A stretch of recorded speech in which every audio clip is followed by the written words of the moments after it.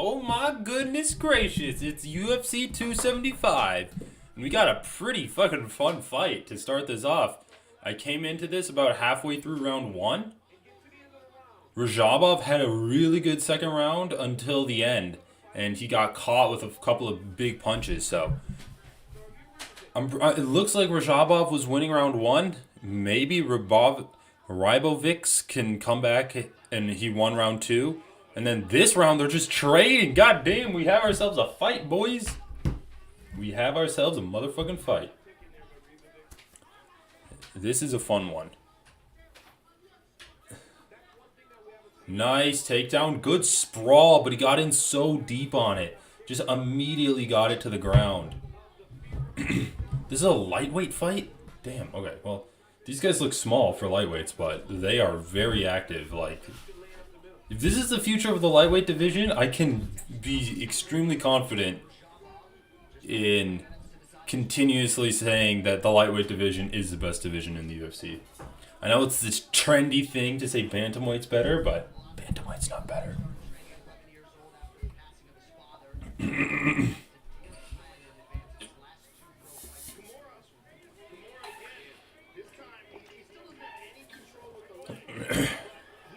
Ooh, Rebolvix. Oh, nicely defended by Rajabov. Rajabov.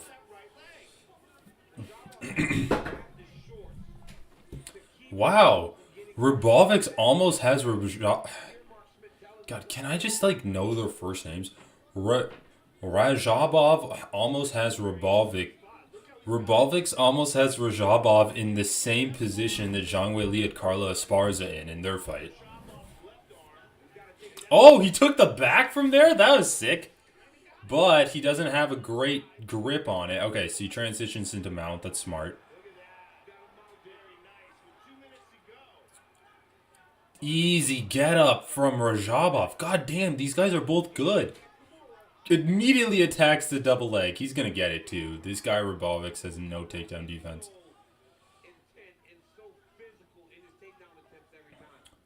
Rajabov. Again! Oh my goodness! This is a fun fight. I'm rooting for Rajabov though. He's got the wrestling. I thought Rebolvix would get better as the longer this fight went, but Rajabov needs to start landing some ground and pound here.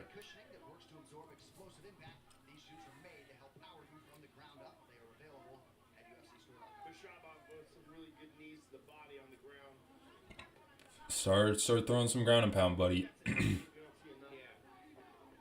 Because right now, he did hurt Rebolvix on the feet, but he hasn't really done any ground and pound, and all he has is some good takedowns. Rajabov had that Kimura grip; it was pretty tight. Oh, tried to slam him on his head. Oh, this wrestling is so sloppy. I love it. This wrestling is so sloppy. All right, 55 seconds left, and they're on their feet. Let's go. Come on. This is going to make or break this fight. Oh, my God. Oh, my God. What a fight. This fight's crazy. Oh, my God. This is a... Rajabov is exhausted. He can't even keep his hands up. He's just walking forward to get punched in the face. Oh, but he's landing his own overhand right takedown attempt. Rajabov's a pretty good grappler. I mean, his takedown attempts, even though they're slow and he's tired, he's getting in deep on them. I don't know who's going to win this.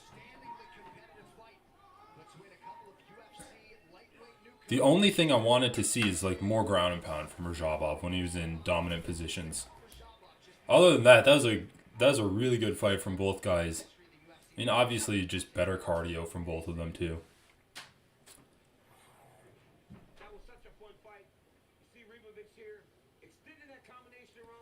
Yeah, Rebolvix was just landing some really good stuff on the feet.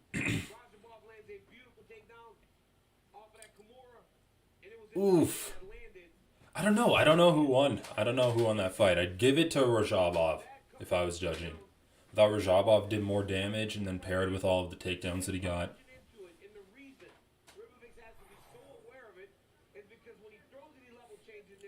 Oh, is that Claudio Poyes? No, Joe Rogan mentioned him. I don't know if it was Claudio Poyes or not. How's it going, people? What fight are you guys most looking forward to? We got John Jones back, Valentina Shevchenko, Ciryl Gane.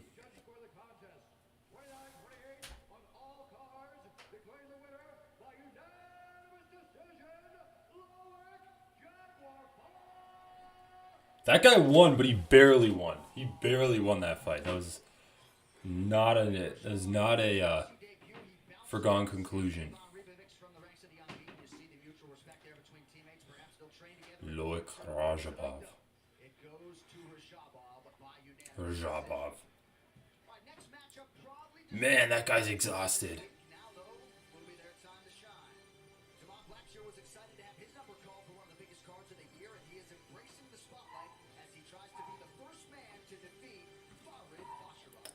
All right, Blackshear versus Basharat. This should be really good. Javid Basharat is a super good lightweight. I believe he's lightweight. He's either lightweight or featherweight.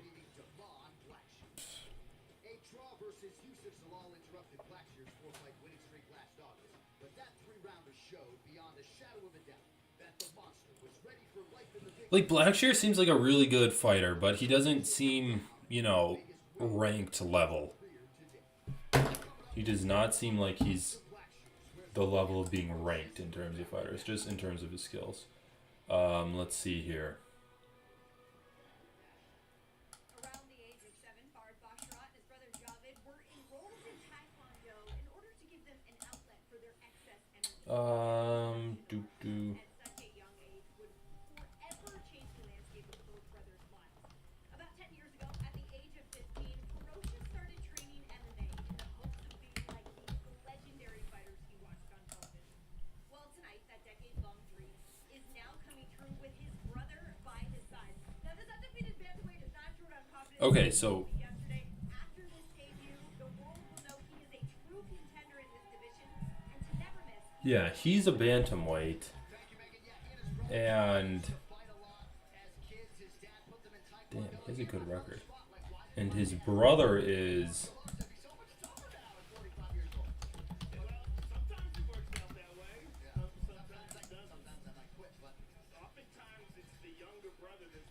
What country are these guys from? What flag is that? Yeah, Afghanistan. Let's see if the UFC broadcast actually shows the Afghanistan flag or if they gray it out. And Javid is. Oh, Javid's bantamweight too. Okay, well, I was completely off then. I thought he was bigger than that. He looks way bigger than his brother. I mean, pretty cool. Contender Series win, making his UFC debut against Blackshear. Minus 400 favorite. I mean, Blackshear is looking good, man.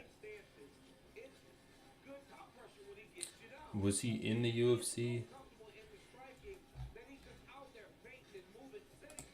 Yeah, so he came in the UFC, drew against Yusuf Zalal. And Yusuf Zalal is really good, has a ton of cardio, but obviously not good enough to be ranked. Like, we'll see.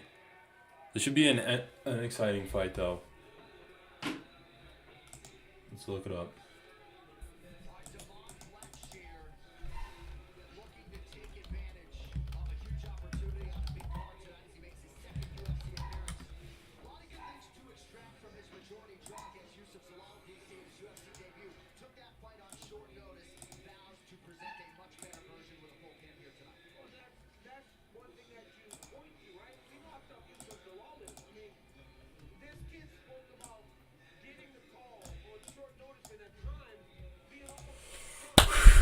All right.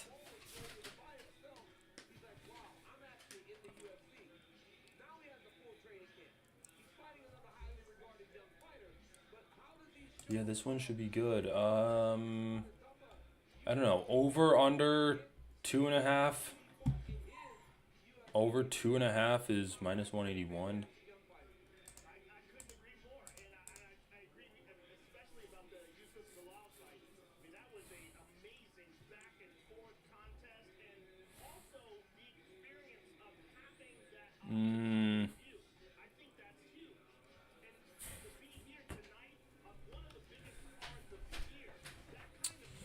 Man.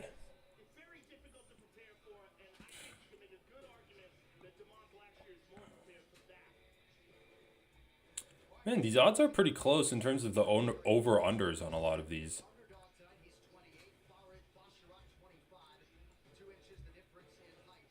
Yeah, I don't know who's going to win in the next fight either. Tabitha Ricci or Jessica Penne. Tabitha Ricci's a minus 320 favorite. That's surprising to me.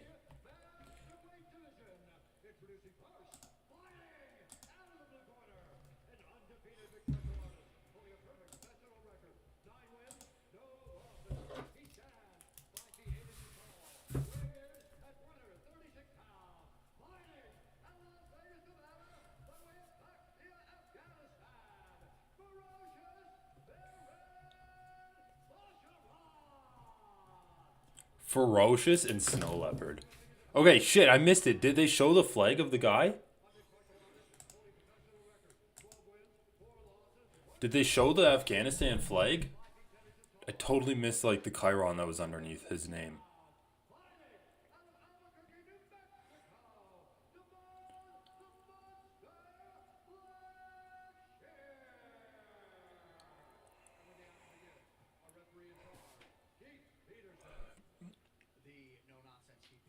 All right, Keith Peterson. All right, this fight is starting. Let's go.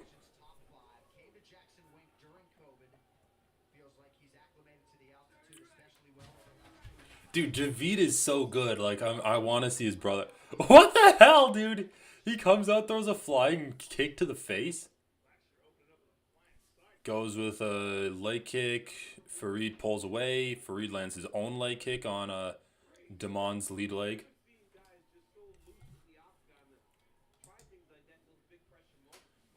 Why is there no clock showing up? Well, you can see the clock in the background, 30 seconds down. Farid is really looking at Damon's legs. Man, Damon is really getting a little fancy with his kicks. With his kicks there. Throwing teep kicks to the knee, throwing just leg kicks in general. Flying front kicks to the face. Farid just landed a pretty good straight to the body, though. Oh, man, dude. Damon's getting a little fancy, and Basharat is just not having any of it. He's just taking everything that is getting thrown at him, and he's just, like, checking or dodging. I'm just waiting for the counter shots to start coming.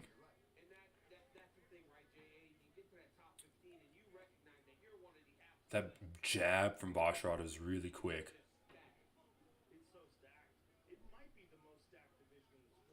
Yeah, countered Blackshear when he moved in there. Damon needs to start setting up those leg kicks. He's just throwing leg kicks from a kicking range. And it's, oh my god, dude. The flexibility of Farid. Holy shit, that was an insane flexibility. The guy, oh my god. He's literally being held up by a leg and he's like kicking off of the grip that Blackshear has on his leg, lifting his entire body up with. Oh my god, dude. Farid looks fucking amazing. Holy shit. I'm actually like getting blown away by this. He just kind of has Farid, or he has Damon kind of shutting down against the cage here.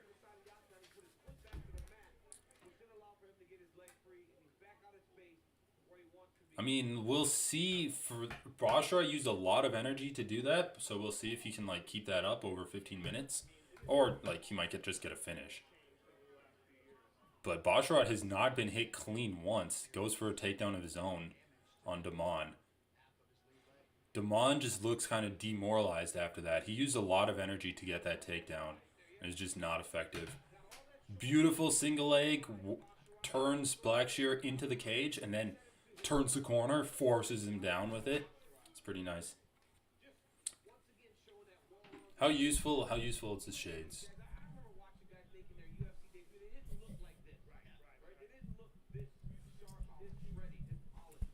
Yeah, I can definitely agree with what DC's saying. Like, I was talking about like John Jones versus Ciryl Gane.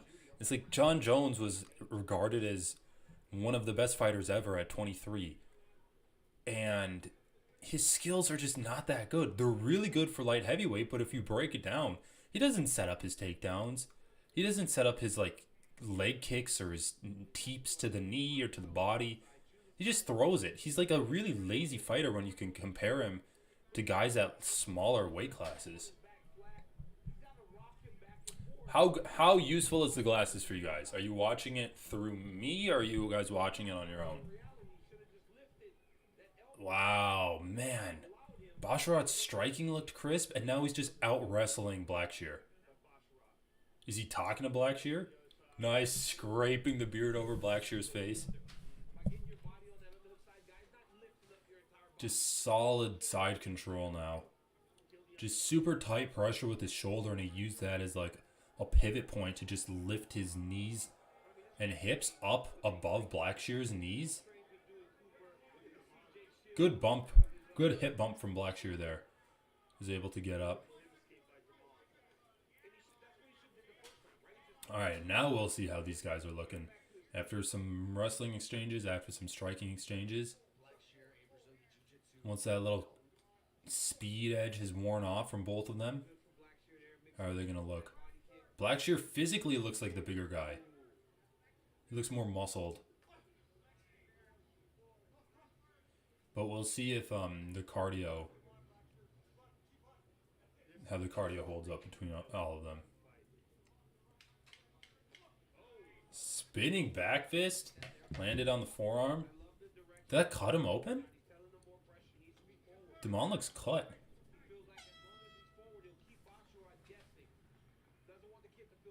No, he's not cut. Man, there's like no one in that crowd. Or no one in the arena right now. It's kind of sad. Disappointed.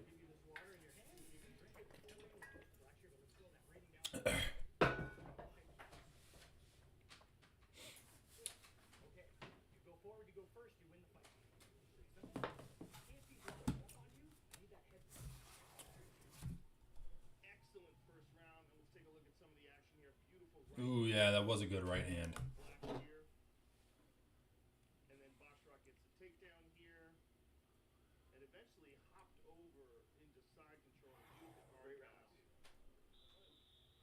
I mean, Basharat's cardio is looking really good. Both of their cardios are looking good. We'll see how it holds up over the remaining 10 minutes of this fight, but I mean, to me, pretty clear round for Basharat.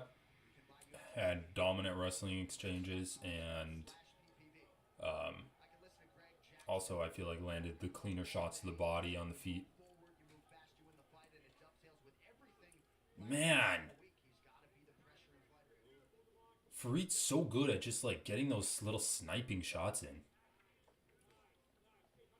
Damon's really trying to just like teep out the knees. Oh my god, dude, these striking exchanges are amazing. That was awesome. They like traded like 5 punches, just dodging different ways. It's like an anime fight. Good. Yeah, that was a good takedown, but really good reaction by Basharat there. Who do you guys think won the first round? I feel like Basharat did the better, but we'll see. It looks like Damon's slowing down just a bit. It's taking a little bit longer to do stuff between his actions, right? Basharat's entrances are so tricky. He'll like lift up his leg like he's chambering a kick or going to throw a knee, and then he just sets it down and jabs right over the top of it. He's really just kind of perplexing Damon.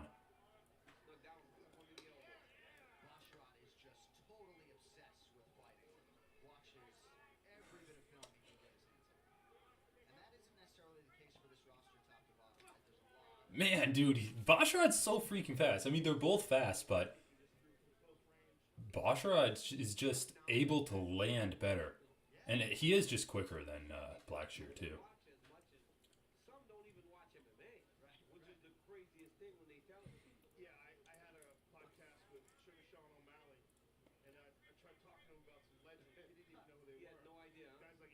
Blackshear's really going for those rear body locks, which I think is a good idea for him. He's just not really having the success he wants on the feet. Maybe he could get a twister here.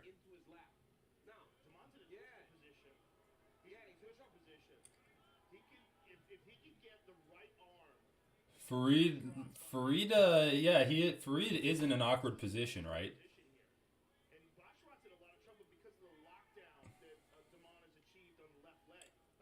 Yeah, Farid, oh, he broke the figure four on his leg? That's just impressive.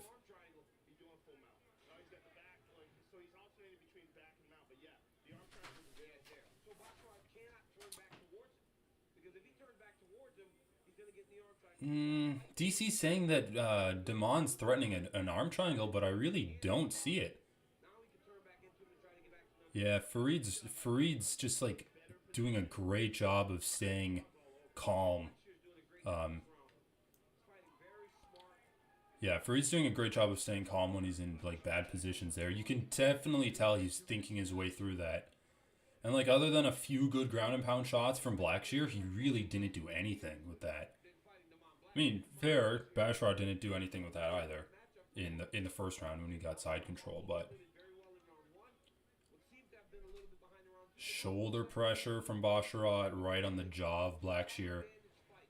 Blackshear's sneaking his arm under. He's in a prime position to get crucifixed. We'll see if Farid can snag that. Man, I know I said lightweight's the best division, but these fucking bantamweights are giving me a run for my money. Because they're looking really good. Farid's just sitting in full mount. If you can just land a few good shots here, he's got this round tied up. Or just cinched for him. Yeah, that was a good shot.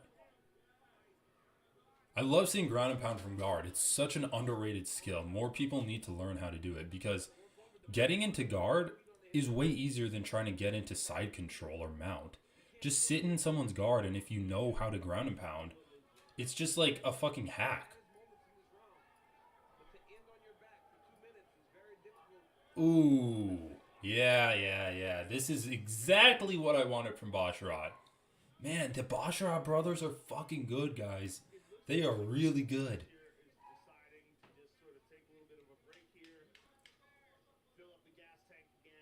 Blackshear is down 2 rounds, though. He took a break for the last minute of that fight.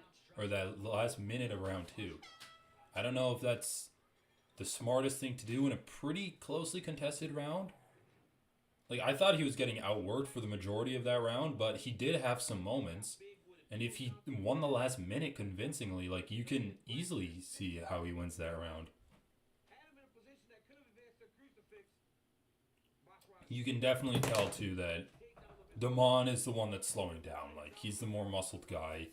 He's slower originally, and he's getting the worst of the cardio exchanges here. Farid is using much less cardio to get to dominant positions than Blackshear was using. This looks like a pretty clear 2-0 in terms of rounds for Farid right now. I mean, the only way he loses is if he just combusts. Just gets caught with a huge punch. I mean, even if he gets caught with a huge punch, I feel like his wrestling is good enough. I feel like his wrestling is good enough to carry him to not get finished.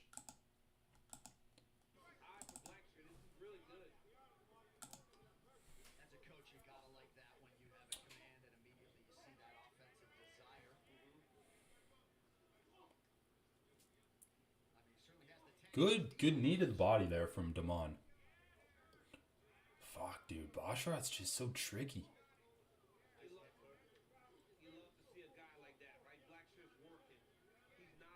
Yeah, those are good knees to the body from Blackshear. Let's see what Basharat can do here. I mean, those knees to the body are good, but you can't just let yourself be held against the cage like this if you're Blackshear. You know you're down 2 rounds. You ended both rounds on bottom. You need to do a little bit more than this.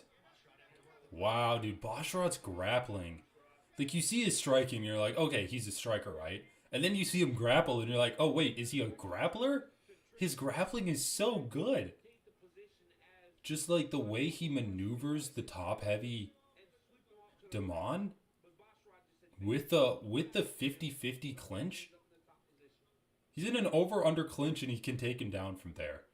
Dude, this is what I'm saying for pound, guys. The lower weight divisions, if we're going to take the literal definition of pound for pound, which is what everyone was saying in Islam versus Volk, right? Skills per pounds. The lower weight divisions have more skill per pound. They just have more skills in general than the higher weight divisions. And so if we're going to talk about skills per pound, there's no way anyone above bantamweight could ever take the top pound for pound spot. That's why you have to factor resume into it. And if we're talking skills per pound, I still think Islam is ranked higher than Volk. Just in terms of skills per pound, I think Islam's skills can allow him to win more fights than Volkanovski's skills can. I mean, we literally saw that with Islam beating out Volkanovski in a pretty easy 4-1 decision win for him. That's why, like, any heavyweight that gets the pound for pound ranking, you cannot have it both ways, right? You cannot say Volkanovski beats Islam and then also say that pound for pound should only be skills per pound. Because these guys are both really fucking skilled. Man, Blackshear just needs to do a little bit more in this fight. He's just not able to put a stamp on this fight, right? He has some minor successes, right? Like, he can get up from Farid's grappling. He can get a body lock, take Farid's back. But every little push forward that he does, it's getting countered by Farid. Glimmers. He has little glimmers of success, but he's just not willing to follow it up. Or unable to follow it up. Like, Farid is really good too, so I don't really blame him. I mean, Blackshear looks like a really good fighter. He does. He needs to get better though. He does. Like those leg kicks that he was throwing, those teeps to the knee, just accepting these positions at the end of the round with a minute left. There's a lot of little things that he's doing that just need to be tightened up if he wants success in, like, arguably the best division in the UFC. Like, he's in the best division in the hardest organization in the world. Like, you need to tighten all of this shit up. Like, you had a draw and now you lost. This is the baseline of bantamweight, right? Like, Farid Basharat is like the lowest level of bantamweight that's going to survive in the UFC. You need to really clean that shit up if you want to be a UFC fighter. Ooh, triangle. 17 seconds left. Basharat was getting a little... Oh, Basharat escaped it. Basharat was getting a little too antsy. I mean, again, guys, we see Damon Blackshear have glimmers of success. It's just not enough. It's not enough. And those multitude of tiny little things is the difference between him and an actual, like, good bantamweight. This was literally the first round. Okay, never mind. I mean, clear 30-27 for Basharat.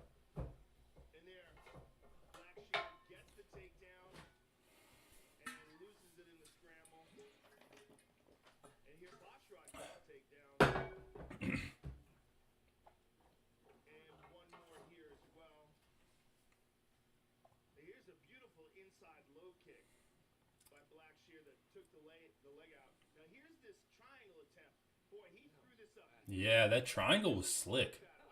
I mean, brown belt Brazilian Jiu-Jitsu, and that was just... That triangle was pretty slick. It was absolutely stellar. He should have jumped on the head right away. Jumped on the neck, pulled the head down.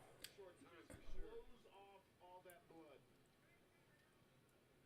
All right, scorecards are now in. Here's Bruce Buffer. Ladies and gentlemen, after 3 rounds, we go to judges' scorecard. I mean, this would be crazy if Basharat lost. Judges for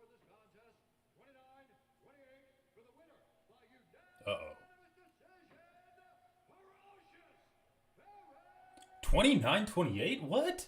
What round did he lose? Holy shit, what round did he lose there? He couldn't have lost the second round. The second round is when he ended on top and he landed like hellacious ground and pound. Blackshear just did nothing in the first round. And then third round, he was getting out-grappled and just outstruck. Well, maybe it's the third round. Maybe the judges scored that triangle. Yeah, I guess I can see the triangle doing well in the scorecards. Alright, we got Baby Shark versus... I don't give a fuck who. Oh, this is Jessica Penne?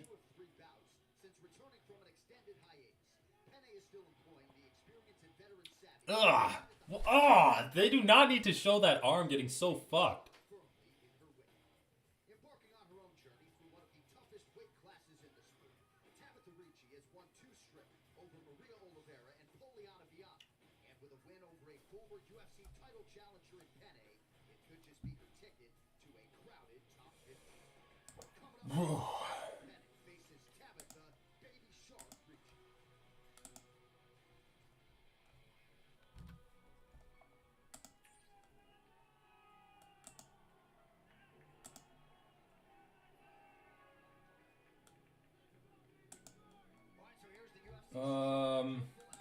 You know what? I think Tabitha Ricci's gonna get it done. Did turn pro DC 10 years ago, but was inactive in MMA from 2014 to 2020. Spent a lot of time in Japan, but really seems to have found her groove in California at the Paragon Academy. Yeah, she does a great job training, and she trains hard, John. Like, she's a sponge. She wants to get better. She was up in San Jose at times trying to learn wrestling in my academy. She has been all over the place just trying to get better. But she also recognizes the opportunity in front of her. It's all about respect with Tabitha Ricci.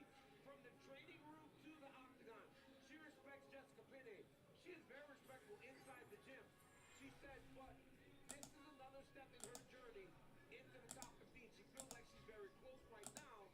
In a win tonight, they put her in those rankings. Well, this is definitely the biggest opponent to date for her. Poliana Viana was her biggest win. Poliana Viana. And when you look at Yeah, that's not Poliana Viana.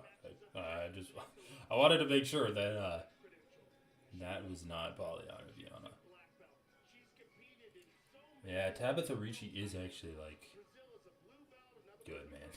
she's pretty good. so like very accomplished grappling, which is where Jessica Penne really shines. Yeah, Jessica Penne's really excited as to how this matchup might play out. You're absolutely right. Tabitha Ricci considers herself a grappler. She's worked very hard on her striking. We have seen some signs of the evolution there, but a lot of folks envision we might get a little bit of a ground fight here tonight as Tabitha Ricci looks to improve to 8-1 and perhaps creep into the strawweight rankings.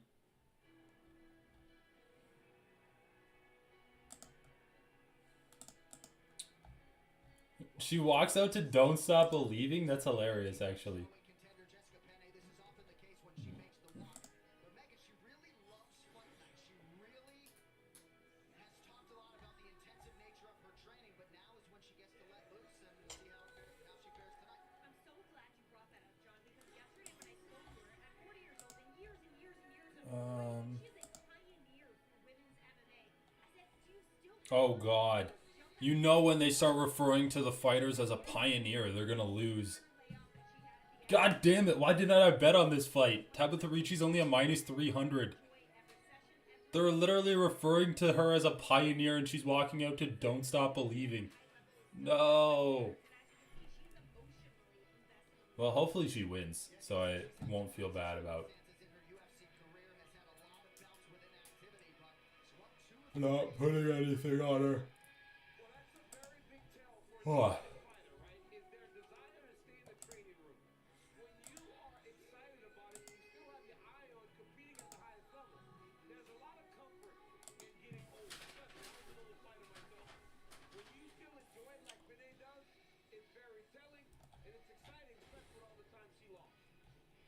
All right, with that backdrop, we will get to the tail of the tape. Couple of motivated strawweights here. Jessica Penne turned 40 about 5 weeks ago. All right, okay. 67 to 61 inch reach advantage. I mean, that's pretty good. Also, almost 3 times as many fights.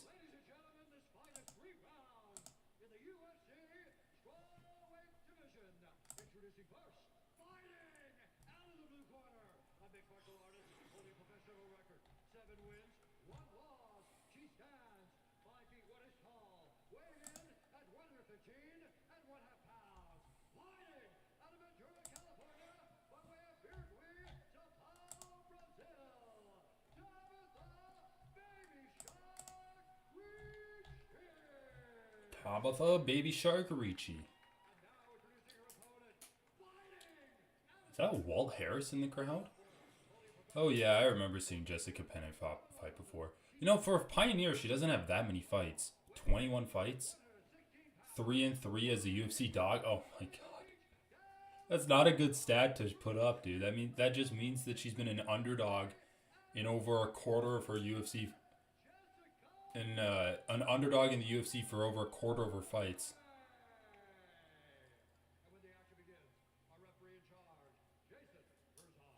A quarter of her total fights. Like, who knows how many UFC fights she has.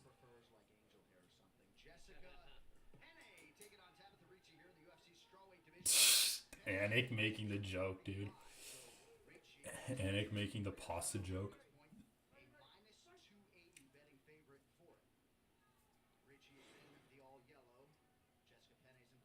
Ah, Ricci looks good, man. She looks so much faster than Penne. Oh my god, it is just not even close. Yep, Ricci gets the takedown. Penne's long, so a lot of her submission opportunities present themselves. Why? Why, my bookie? And wrap up her opponent. She's very talented off of her back. She moves very well off her back. And Ricci pulls out of it, landing low kicks. Neither one of these girls has exceptional power on their feet, but both of them shine on the ground. I want to see if Jessica Penne has made improvements to her kick defense. Yes. We have seen her at times get her legs just absolutely destroyed. Jesus Christ, dude. Ricci's just dominating her. Cody, right, DC, went Yeah. last time out. In San Diego. 51 of 58 leg kicks she landed that night. Or that afternoon in that hot arena.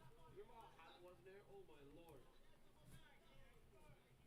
Well, make your next UFC experience an unforgettable one with On Location, the official VIP experience provider of the UFC. Packages feature premium seating, VIP access to weigh-ins, exclusive pre-fight hospitality, UFC fighter meet and greets, and more. Visit UFCVIP.com to learn more. The front kick up the middle for Ricci. Yeah, that landed right on the chin. Yeah. Ricci is so much shorter, man. But she seems to be the faster fighter, so I don't know why she's so intent on getting to the ground. She's having success with her hands and her feet. Her coach is like, bring her over here. Let's see if she'll get armbarred here. Judoka, her best friend, she was doing judo at 6. Oh, I thought she was going to kick her in the face. Nice, just kicking out the legs. I mean, pretty solid strategy, right? If your opponent's just going to lay there and you have no crowd. Don't let her stand up. Like, as soon as she stands up, try to kick her in the face. Oh my god, beautiful pass. I mean, her opponent's in turtle. She needs to try to, like, take her back, but... Man, Ricci's just like a fucking little fly buzzing around Penne. Just annoying her, man. We'll see how the cardio holds up. Penne looks tired.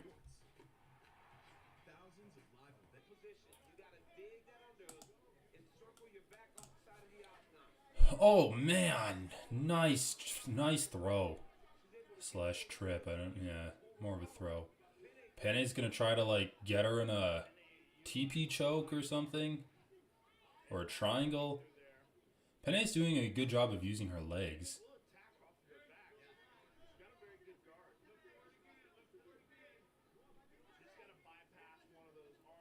Ricci's just like pinning her arms down, right? Like putting her hands on her biceps so she can't use her arms to like either defend herself or throw punches back to reach to the baby shark. Oof.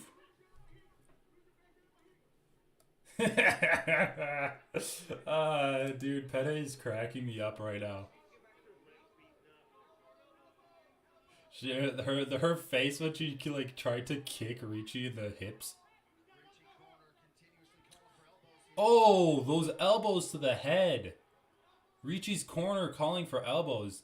The only thing that worries me is like Ricci possibly getting triangled, but when she's in side control, she's just nice with it. Just like slamming elbows into Penne's face. Tenderizing the pasta. I'm gonna turn your penne into pesto. Body head. Classic ground and pound, right? Body head. Body head.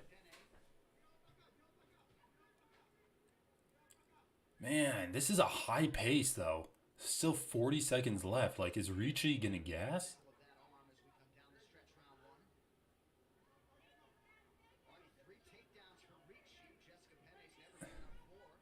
Jesus Christ, dude. Ricci just does not stop. Yeah, DC's saying that Penne needs to get up to her feet.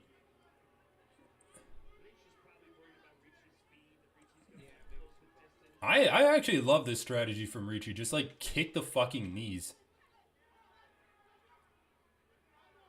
I mean, I'm not super confident about her plan in general of just like clinch constantly.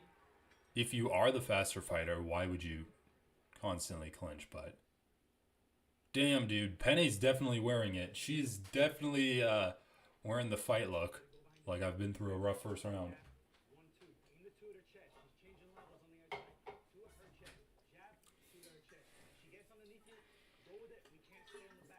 I think really the only question is Ricci going to get lazy when she's sitting in Penne's guard and kind of give Penne the opportunity to land a triangle choke on her or an armbar, you know.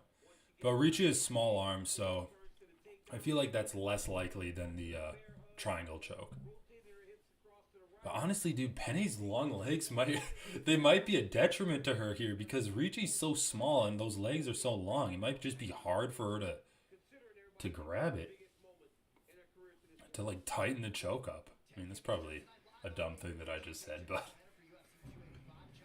you never know. Maybe it's true. Maybe it's true. Maybe the thing I said isn't completely stupid. Oh, God. These prelim fights have been fun, I have to say. Farid versus Damon Blackshear was just like really good. Luke Rajabov and versus Shotovic wasn't great. Both guys gassed out, but it was still an entertaining fight. And now this fight has just been action-packed. Penne's cut now. Ooh, hard kick to the body from the reach.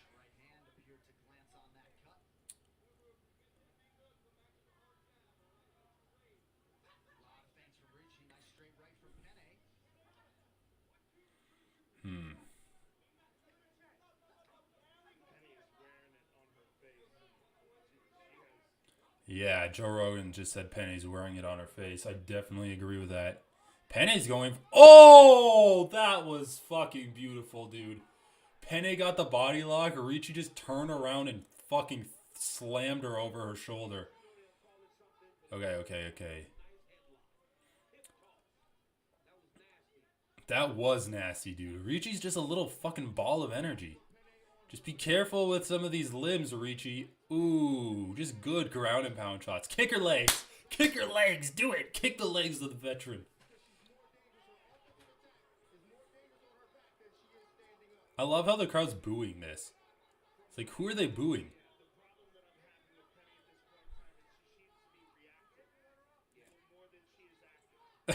Dude, Joe Rogan's borrowing a line from Adesanya. Penne's reacting more than she's acting. So dumb, dude. Man, those kicks are good, too. I mean, I'd say they're light strikes, but, like, they're landing clean a lot of the time. And she's just not getting punished from Penne's legs. Toriando. Trying to Toriando around the guard. Oh! Going for an army bar.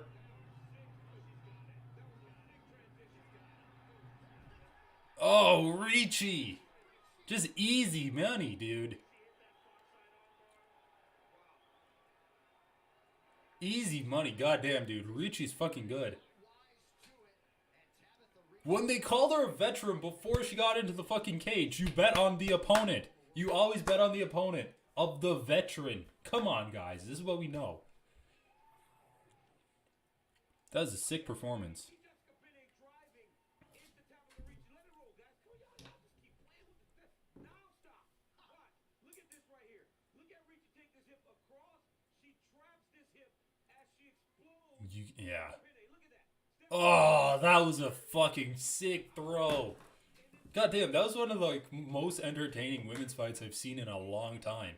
Way better than Andrade versus Blanchfield. I mean, mostly it was just like the performance from Ricci, right? But she was able to show a lot of her game off. You take any submissions here. But watch here. Watch how she switches to the opposite side, attacks the arm, and gets it straight. Oh, boy. What is the telecast doing? You gotta just pause. But you gotta get. She takes her body all the way across to the opposite side. They're fucking with DC so hard, dude. That was a slick, beautiful. He keeps wanting to do his Telecaster thing, and they keep switching it to like shots of Ricci celebrating. That was amazing. Ladies and gentlemen, referee Jason Herzog is called to start this contest at 2 minutes, 14 seconds of round number 2. Declaring the winner by submission due to an armbar, Tabitha Baby Shark. Okay, that baby shark thing is getting really dumb. When she goes like this, like I'm a shark. So dumb. The biggest opponent in terms of like experience you've ever faced and a complete dominant performance. First of all, I want to say thank you for Jessica. It's an honor for me to fight her here today, especially in an amazing card. She's good. She's really good, guys. Started division, but I still feel like now is my time. Now is the time of the baby shark. I just say baby shark era has begun right now. Baby shark era indeed. Let's take Joe Rogan's cracking up. My dad taught me that very well, so thank you for that. Yeah, that was a high good. First finish of the fight. First finish of the card so far, guys. And it's by Tabitha Ricci. Yeah, I come from grappling. That's my background. So just thank you to my gym there, Rakhmonov. Go ahead. Everyone's excellent. Thank you very guys. I appreciate. And done in the loop. Well, you made a fantastic statement tonight. Congratulations. Tabitha Ricci, ladies and gentlemen. Okay, she needs to stop doing this. That's just so bad, guys. It's so dumb. Come up with a new gimmick. Also, like, if your nickname is Baby Shark and then you start doing well, you should just graduate into being, like, regular shark, or at least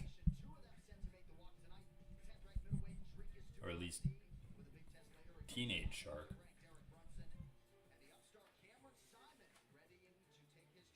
Alright, Cameron Simon, JP Bays, who I thought was released from the UFC. I mean, he's sucked. He has been looking like shit lately. Cameron Simon was good in his last fight, but Mono Martinez is pretty tough. Let's take a look at the records. After some time spent on the road, Mono Martinez returned to his Texas roots for his training camp to prepare for Cameron Simon. And reportedly it did wonders for the Houston native. Tonight back in the friendly Cameron Simon. Or actually, I'm mostly interested in Mono Martinez. after earning his place on the roster with a knockout on Dana White's Contender Series last summer. Mono boy. 2-year-old Simon left quite an impression on fight fans in his UFC debut as he scored a performance of the night bonus. Yeah, Brandon Davis, split decision, lost to Ronnie Lawrence, but he really fucked up Ronnie Lawrence in his in that fight. Man, look at all these split decisions. Split decision win, unanimous decision loss, split decision win over Guido Canetti. Anything else? Got triangle choked. So he got triangle choked in the Contender Series, then fought twice in Fury, and then just got hired anyway. So he's 1-2 in the UFC. Both of his wins have come by split decision. Not the epitome of inspiring confidence here. And this guy, Cameron Simon, I believe, is off of the Contender Series too. What did you spend your money on after you won your debut? What was your Jesus Christ, he looks so young. buy Okay, anything? Sold my PlayStation in order to buy an airdyne bike. yeah, beat Steven Kozlow on the December card last year. And, yeah, won off the Contender Series. I mean, he looked really good in that fight. The grappling was insane. I'm expecting he can out-grapple Mana Martinez. That seems to be kind of his weakness, right? He got out-grappled by Ronnie Lawrence. He got triangle choked on the Contender Series fight. We'll see. I mean, Mana Martinez loves to just, like, throw leather.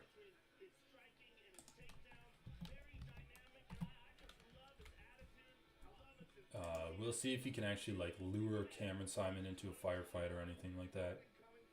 Just young guys. These guys are so young, they don't even recognize that they're fighting in an octagon for a living. Right? Like, oh man, this is so fun. It's actually not fun.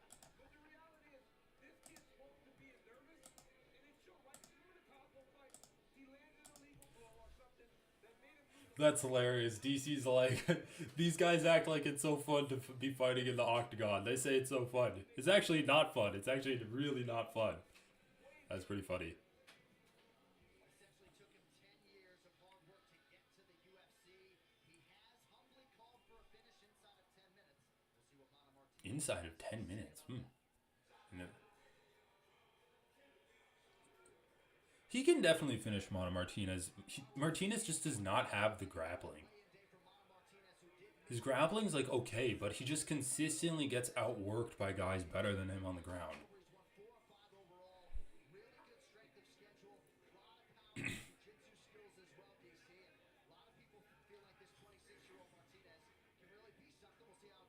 Mana boy. So this is in Vegas.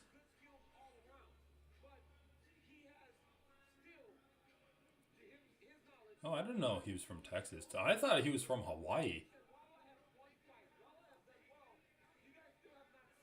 Well, I guess his last name is Martinez. I shouldn't be surprised.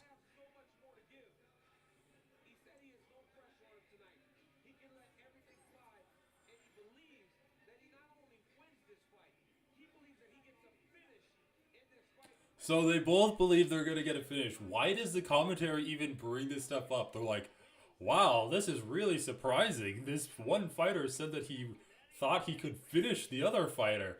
We should definitely tell that, like, the crowd and everyone watching.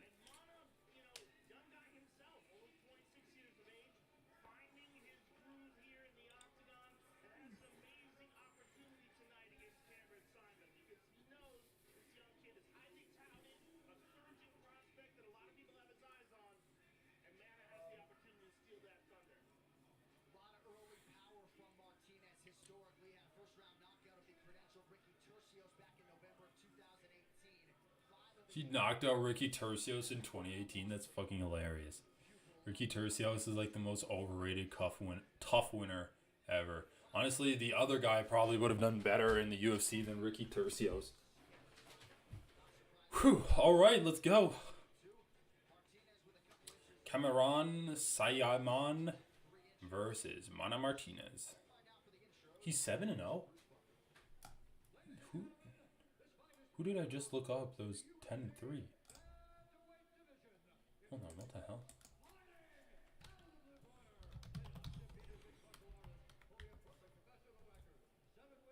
Oh, Martinez is 10-3.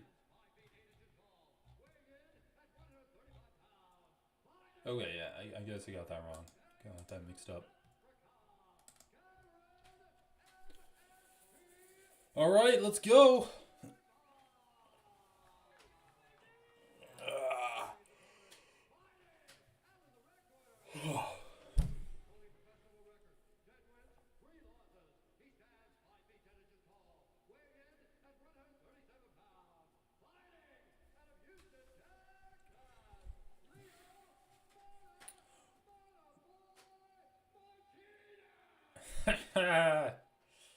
Dude, the crowd needs to start filing in. Jesus, the front seats are completely empty.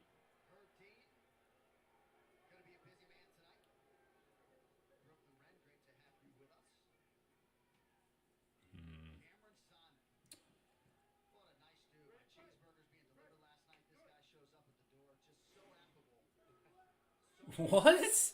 John Anik got cheeseburgers delivered to his room? Ooh, countered with a left hook from Monoboy. Bantamweight bout. Good push kick from Simon.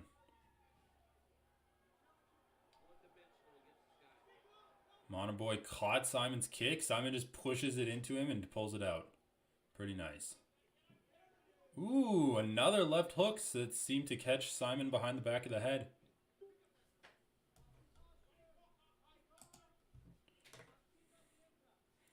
I mean, I'm assuming Simon's just like waiting for an opportunity to land a takedown. Overhand left. Seemed to get through. Not 100% confident. Oh! Man, Simon's bleeding through his nose already. He got hit like twice.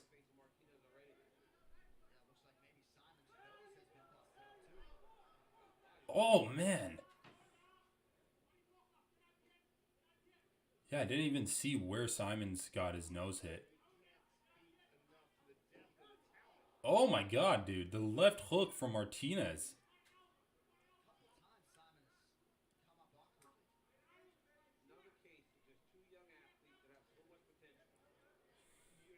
Martinez is really settling into the counter game right now. Just like sitting down on his shots and trying to throw counter strikes. We'll see if he can effectively do it. It seems like Simon's kind of making reads on Martinez's counter left hand. We'll see like how effective he is with that though. It's just like ducking down more when he's entering because he knows Martinez is going to throw that counter left hook. Yeah, Simon's definitely making reads on that left hook Martinez is throwing.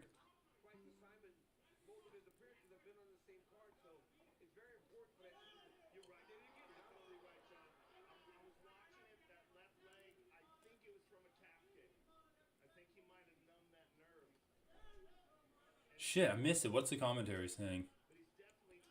Ooh, good body kick.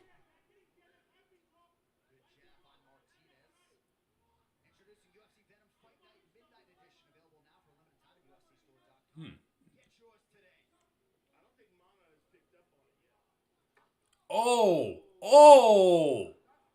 That was one of the loudest cup kicks I've ever heard. Oh!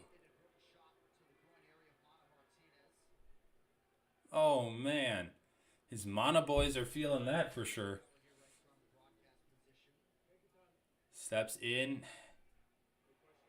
You know, it did land mostly on the leg, but it did graze the cup too.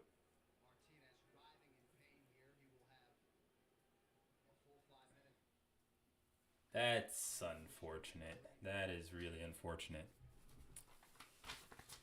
Oh.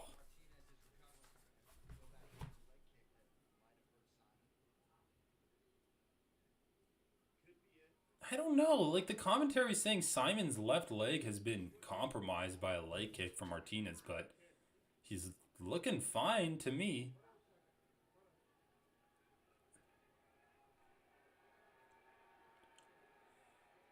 He changed level, so that made it. But you've been throwing them right here close and high. So, you know, you need to adjust that, okay? You ready? All right, back to it. Good. I'm glad the fight wasn't canceled because of that. I wanted to see Simon's grappling, though. I really thought he was a good grappler. Oh, damn, dude, right on the liver. That hurt him. Those body kicks have been hurting Martinez.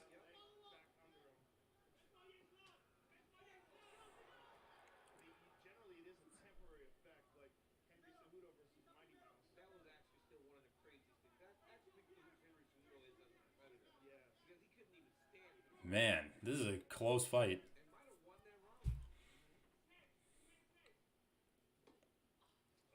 Oh my god, another cup kick?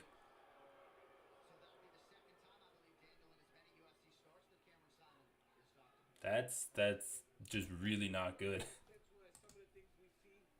Oh my god, dude. You get kicked in the balls, and then you just kick him in the balls again?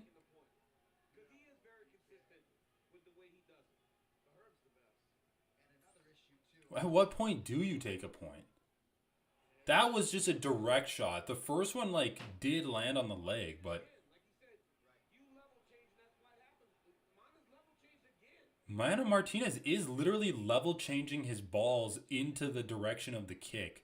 It definitely does, and Herb got a chance to see that. Yeah, Mana did level change. And let's see what he says to Cameron Simon. He's giving he's considering everything. Damn, dude, Cameron Simon's like functioning really well, but he is leaking out of his nose. Take some time over here and breathe. I'll come back and talk to you in a minute, okay? Dude, it's so brutal. Inside kick. Mana is changed. I don't know if he's maybe expecting a low kick, so he's trying to check. I don't know why he's doing that action, but he's kind of making that kick trail a little high. Yeah, like he's throwing it, and Mana Martinez thinks it's coming to the body, so he's like leaning his body away and getting low. His effort to level the playing field moving forward. I'm going to have to take a point. I asked you not to throw that. Please don't throw that high one again. Takes the point. Simon has docked a point. Simon's got to get a finish now, guys. Like, unless he just... Low and fighting instinctually to have that weapon essentially eliminated. You wonder how that's going to affect him in his game plan. Under 90 seconds here, round one. Especially when you're in the split stance, right? Now he's got to take those kicks to the body now. Oh! Well, what he did last These guys are so fast. It's crazy. I love it. he got the finish, so let's see if he takes that approach against Mana.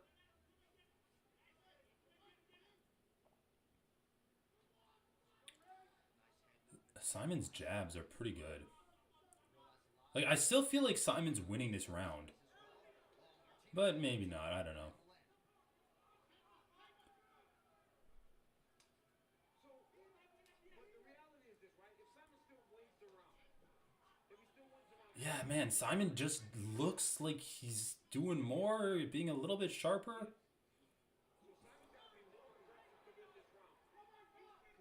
30 seconds left in round one. This round's been going on forever. This is about to be a draw, boys. Can take 2 points. I'm not suggesting that should have been done. Nice body kick from Simon. Oh! Man, Martinez has a chin on him because he's taking some hard shots. If I was Simon, I'd just keep slamming that kick to the body, though.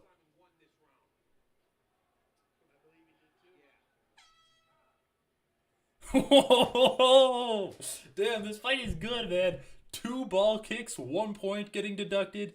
One guy just eating head kicks and leg kicks, but he's like landing some pretty good counter shots. The other guy like leaking, but he's just slamming kicks to the body and head. This is a fun fight. Plus, I thought Simon was a grappler. I didn't like. What is this? we need him fighting off of his heels. Look for spinning stuff off of that. Now here's a leg kick that we think may have damaged Cameron Simon. Okay, they are showing this leg kick. I don't give a fuck. End of the round, and you see He just stepped awkwardly off of his right leg. Yeah, that left hand was really nice. You heard the fucking crack as it connected on Martinez's chin. Dude, this guy Cameron Simon, I thought he was a grappler. He's coming out, putting on a striking performance like this. He's pretty fucking good. God damn it. Why are they trying to make bantamweight the best division right now? Why are they trying to like convince me that bantamweight's better than lightweight? Oh! Those body kicks, dude. I'm telling you. He hurt Mana Martinez with that left body kick in the first round. You saw Mana Martinez lower his hands and then start walking away from him. That was a direct shot to the liver. Yeah, Cameron Simon's just like doubling up all of his strikes on Mana Martinez. He's literally just... I'd like to see the striking numbers, but it looks like he's just like outstriking Martinez pretty... Just looks like 2 for 1. I don't think that's for sure, but... Okay, so it's 25 for Martinez, and it's 45 for Simon. So yeah, like 2 to 1.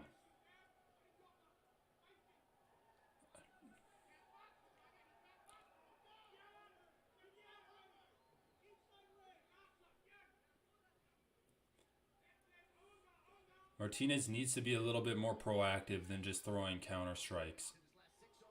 Because he's just getting outworked, man. He's eating like 2 or 3 shots and then going for a kick. Or for a punch. Oh, man. Another inside leg kick from Simon. Goes for the inside leg kick. Oh! Eats an uppercut, lands a huge left hook on Martinez. Martinez is moving backwards. Another uppercut that he eats from Martinez. He's moving in and dipping his head down low. And Martinez has changed his left hook counter shot to a left uppercut. Look at this evolution of fighting. I mean, I still think Simon's winning this first round. Or the first half of this round.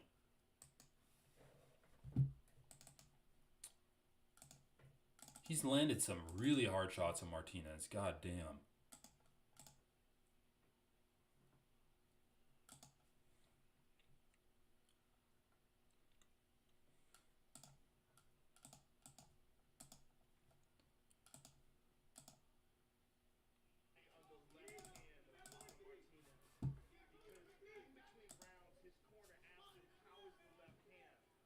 Oh my god, dude. Joe Rogan loves identifying injuries on fighters.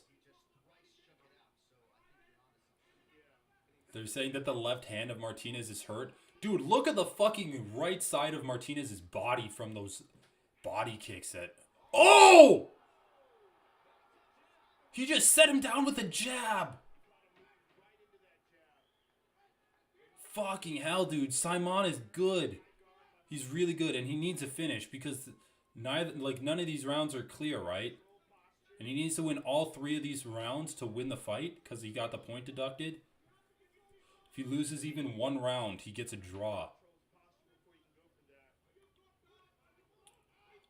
Just hit him in the balls again. Dude, this is what I'm saying. Martinez has a good chin, but he's been getting cracked hard. And there's a limit to how much damage you can take before your body just shuts off.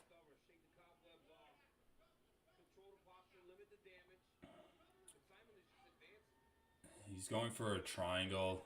Martinez did a good job of controlling the arm, but... That was a great, entrance into the guard. Yeah, Martinez is doing a good job of controlling the arm, but he's just getting hit a lot.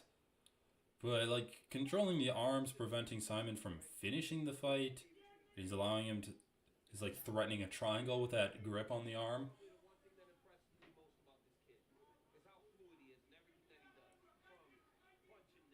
Yeah, grinding the elbow into Martinez's face. Ugh. Just keep slamming elbows into Martinez and just not giving him any rest. What did I say, boys? Fucking work on ground and pound from the guard. We've seen a lot of people do it well. We saw Farid Basharat do it. We saw Tabitha Ricci do it. And now we're seeing Cameron Simon do it. It's just consistent ground and pound. It's beautiful. Oh. Oh. Yeah, Cameron Simon's really fucking good. Jesus, dude. Oh!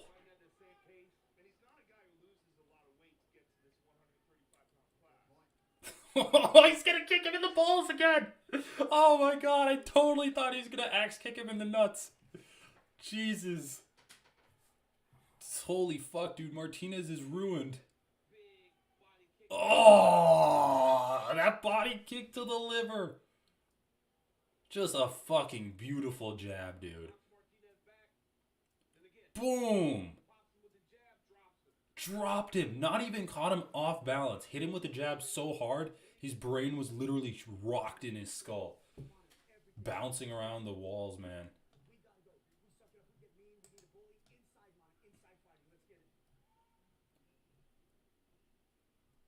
Yeah, I actually agree 100% with what Mana Martinez's corner is telling him. He's got to just move forward and throw shots on the inside. He can't play this tit for tat game. He just doesn't have the output to do it.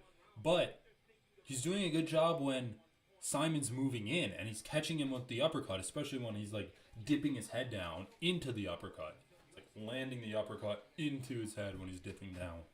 And then he's also doing a good job of like phone booth fighting, right? He throws combinations when they're in the phone booth. Oh my god, he's just not fast enough. And his body is getting broken down. Simon has broken down his legs.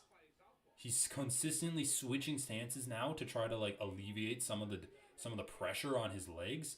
Martinez is.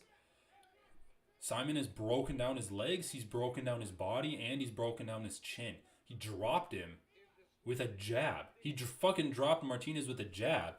And he has a welt on Martinez's right side, right on his liver. You can see the impact, not just from the strike, but you can see how much it hurts Martinez when he gets hit there. Because he leans down, he brings his hands down, just like intuitively, instinctually to protect that spot. And then he's also backing away whenever he gets hit there. And then you can also see that, he's switching stances too to try to protect his legs. Like Martinez is just all kinds of beaten up.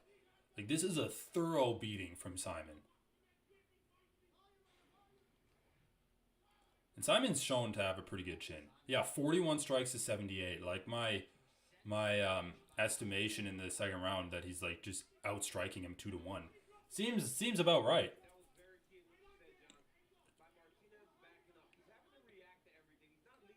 Another right hand. Martinez is so hurt, man. Oh.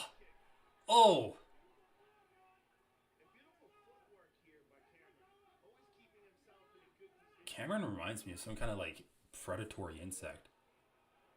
What? He got eye poked now?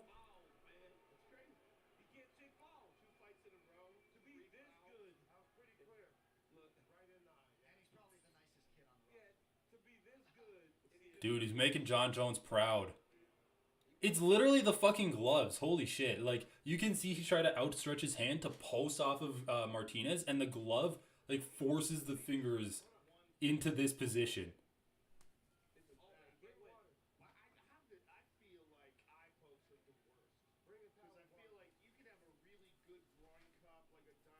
Yeah, eye pokes are the worst. Are they bringing in the doctor? Is he good? He's getting a good second wind here. Or a good break. I don't know if he'll get a second wind, but he's getting a break. Is Martinez good? Can you see? His eyes aren't closed. Well, oh, man. I feel bad for him, though, because that fucking sucks. Ugh, it's all bloody.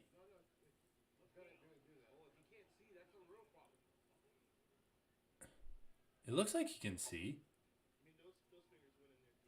But fuck, I don't know. I'm not. Is this going to be a no contest? This has been almost a no contest so many times.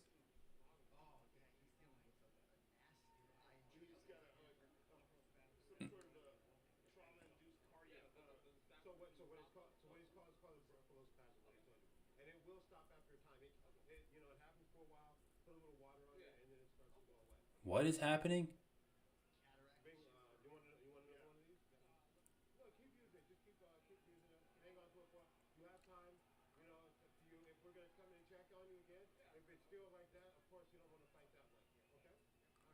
So Herb Dean's basically saying, like, we're going to come back and ask you the same question we just asked you.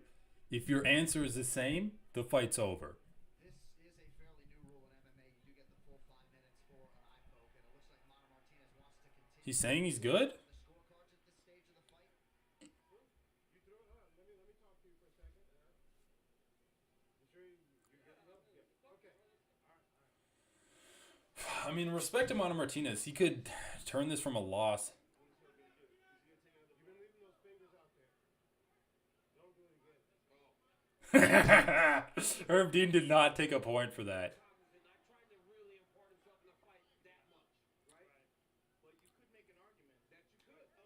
The thing is, the refs need to take a point away for fouls that impact the fight, right? Like, that's the point of taking the point. It's not to punish the fighters that cause the infraction. And sure, you could say that maybe we should try to punish fighters that cause the infraction, but it's to try to even the fight out. And I really don't think getting hit in the balls twice hurt Martinez's chances in the rest of the fight, right? But I do think getting poked in the eye hurt his chances in this last round. That was a good left hand that Martinez landed. This is a fucking crazy fight. Okay, Simon's getting a little bit too fancy with some of the shit he's doing. But again, he needs to win every one of these rounds to win the fight. Just nice takedown. Ate a shot on the way to getting the takedown, but... Ooh, good elbow. This ground and pound is pretty good. Yeah, Martinez cannot just stay here with a minute and a half left of the round. No, dude, he got full guard. You had a knee shield and you went to full guard. That's just accepting defeat.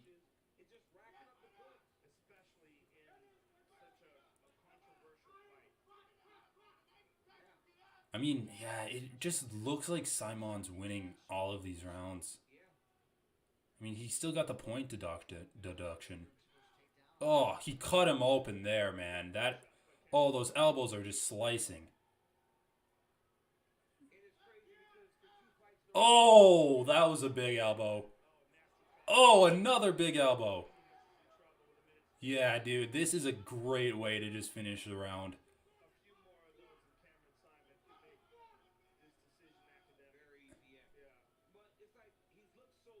Oh, yeah, Jesus. Fuck. Cameron Simon's just sitting in Martinez's guard, slicing elbows onto his face, like right above the eyes.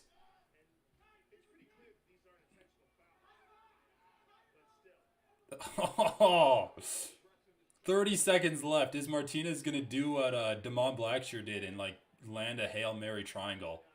Oh, dude, Simon's so like flexible too. He's just able to sneak into like past the feet and get into the guard of his opponents.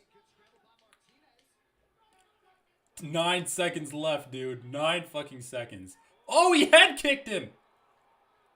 Then he slipped. Oh my god, dude. That's fucking brutal.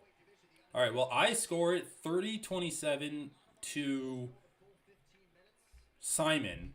But then you gotta deduct the point, so I'd say 29-28.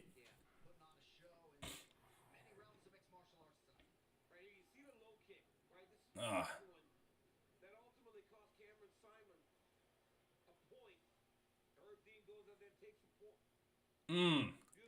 Simon's striking was very nice. The kicks too. And like, you know, you can polish up all of the combinations and his defense and stuff, but what I liked the most about Simon was the willingness, like the unending willingness to throw punches. We just do not see that a lot. I mean, well, I guess you could say we see it a lot, but it's like that's a sign of a guy that's going to go far. Just a willingness to throw shots. Just like unending too. Like that's what fucking Max Holloway does. Unending willingness to throw. Dude, Cameron Simon's coach looks like the most stereotypical white South African ever. I like how the Jones versus Gane is like black and gold. Like the color scheme is black and gold, befitting a champion.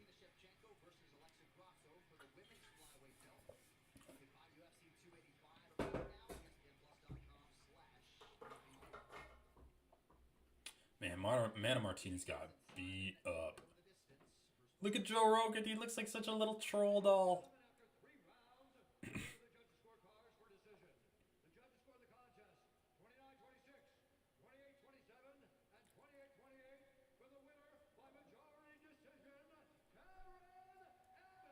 $29-26? What? I guess they gave him a 10-8 round in the third round. Those were all over the place. So one guy gave Simon a 10-8 round in the third. One guy gave Cameron Simon a all 3 rounds, and then one guy gave Cameron Simon only 2 of the rounds. I mean, the fact that he only got 2 of the rounds on one of the judges' scorecards is crazy.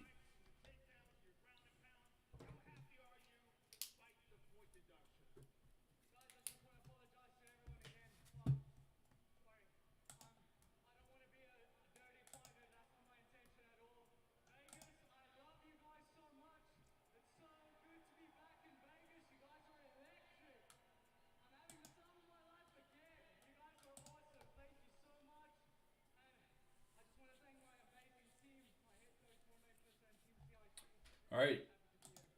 Well, other than the point deduction, it was a fantastic fight for you. Yeah, I felt great in here. I feel like my cardio is up to scratch. I'll go back to the drawing board. I have nothing else to do, so let's go back into training next week. I hope to be back in June.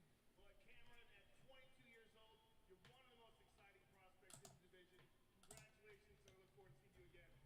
Cameron Simon, ladies and gentlemen. Cameron Simon is 8-0. Judges' scorecards a little bit all over the place. A couple judges gave round 1 to Mana Martinez and 2. Dude, giving round 1 to Mana Martinez is crazy. I'm sorry. Either way, one man's opinion, the right guy won tonight. Cameron Simon still undefeated. Good test for the upstart, Ian Machado Gary. Let's see how he handles it. Aligning his performances to his bravado, Ian Machado Gary has lived up to the hype since arriving in the UFC. Tonight it is up to China's Song Kanan to put a momentary halt to the Irish. Looking to add his own legendary entry. All right.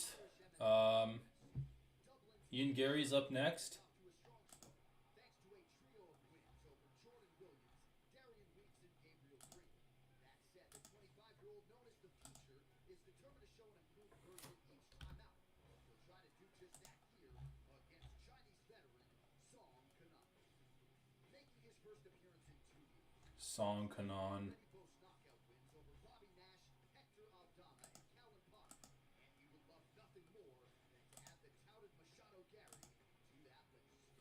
Coming up next, it'll be the Future, Ian Machado Gary versus the assassin, Song Kanan. All right.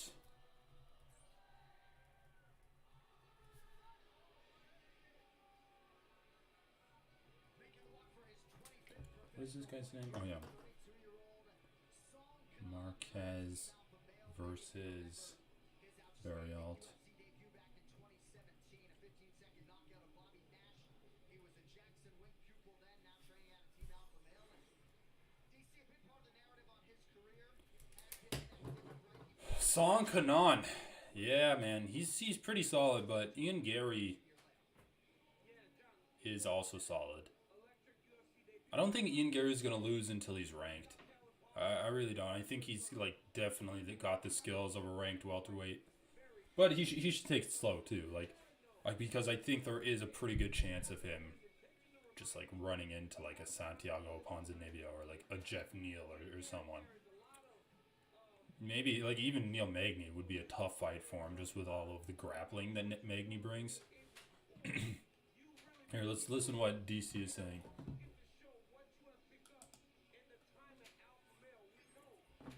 Hey, the yak is in the house. Alright, I gotta do some audio editing.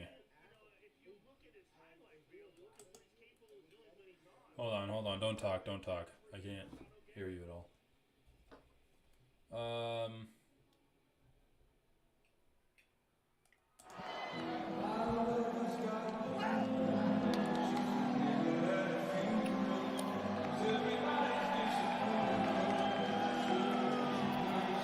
All right, so here is the undefeated former Cage Warriors champion, Ian Machado.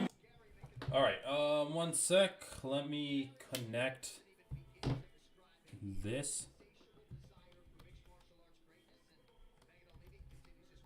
Put in my... Oh, actually, can you give me a test? Once again, he is still undefeated at 10 and nobody wants to beat him. Yeah, okay, I can hear you now. Record 6 out of 10 of his wins have all come before that final bell. He said, I want to get back to those finishing ways. His confidence is really Dude, you can't... Okay.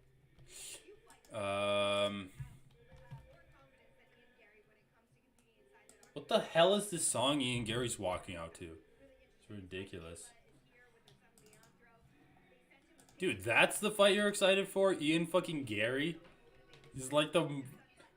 It's like...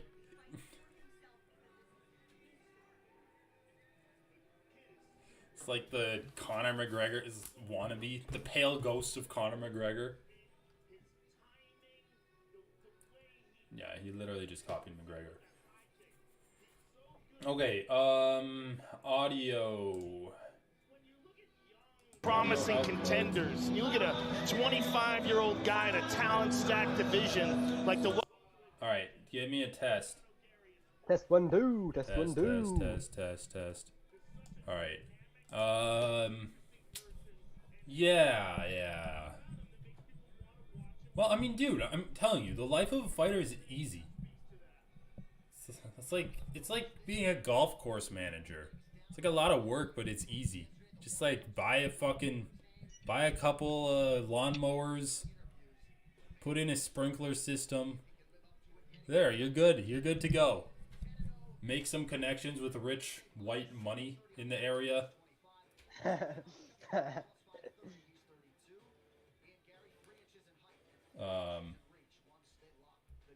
Dude, you missed some good fights, though. You missed some really good fights. I did. Yeah. How was free Basharat? Dude, he was so good. Oh my god, the bantamweight fights were so good tonight. I gotta watch it again. I'm I gotta like, go back and watch that. The first fight was a lightweight fight. I'm like, god damn, these lightweights are good. Like, this is why lightweight's the best division in the UFC. And then after that, it was like bantamweight fight, women's fight, bantamweight fight, and the two bantamweight fights like blew me away. I'm like, fuck. Why is the UFC like trying to make the bantamweight division the best? They're like convincing me otherwise. Dude, bantamweight's so good. Yeah, I was doing an interview, and then they said it would be done like an hour ago, and it took so much longer. I just hate how they're like entitled to your time. They don't give a fuck about you. Dude, you should have asserted your dominance and impressed them. But just be like, well, I have places to be. They would have been like, wow, no one's ever stood up to us like that before. We have to hire this guy. Alright, this guy's He'd be Kanan. like, wow, he doesn't blindly listen to us and devote his life to work. Yeah, Fuck this guy. they probably would not appreciate that, let's be honest.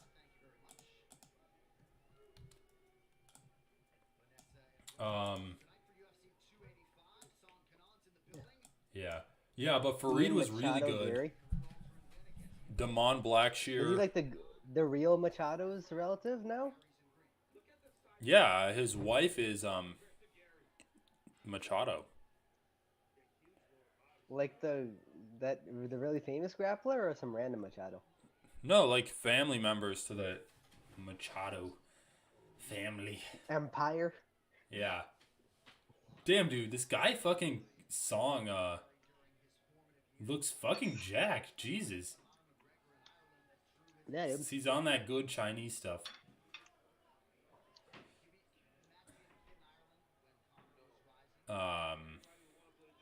Apparently Liu Xiaojun, that Chinese weightlifter who's like the GOAT, got popped in China recently. Really? Wait, but like, is Yeah, that there was against like the some rules weird, of weightlifting? there was some like crazy operation. They got him tested without Chinese supervision, like in an outside of Chinese lab. Wow. And he popped immediately. That's hilarious. As soon as he leaves China. Anyway, dude, this is my bet on this fight. I'm parlaying Dricus Duplessis with Ian Gary. And Ian Gary with the next fight, Marquez versus Barrialt, to not go the distance. Barrialt. Marquez versus Barrialt might go the distance, but like they've gotten finished in both of their last fights, so I mean, Is my sound quality good or should I plug in my mic? I don't know. Can you listen to it on stream? Because Yeah, I sure, can't. actually. I can't really tell on my end. This is why we need like a third person to be like an audio guy. I know, we need a fucking producer, holy shit. We need a producer that's off screen that can just like make random comments too. Like a producer with roast. Tourette's, basically, that's mic'd up. Alright, hold up. Let me mute the...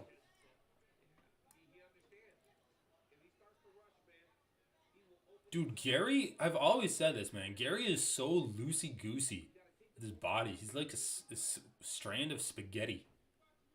Like a wet strand of spaghetti. I mean, he's good. He's just so flexible. It's weird. You usually don't see MMA fighters that flexible. Even... Okay. Oh, unmute. Unmute. All right, I think I sound pretty good actually. So, okay, yeah, I think your sound quality's good too. Yeah, dude, the last fight was Cameron Simon versus Mana Martinez. Oh yeah, fuck, I missed that fight too. Damn. That fight was sick, dude. I feel like the early prelims are better than the normal prelims. Yeah, honestly, like all of the fights were really good. Even Tabitha Ricci, dude, I was so mad because they introduced Tabitha Ricci, right? And I'm like, oh yeah, I don't really know who she's fighting against. And then they introduce her opponent, and they introduce her as a veteran of the game. I'm like, oh my god, a veteran that's in the women's divisions? Put everything on Tabitha Ricci. And I was trying to, and as soon as I like clicked like submit the bet, it became the live odds now. And so then I had to refresh the page, and I was actually able to like get live odds, but it was like went from minus 300 to minus 500 immediately. It's so annoying. But yeah, Tabitha Ricci just like fucked her up. It was not even close.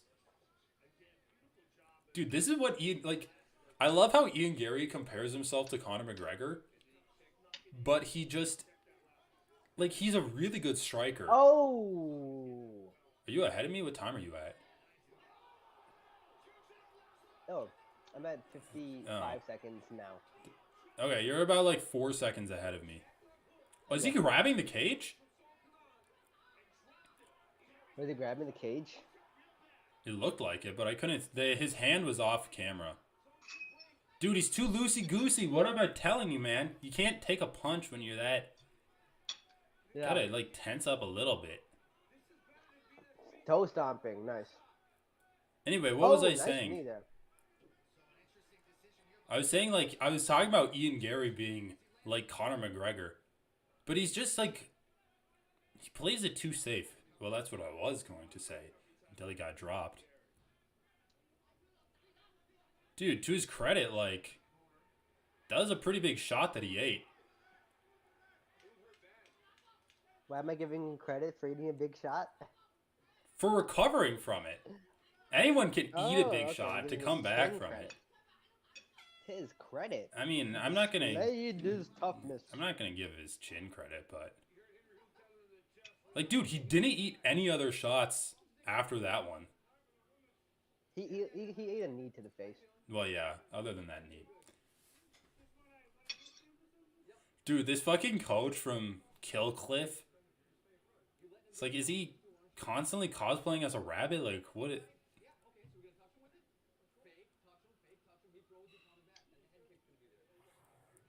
Alright.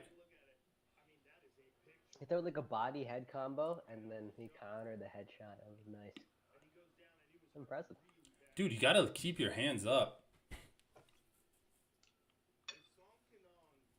Well, he got countered. Yeah, he was getting hit a bit.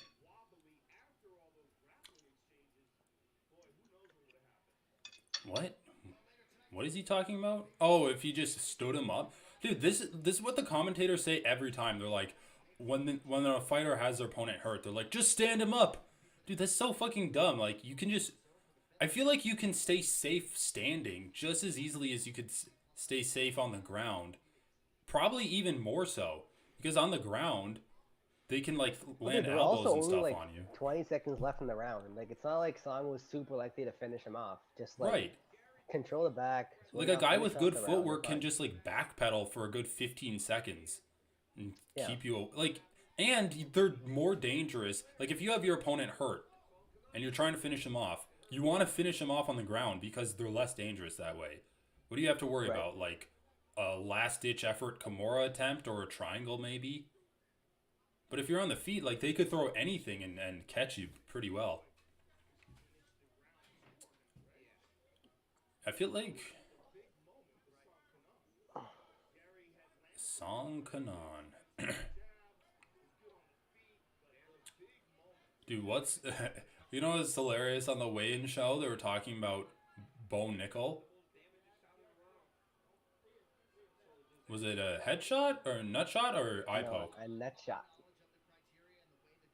Oh yeah, that's what I was going to talk to you stupid about. though, because Song took like 2 more shots after the nut shot. Like what? And then he reacted, yeah.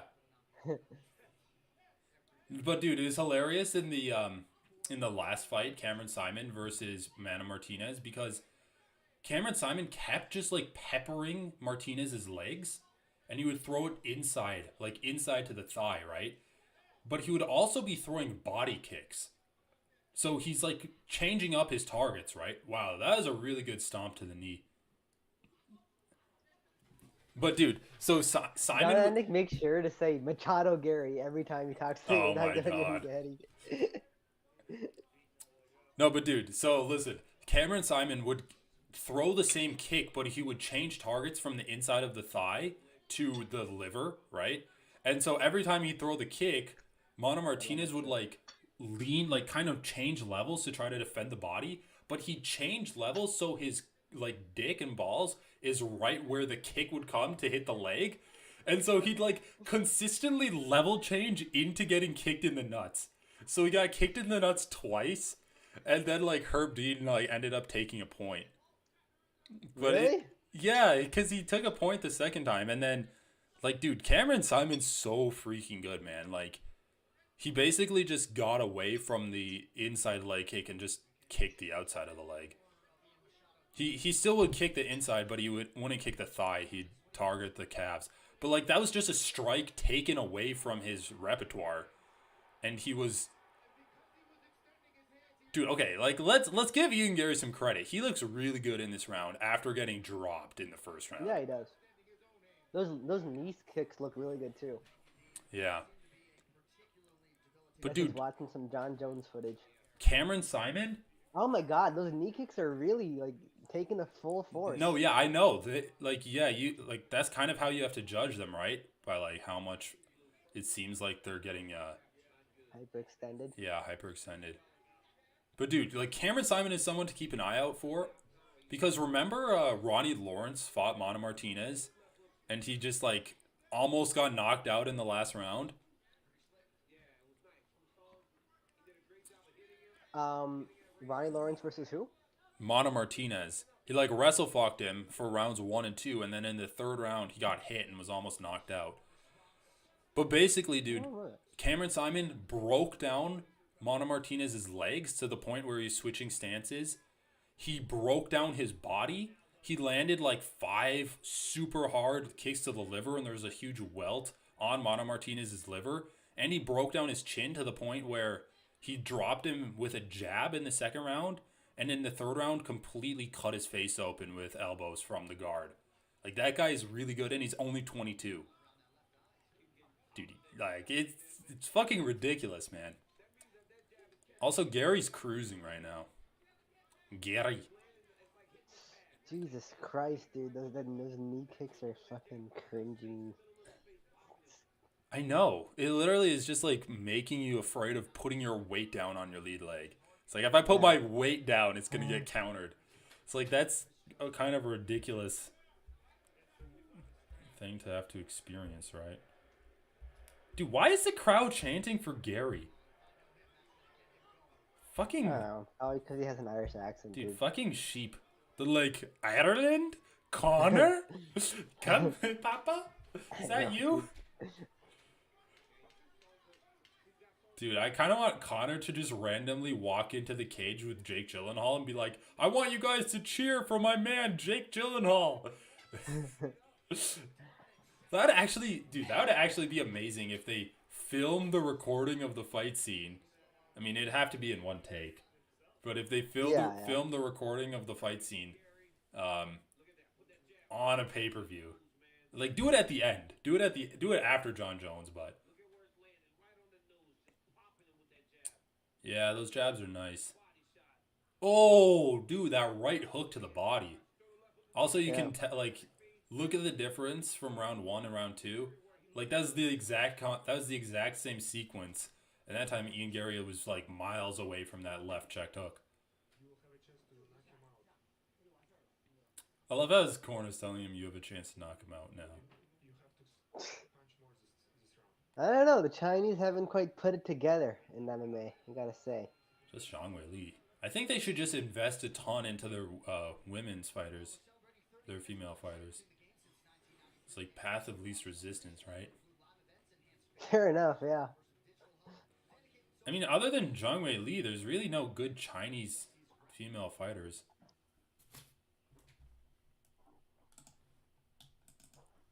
What the fuck are they doing?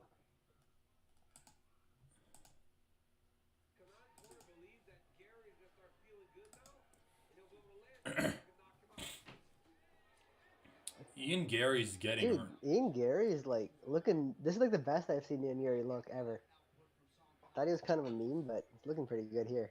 I mean, I always knew his striking was good, but he He got doesn't almost really... knocked out in his debut. I know, yeah, Or? you're right. Well, I want to say he got almost knocked out, but he was definitely like getting bloodied up. No, dude, he got wobbled. Really Oh bad. yeah, you're right. In his last fight, though, he just like outstruck the guy for 15 minutes. So I'm like, yeah, he's probably like pretty good. Oh, he got hit with another left hook, dude. Sad.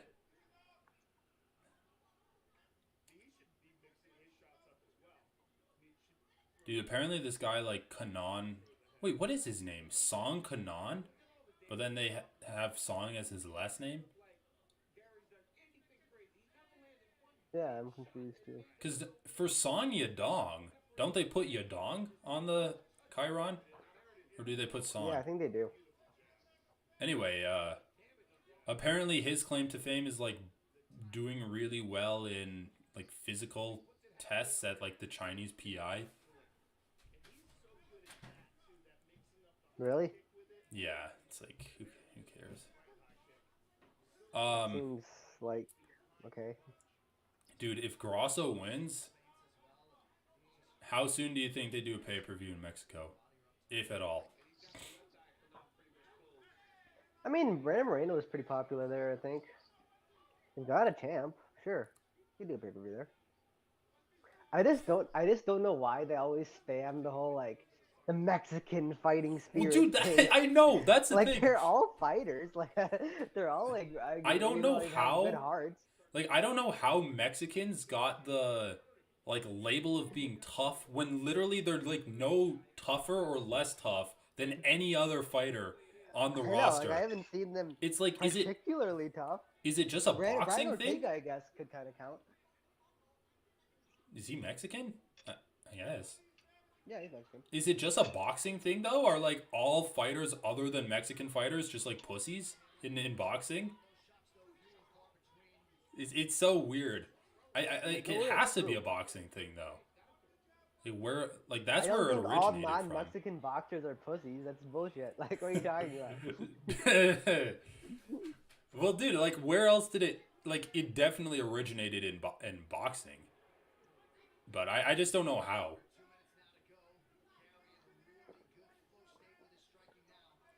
Yeah, it's just so dumb, dude. Like, you see fighters getting hurt and fighting through cuts all over the place. Dude, Keenan's, like, afraid to do anything. Holy shit. Kenan or Kenan. Keenan. He's afraid. Yeah, I mean, he's just waiting for a counter shot.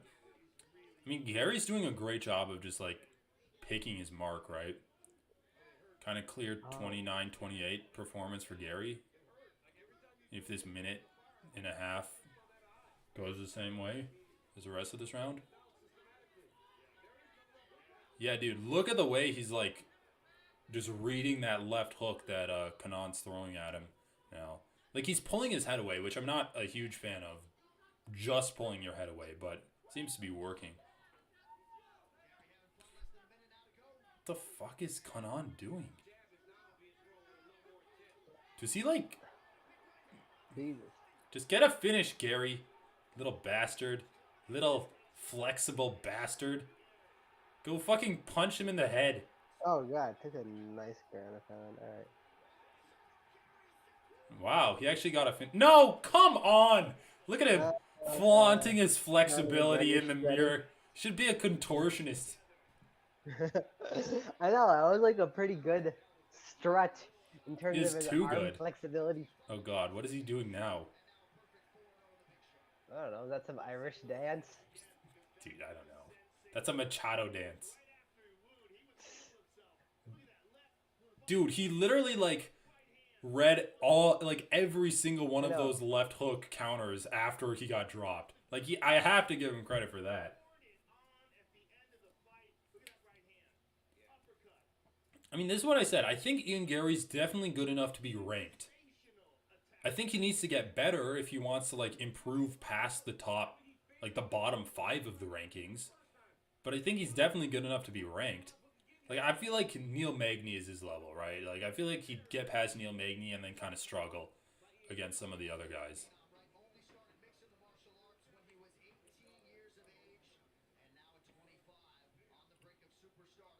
He's 25? Holy shit. I know. Only been training for 7 years.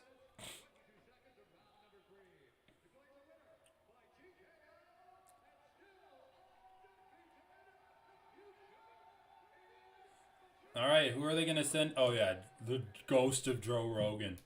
Joe Rogan's looking more like one of those troll dolls every day. Just like his little blinking eyes, sitting there in a stupor while they read the decision. Just look, Do you have to say his middle name? Isn't he well over 50? Like, he looks fine, man. Holy shit. Dude, Such he looks like a mental. little troll.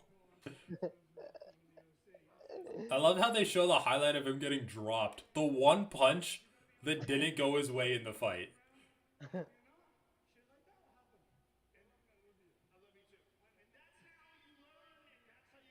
Dude, I'm so sick of the fucking text tattoos. Text Why? tattoos are the worst. Don't make me read your fucking Yeah, body. I It's bad guess enough to have to they're look not at worse it. than they're not worse than like photorealistic images of your girlfriend. Yeah, that's true. I mean, photorealism done well is kind of like impressive. But like Darren Till's I don't think picture it's of his possible to do girlfriend. well with tattoos. I just don't think the ink is precise enough. All right, just get him out of the cage. Jesus Christ.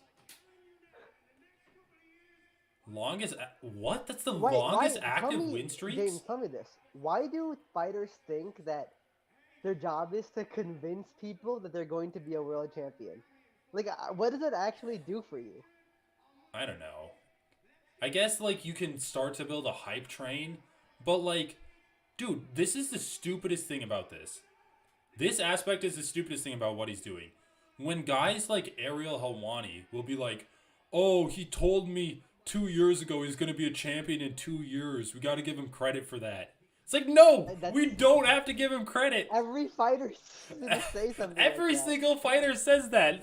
Like that's just throwing like a million darts at a wall and one of them hitting a bullseye. Exactly. Dude, it's so dumb. It's like it's one thing for one person to like try to build a hype train around them. Oh, dude, this is my favorite thing where they black out the arena when the team's trying to take a picture. Oh, they turn the lights on for them. They're being nice. Because, like, if you can get people to believe that you're going to be, like, that you can beat the current champion, I think that's valid. I think that's, like, a valid marketing strategy. But... Oh, yeah, that's fine. But they're not even... But they don't talk... They talk in generalities. Well, yeah. They're like, I'm going to improve and beat the champion in 3... later on. Like, yeah, I know. It's like, okay, you're going to be an MMA fighter. Like, call someone out specific. Yeah, I know. You're right. He should have called out someone in the rankings. Like that would have been a surefire way to just get ranked in his next fight. Okay, dude. Can we just take this opportunity to talk about how bad the trash talk was between Jake Gyllenhaal and his opponent last night? Oh, dude. I'll be right back. I go to the bathroom, but I have so much to say. Okay. Let's take a break. Let's take a break. All right, boys. We'll be back.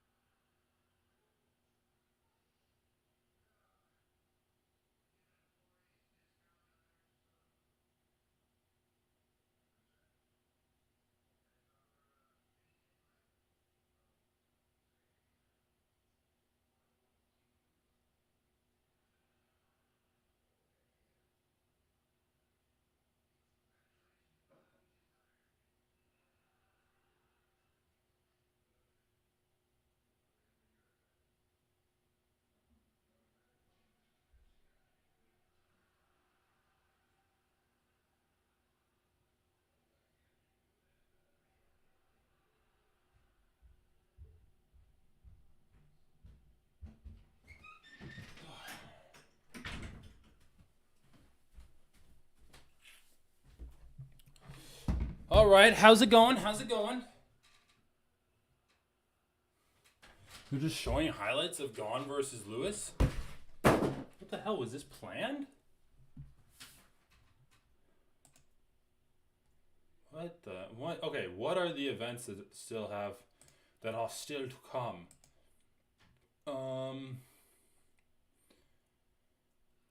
Let's see. Should be just Julian Marquez that's left.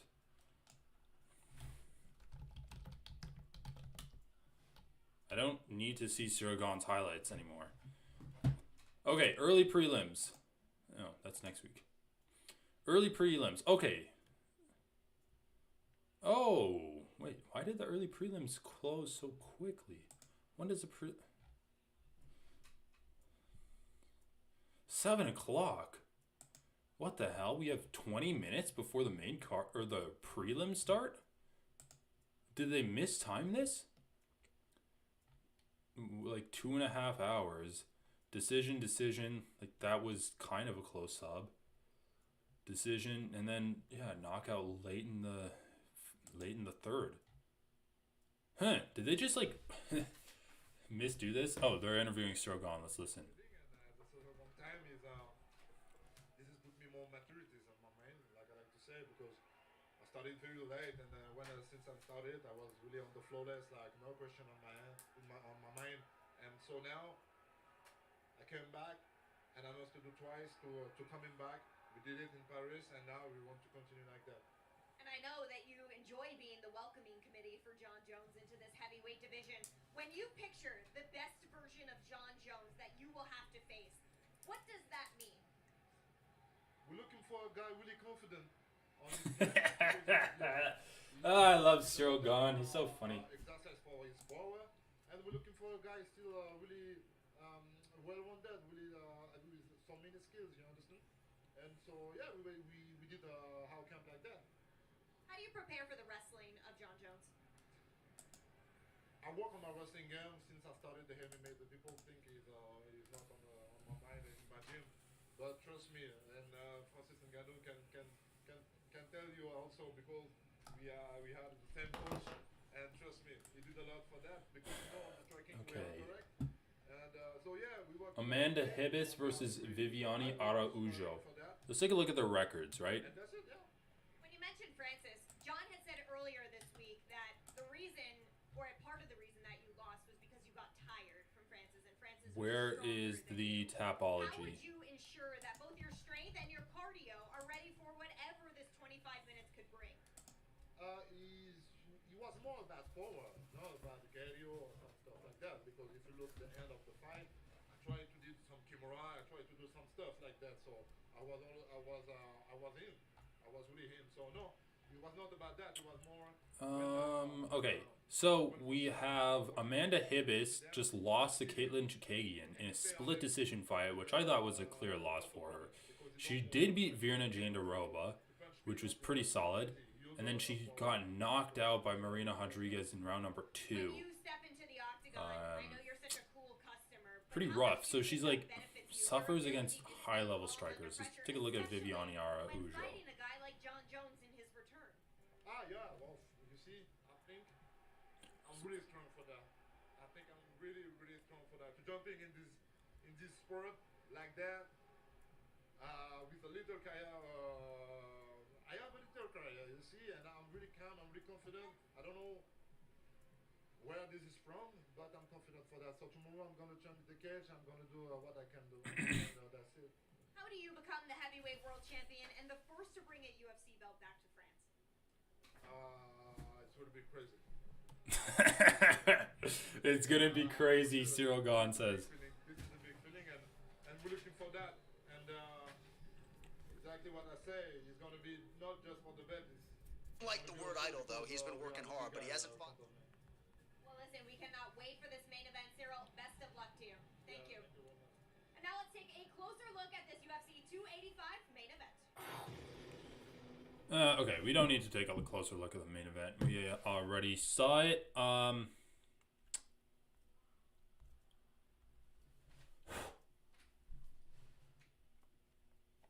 I think I'm going to pull up the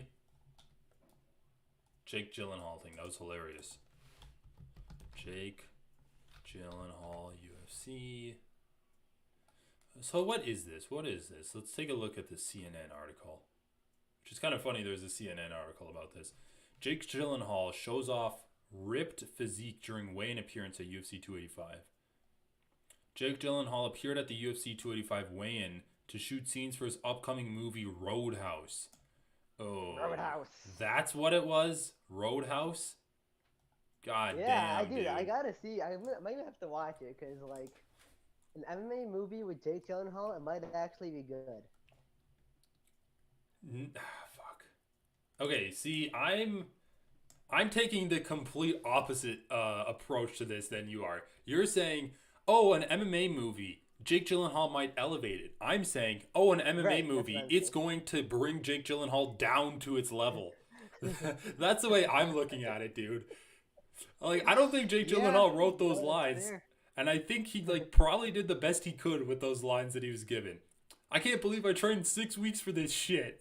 But dude, are you serious? Reuse it. Both of them is like deliver the worst lines. They were like reusing the same words. Okay, so let's actually watch the weigh-in. Jake Gyllenhaal weigh-in.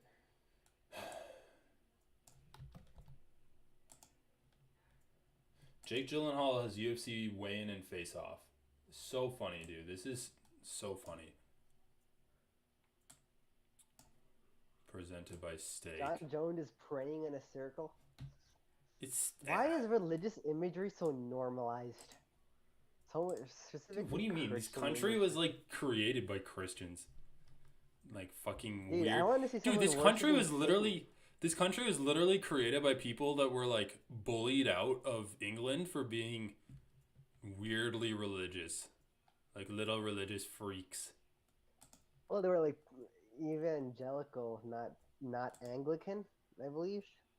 Some different, and this is the thing with you Christians. Y'all have like 30 different branches, and yet you claim that Christianity is just love you thy neighbor. Dude, no one claims that. Shut up. Yeah, they do. Dude, Christianity's like about being part of the in club. I know these things. All right, let's watch this. Let me know if you can hear it. All right,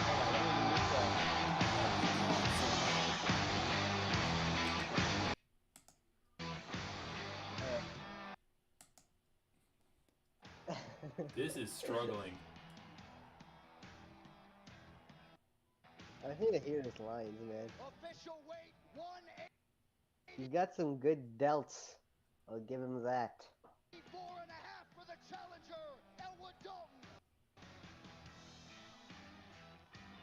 And his opponent, the reigning, defending, undisputed UFC middleweight champion of the world, Jax Jetway Harris. Jax Jetway Paris? Jax Jetway Paris. Wait, All why right. why are they even doing a Roadhouse movie with MMA in it? I thought Roadhouse was about a bouncer at like a bar. I don't know. I didn't even know what Roadhouse was, dude. I don't know why there's MMA involved. Dude, the shirt drop. Unrealistic, dude. MMA fighters never give their shirt to their trainers. They always just drop it on the floor. 185 for the champion, Jax Harris. I mean, this guy's body looks more like an MMA fighter's body. Like, more than Jake Gyllenhaal's. Yeah, more than Jake Gyllenhaal.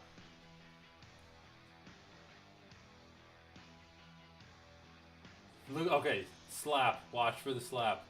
Lift his hand above Dana. Dude, it's literally a palm slap. I know. Well, he like has to sneak his hand up first. I know, Like, that is so barely. awkward. The only thing that Jake Gyllenhaal got right is this cheeky little smirk once he did the slap. That's like what every fighter who does that does. Fight this piece of shit. Yeah, see, it's such a bad line.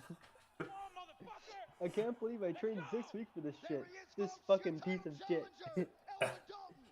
I mean, dude, the cringy trash talk is realistic. Of course, the path to middleweight gold goes through you. He's a fucking bum. I promise you one thing. That's the only one and only hit you're getting. I'm gonna fucking put him to sleep tomorrow night. That's the one and only hit you're getting.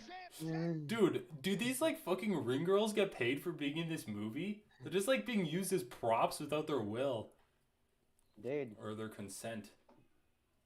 That's the job, pretty much. That's the... No, but I mean, they consent to be in UFC products. No, I know, I agree. Not a fucking Conor McGregor movie. Dude, Conor McGregor better be a main character in that movie. Is he going to be like the main bad guy that Jake Gyllenhaal has to fight? Or is he going to... Like, I don't think he can really be the protagonist and support the movie that way. Dude, Rose Namajunas, most overrated fighter of all time. No, she's not. But the one thing I do have to say about Rose is, like, Andrade just has her number, dude. Like, her performances against Andrade are shit. Yeah. Like, Andrade got the fuck beaten out of her by Shevchenko and Aaron Blanchfield. Just, like, pretty easy. I don't know. It's just kind of surprising how much Rose struggles against a seemingly rudimentary fighting style. It's just like classic sprawl and brawl. Pressure's the counter to everything, man. Okay, whatever. Let me ask you. Dana White did an interview yesterday. He basically said Stipe's getting next, which fair enough. And then they asked him about Ngannou, and he's like, "No, we're not gonna like do any dealings with Ngannou." Weasel made a video about it. Yeah. What was this interview with? Who was this interview with? He just like did a media scrum. Oh damn, I missed it completely. I'm surprised. I would have thought that if Ngannou fights a boxing fight, wins, they would want to make him versus John Jones. They wouldn't want to shut the door on that. That's such a big fight. But dude, this is what I don't understand, because people like, I think MMA Hour guys are kind of in the same boat as you. Like, oh well, Ngannou's gonna go do a boxing fight and come back to the UFC. But that's just completely ignoring why Ngannou left the UFC to begin with. They act like the UFC only had enough money to pay John Jones or Ngannou. And then like he left, so they're giving John Jones a lot of money. I don't think that's the case at all. He literally said he left because he's not getting fighter benefits for all fighters. So why do they think... I get that Francis may not want to, but I'm just saying, from the UFC's perspective, they might want to. Well, I think the UFC would still be open to doing business with. I think it's just Dana like blustering, like putting up a this front. could just be him negotiating. It's whatever. That's what I'm saying. I guess I agree though. I don't understand why people think Ngannou's just gonna show up in like random promotions. Like, is his fight, or is his conscience that's fighting for better fighter pay only unique to the UFC giving better fighter pay? Does he hold the UFC in like a uniquely high regard above other organizations? Like, I know. Well, yeah, that's kind of a question too. I mean, if that's why boxing might be somewhat well suited for him, because boxing doesn't really have like that same model. It's not a single. It is a promotion, yes, but like each card seems more one-off, and like the structures of each card happen one by one. Right, exactly.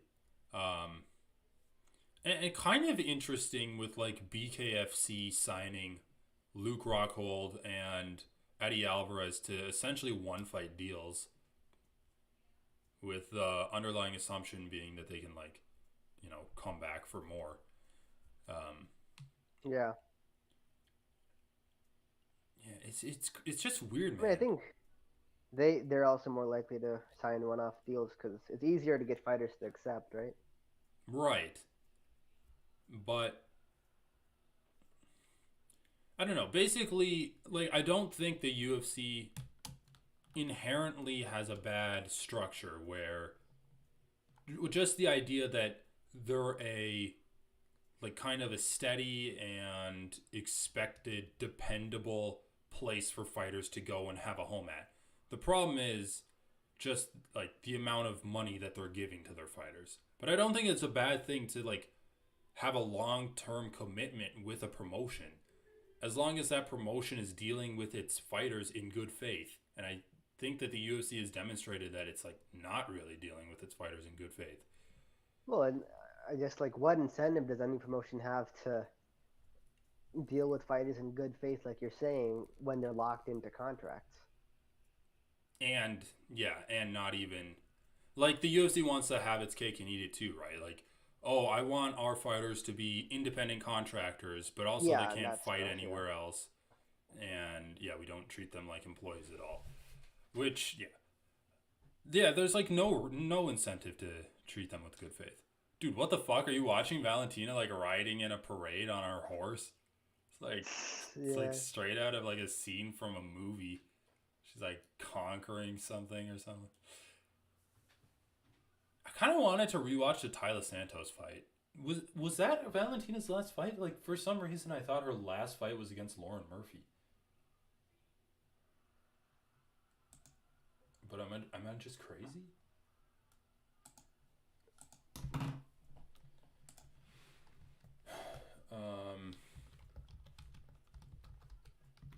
Dude, I don't know what happened with the UFC scheduling, but their fights ended like 20 minutes early before the next fight would start. Their fights and they might be doing because Conor McGregor said that they're gonna do like a walkout with Jake Gyllenhaal. Oh, really? So you think they're filming it now? I thought he said they're gonna do it before any of the fights start, but they might be doing it before the prelim card starts. It would make more sense if it's before the prelims because there was like no one in the arena for the first couple of fights. Oh yeah, because they need people in the arena too. Right. Yeah, that's probably what they're. Yeah, because I'm like, why is there a 20-minute gap? I was scrolling through the fights, and all of the fights were like they either went the distance or it was like Ian Gary, where it was a late stoppage. Mm-hmm. Like, but that shit. Damn it! I wanted that to be televised. I guess it's probably some kind of like weird thing where it's like I would like to see that UFC selling the content that it's going to be used, but I mean, if you're recording it, whatever, I don't know. It would have been fun though. Well, I'm sure there's going to be videos posted online. I'm just confused though, because like, how are they doing? They have to do this all in one take. But I guess it's a walkout. The take of the ceremonial weigh-ins where like Jake Gyllenhaal was like, I can't believe I trained for 6 weeks for this shit. Was this so bad? Like I can't believe they're gonna put that in the movie. I know, and dude, like MMA is one of the easiest sports to get into too. So like, I feel like the writer had to have watched 0 MMA fights, or maybe like 2, from like the Ronda Rousey, Conor McGregor era.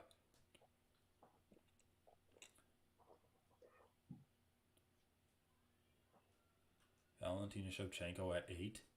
Most title fight wins in UFC history. 10.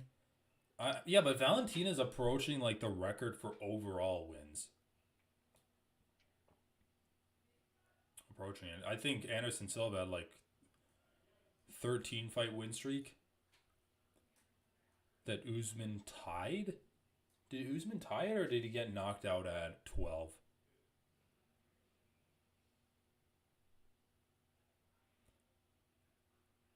Because I thought Usman was going to, like, tie Anderson Silva's win streak if he beat Leon Edwards. I think it was going to tie... Wait, really? I don't know. Yeah. Someone was, you're right. I just forget who. Yeah, I'm pretty sure it was Usman. Dude, crazy. Alright, Ciryl Gane. Oh, it's John Jones.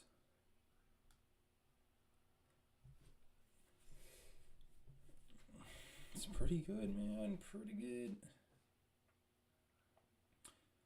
Do you think this fight should be favored to go the distance or to not go the distance? Uh-oh. Frozen. So his Wi-Fi might have gone out. Let me text him.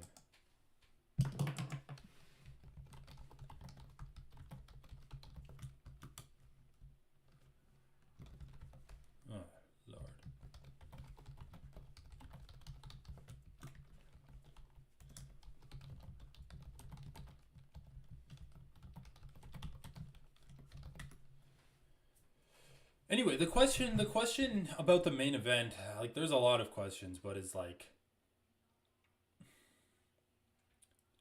to me, the question is, I feel like Ciryl Gane is the best striker that Jones has ever fought.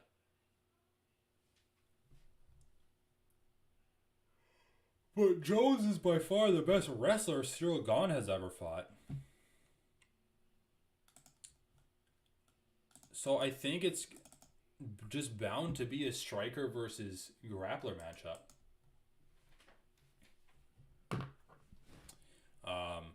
And can Ciryl Gane stuff John Jones's takedowns, and not even stuff them, but can he effectively use his positioning and his maneuvering around the octagon to not even let John Jones go for takedowns? That's the real question for me.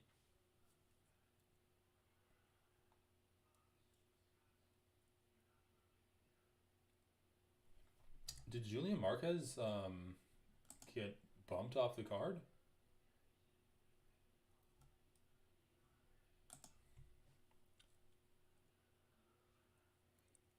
All right, the prelims are starting. Let's go. All right, Wi-Fi cut out. Damn. Anyway, I was going to say, do you expect the main event to go the distance or to not go the distance?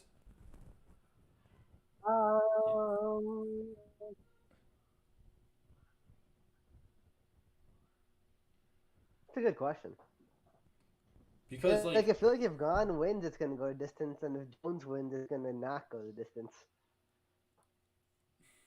see, dude, I keep going back and forth because, like, I look at Gane's performance against Tai Tuivasa, and it's like he definitely focused on putting in more damage out on his opponents. So you don't really get that Rosenstrike and Volkov performance. Even maybe you wouldn't even get the same performance against Ngannou.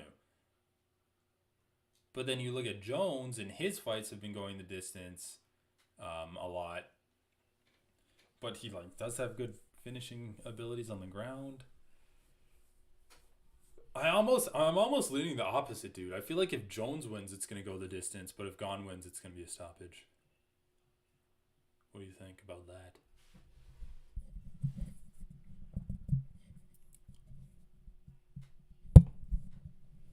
And basically, I say that because if Jones wins, he's going to be grappling Ciryl Gane, but I don't think he's going to be able to finish Ciryl Gane. And also, like, he might be outstriking Ciryl Gane, but I don't think, like, if he outstrikes him, he's going to finish him on the feet either. But, like, Ciryl Gane has done a good job of finishing a lot of his opponents.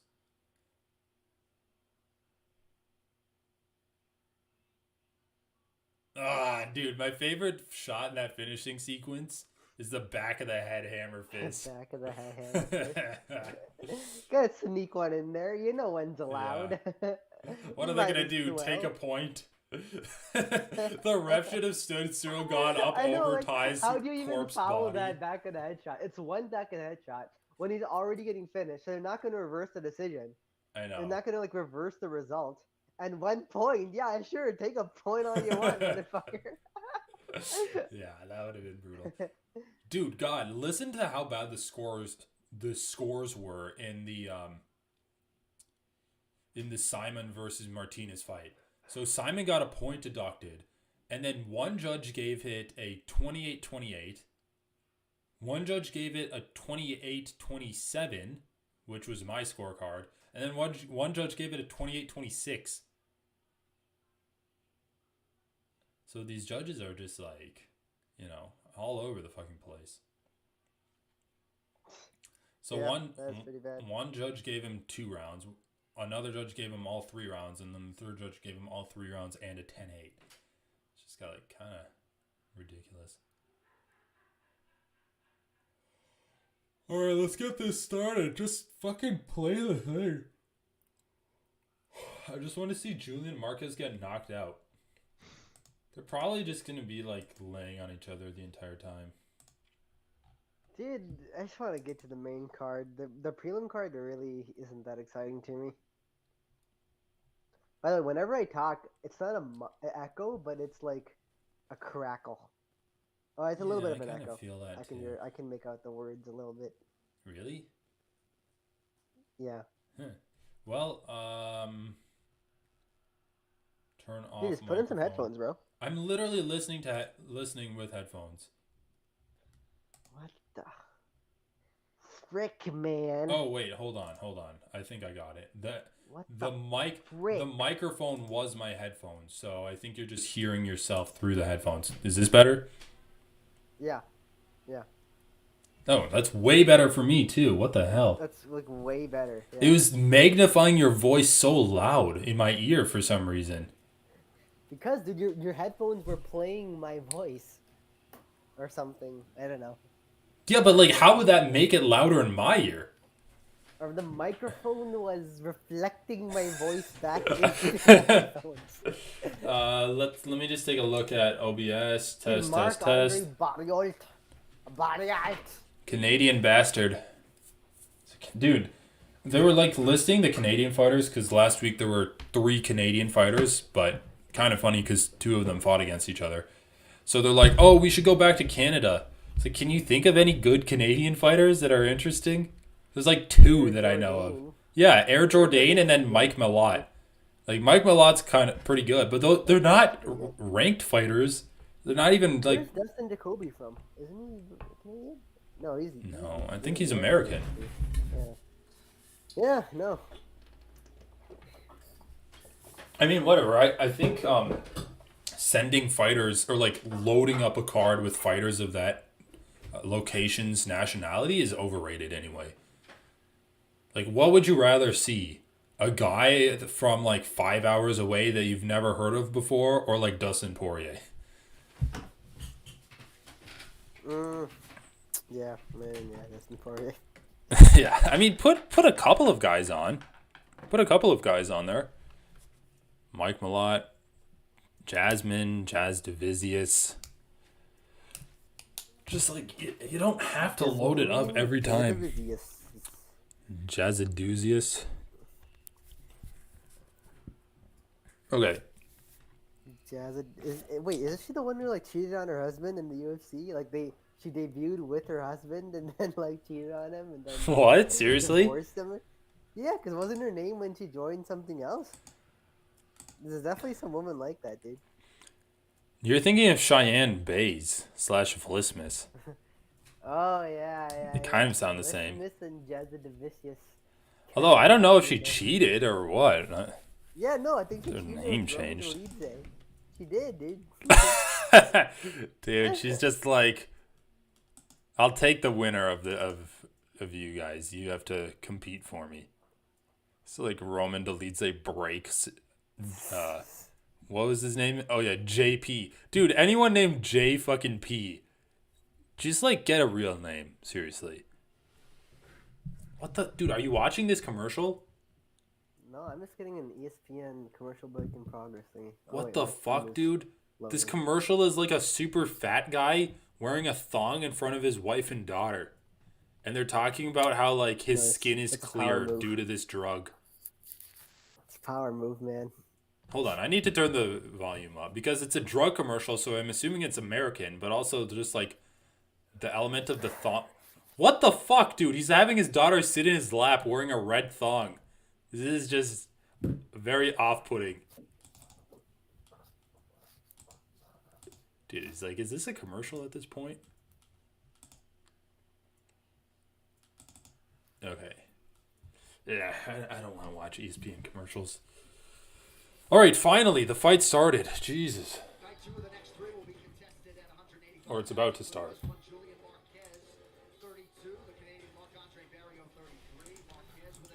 All right, who do you got in this fight?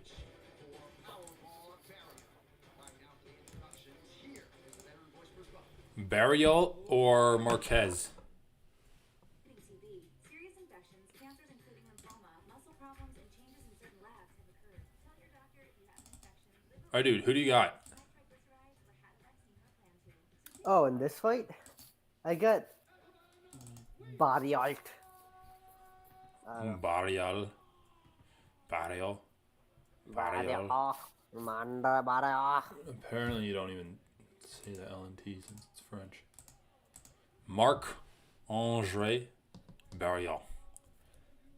You know, Cuban Missile Crisis has a pretty good beard, but his hairstyle is horrible. It's just, yeah, it's just bad, man. Got to do something else with it.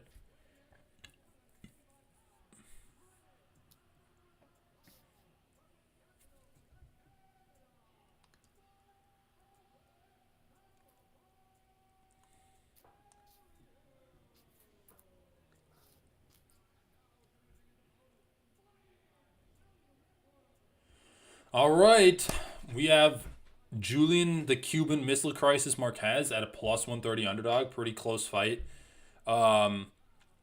He had to split ways with his longtime coach and bosom buddy, James Krause, due to the illegal gambling ring that Krause was running in his gym. Cuban Missile Crisis. I mean, it's not illegal if you don't know if it's legal or not, right? Isn't he the guy who fucking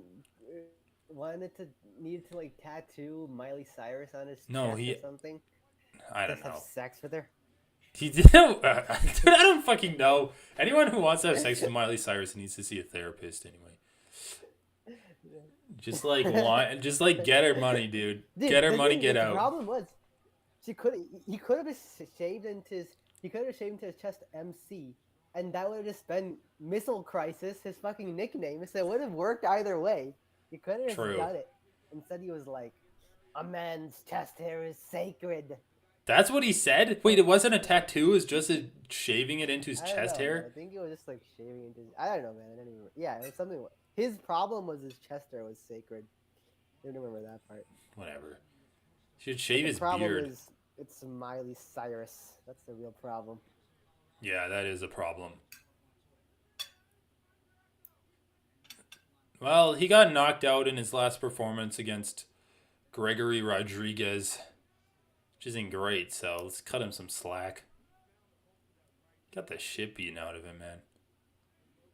Well, what was his last fight? I feel like it's been since I've seen him. Gregory Rodriguez. When was it? I don't know. A while ago.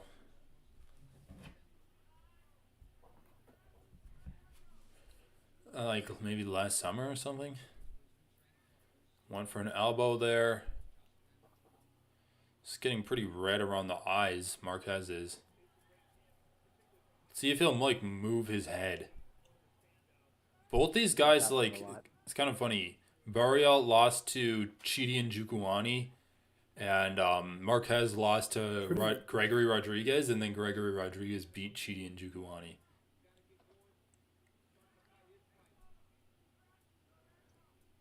That was a good jab from Barrial. Barrial looks so bad, dude. Well, yeah. I mean, what did you expect? I don't know. I thought he was better than that. He is landing some stuff, though. He's landing some stuff. What is going on in this fight? It's so bad. This is the worst fight on the card so far.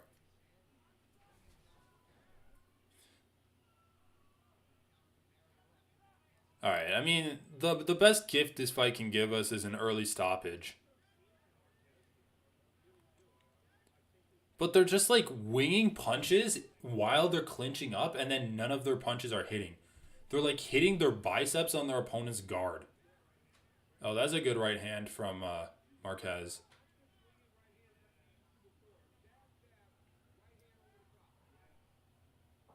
Dude, do you think it's legal to grab the cage if you're just like 10 feet away from your opponent not doing anything? You like rock them and then you just like grab the cage while they're like trying to recover or something. Just like, look at me. I'm grabbing the cage. I bet the ref wouldn't call it. The ref wouldn't call it. I mean, if you do something like... Make it legal. If you do something crazy enough, the ref just like, I respect it. Remember when like Michel Pereira did a backflip and landed with his feet on his opponent's face when his opponent was on the ground? It's just like, you know what? I'll give it to you. That's the human element, man. You gotta love it. Yeah, I know.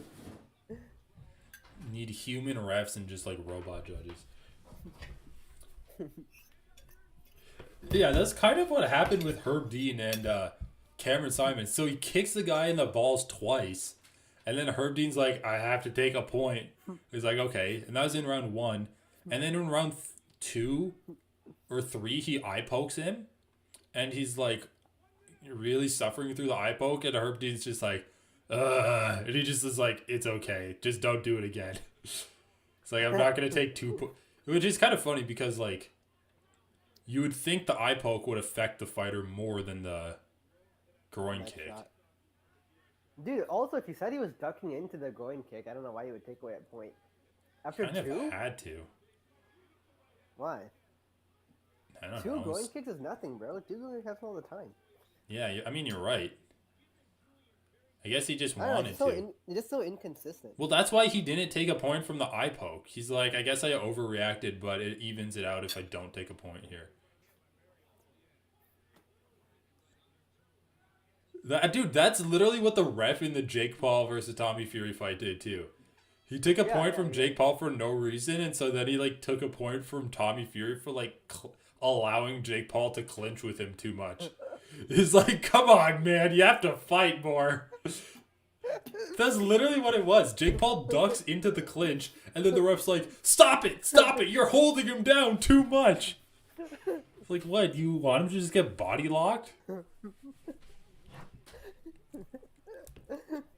Yeah, that is really weird how the rules against like holding your opponent, but like if you had to follow that rule, you would just be letting your opponent like tackle you and topple you over every time. I know. You couldn't even like get your weight over him. Dude, I wonder if that's like a strategy. If you get clinched, just like fall down. There's like a stupid anime where it's kind of like have you ever heard of Baki? I've heard of it, yeah. That's like where the Baki pose comes from, where like he's like on one hand on the ground and he's like holding like his entire body weight up. Oh, I don't know, maybe. But anyway, it's just so dumb. It's about like a bunch of street fighters and stuff, and it's basically MMA. But like so they introduced Muhammad Ali's son. It's a character in the movie or in the show, Muhammad Ali's son. And so Muhammad Ali's son is like trying to show that boxing's superior. And then all of the Chinese martial artists are like, what do you do if I do this move? And they just fall down to their back on the ground. And they're like, boxers can never defeat this. It's just so dumb. And then he just like walks away.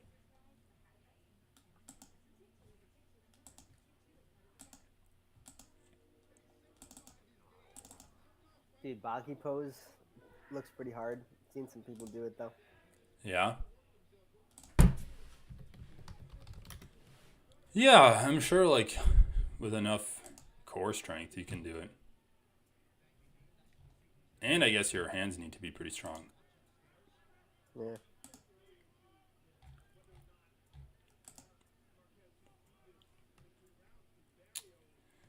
Dude, every fight after this is like going to be pretty good. I mean, to be fair, except Bo Nickel versus Jamie Pickett, but at least that should be short. I'm kind of... You know, those fights can be fun just to watch some guy get fucked up. I'm kind of interested to see Cody Garbrandt's fight. Yeah, same. Apparently Trevin Jones is on a 3-fight losing streak as well, though. Right, which, you know, in theory helps. Oh yeah, that is Baki. In theory, that should mean that, like, Cody should win the fight. I mean, yeah, I guess.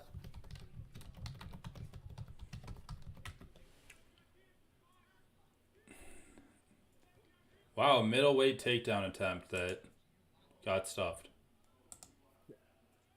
Oh, nice. Nice shots by Barrios in this clinch. Ooh. But also good, yeah, left by Julian, like Joe Rogan said.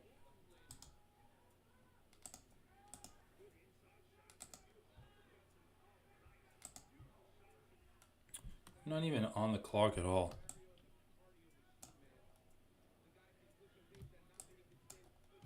His nickname's the Power Bar for a reason. Dude, how is Julian getting so fucked up? I thought he was like outstriking Barrialt. Oh, mouth guard fell out? Looks like it. Dude, he's literally just covering up, aren't I don't know.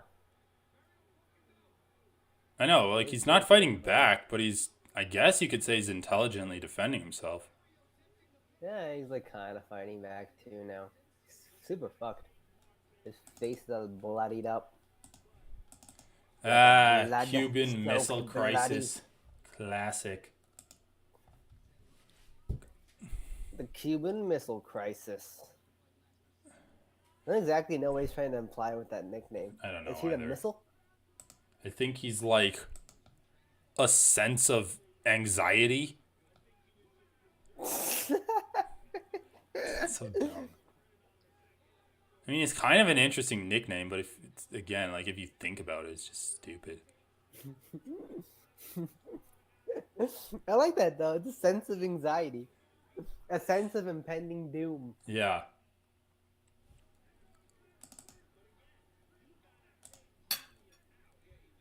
You gotta take Julian. What the? Oh, there you go. Alright, this has to be close to being done. Alright, there we Longest go. finishing sequence in Hit my history. no distance pick.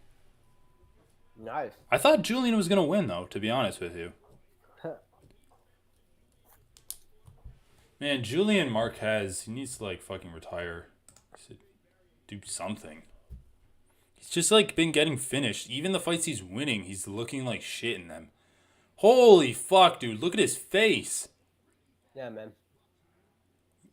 Shave MC into the blood on your face.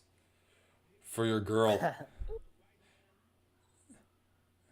How did Barrialt even beat him? Just like, I guess like he lived up to his name. God damn. Cuban Missile Crisis lived up to his name too. Fizzled out.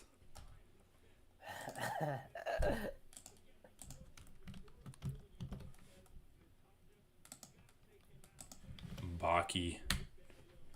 This show is so fucking dumb. But it's kind of funny. You know what's a stupid show on Netflix but hilarious? It's called Record of Ragnarok. It's literally just like the most anime show you can think of. Because you know how in every anime there's like a tournament arc? I don't know if you've heard of that trope. No, I have not. Oh, okay. It's like they compete in the tournament. yeah, where they compete in a tournament. Because if you think about it, it's just like a super convenient narrative way to like introduce characters and get right to fight scenes. So you don't actually have to write like intricate story details. And you can just have like 20 characters fight and like have cool fights and stuff. And so Record of Ragnarok just like leans all the way into it. And it just says, fuck it. The entire show is a tournament arc. And so the entire show is like, gods are like, I'm sick of these fucking humans. We're going to wipe them out. And then one of the gods is like, no, we should have a tournament arc where we fight the humans. And if we win, then we can wipe them out. So it's like they take 13 gods and then they take 13 humans throughout history and they make them fight against each other. And it's just hilarious. Like it's hilarious because they just take different gods from like random religions and stuff. And then they take different humans throughout history. And like during the fights, they like go to flashbacks and stuff. It's so funny. Yeah. Like they had Zeus fighting Adam.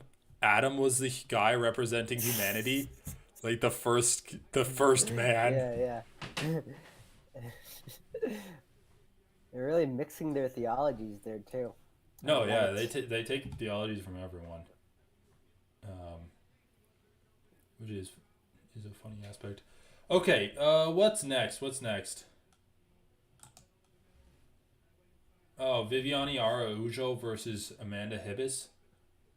Or actually, she says her name as Rebos. Really? Yeah.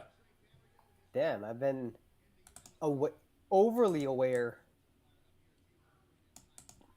Aware too much of it. of the whole Anyway, I think she'll win. H thing. Mackenzie Dern's there. Vicente Luque. Vicente Luque. Doing the Luque thingies. Dude, is there any credence to the theory that Vicente Luque is like one of the most he over jumped his spot? Well, he had some good wins though, didn't he? I know, but think about it, man. A brawl with Tyron Woodley, catching Michael Chiesa in a Darce choke, and No, but didn't he fuck up Michael Chiesa from like start to finish stuff? well, he got out grappled by him and then caught him in a Darce. Well, how do you get out grappled by someone when you submit them? You know. You catch him in a Darce. That's like one of the only submissions you can catch him with. I caught him. I mean, yeah, he doesn't have great wins actually. Nico Price, Randy Brown, Tyron Woodley, Michael Chiesa. Michael Chiesa is his best win, and then he went from that to fighting Bilal Muhammad, who we now know is very good, and Jeff Neal, who is also solid. Jeff Neal's his resume decent. is weird. But dude, is Jeff Neal even that good? Like, let's be honest, man. Is he? He's not that good. Lost to Neil Magny pretty convincingly. Lost to Wonderboy easily. I guess he kind of fucked up Wonderboy's knees in that fight.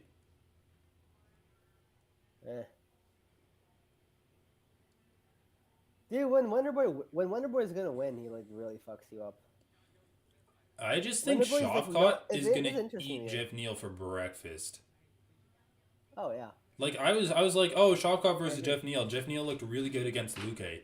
But then the more I think about it, I'm like, well, Luque's not that good. Like he hits hard, but that's kind of it, man. He got outstruck against Bilal Muhammad. He got outstruck against, well, I don't know if he got outstruck against Tyron Woodley, but he got rocked against Tyron Woodley first. Like the only reason he won that fight is because Tyron rocked him and then just went crazy trying to like throw, like put him away, and then he got caught himself.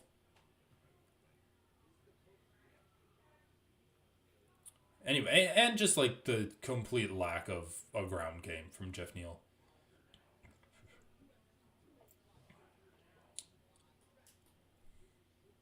I mean, dude, if you think about it, like the best combination from Jeff Neal in that fight was like 10 uppercuts to Luque's face.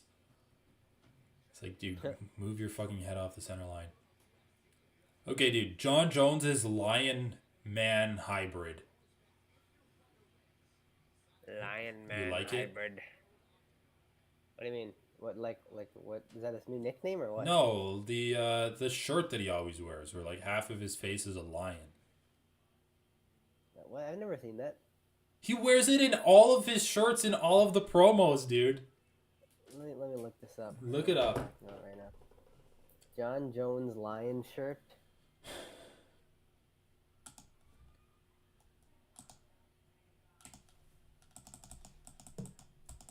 What do you ask me about this anyway? Do you like it or not? Yeah, it looks pretty good actually. No, okay. I don't like it. Why not? I think it like blends really well. I'm sick of the lion aesthetic from fighters. How? I don't even think it's that common. Amanda Nunes, that's the only one. That's the only one that can do it. Well, Amanda you know Nunes what? is I the might be lion soured on it because on Twitter, John Jones, his Twitter thing is like a picture of him squatting and wearing like a lion helmet. And it just looks so bad. Like I've never seen a worse Twitter picture than that. Jeez. Well, Dude, sometimes it's pretty bad. gotta separate the art from the artist, from the wearer of the art. I mean, I think it'd look cooler if it was just like his face with a lion's mane or something. I actually really like the shirt, dude. The thing is, like, it just flows nice. All right, let me look it up. Jones shirt.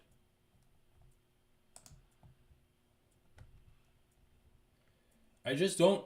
Yeah, I don't know. I don't like how the forehead is covered on the lion half, and then on the other half it's not. It looks like one of those emo haircuts with like the bangs hanging down on half of the face.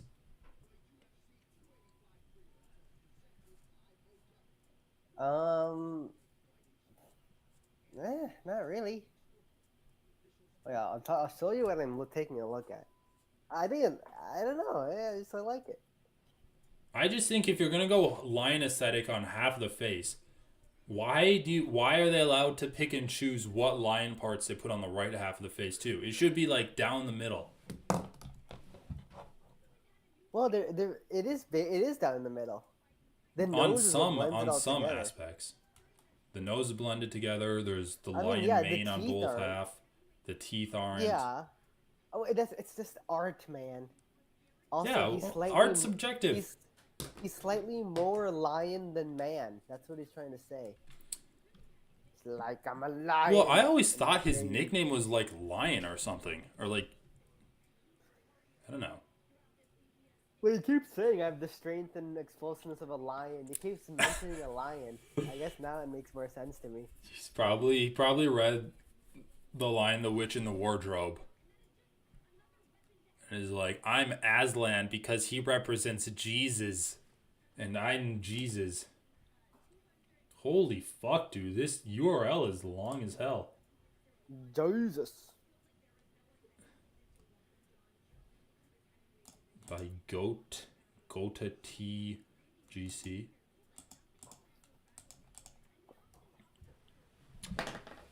Oh man, really drag out the prelims. When is the main card supposed to start? In an hour and a half?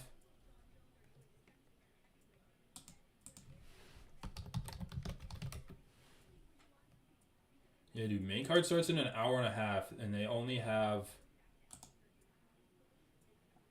3 more fights. Well, I guess that's 30 minutes per fight. But still. I mean, fuck. Okay, what other good bets are there on this card?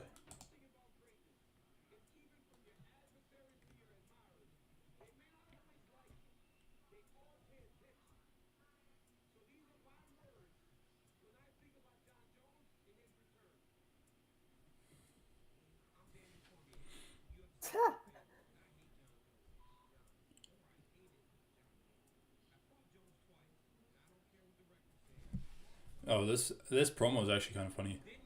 Yeah. I haven't done a corner yet, and I hate John Jones. But the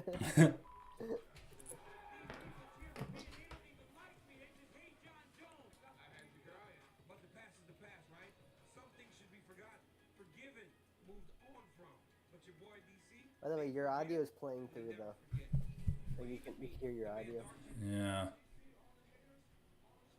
We're just gonna get taken down, dude, because they're gonna recognize the UFC audio. It's a promo. It's not fight audio. Dude, well, whatever. Make sure it's clear. They're gonna release this promo on YouTube. Well, I still think it might get taken down, but also just like, it's if either you fix the problem. So Can you still hear it? Hold up. You can't even hear it anymore. Yeah, I don't think I can anymore. Yeah, no.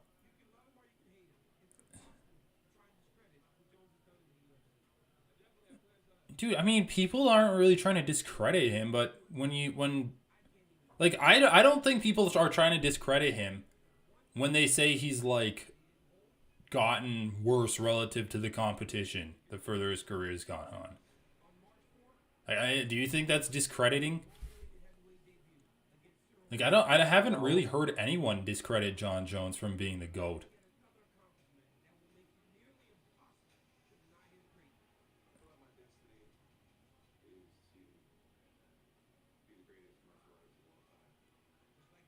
Dude, you know what's weird?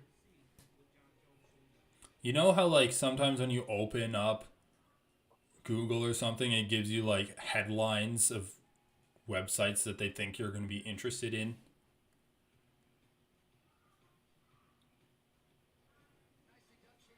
Hello? Yeah, what? You know how sometimes, like, Google gives you headlines of stuff they think you're going to be interested in? Yeah, yeah. One of those headlines that I saw today was like, fans are concerned about John Jones's gas tank as he gasses out wrestling Bo Nickel. What? He didn't gas out wrestling. Dude, someone wrote a headline where it's like, you can hear him wheezing after wrestling Bo Nickel for 30 seconds. That's not true at all. Yeah, I'm like, what the fuck? I didn't even bother to go back and watch it, but it is funny. Like, I don't think he's actually out of breath, but it's funny because he sounds like he's out of breath. Because when he talks, he's like, I'm fighting to be the greatest heavyweight of all time. It's like, why are you talking so slow? Like, you're either out of shape or CTE is setting in.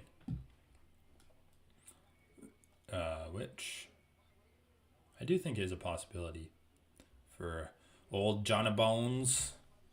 He's not keeping the best care of himself. I wonder how hard he goes in the gym. Talking about CTE. Probably not that hard, dude. Yeah, probably. But, yeah, I don't know. All right. Araujo versus Ribis.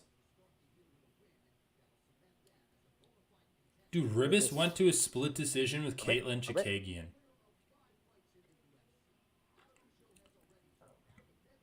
I mean, yeah, Hibis isn't that good.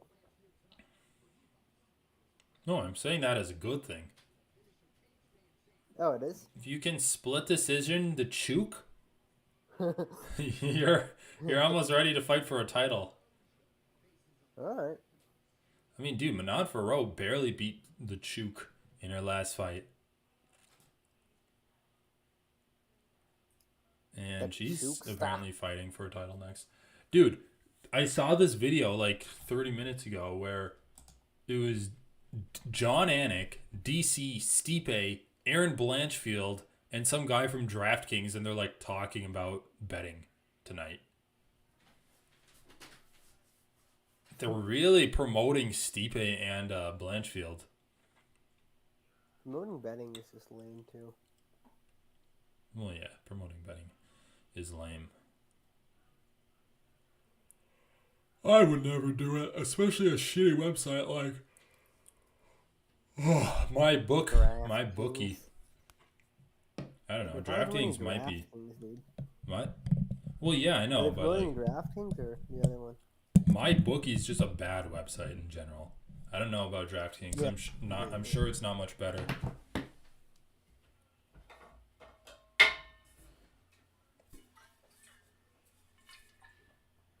But you know what? Sometimes bad websites lead to good things. Yeah, like gambling addiction. Dude, after this fight, all of the other fights are good though. And I'm hoping this fight gets stopped early. I don't know how it would, but Dricus du Plessis versus Derek Brunson.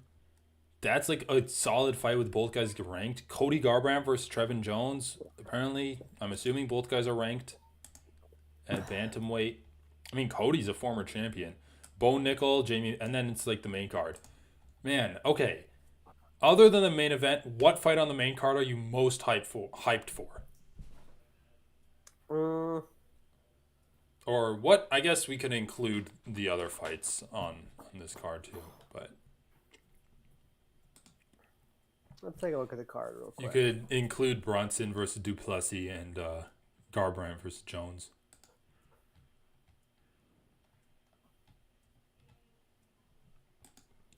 All right, don't care about that. I don't really think. I mean, Dricus du Plessis versus Derek Brunson seems like a war, but well, you know what, dude? I think Derek Brunson might just be able to take him down and fuck him up. Derek Brunson might take him down? Yeah. Yeah, Derek Brunson like gets sneaky takedowns. Like he's sneaky good with it. I can see that happening too. I just think Brunson's probably gonna gas and get finished. That's fair. And it's funny because du Plessis gasses immediately, but he like stays at full function. So I've never seen anything like it. He's just like goes down to zero. It's like some kind of glitch. Like his gas tank goes down to zero, but he still functions at like 90%. Dude, I really just want Bo Nickel to like finish Jamie Pickett quick, do an interview, and then leave. like okay, you're good, we get it. Just like do your thing and get out. Because you know the commentary is gonna fucking.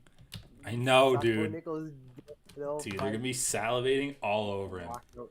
Anyway, to answer my own question, I'm most looking forward to Gamrot versus Turner.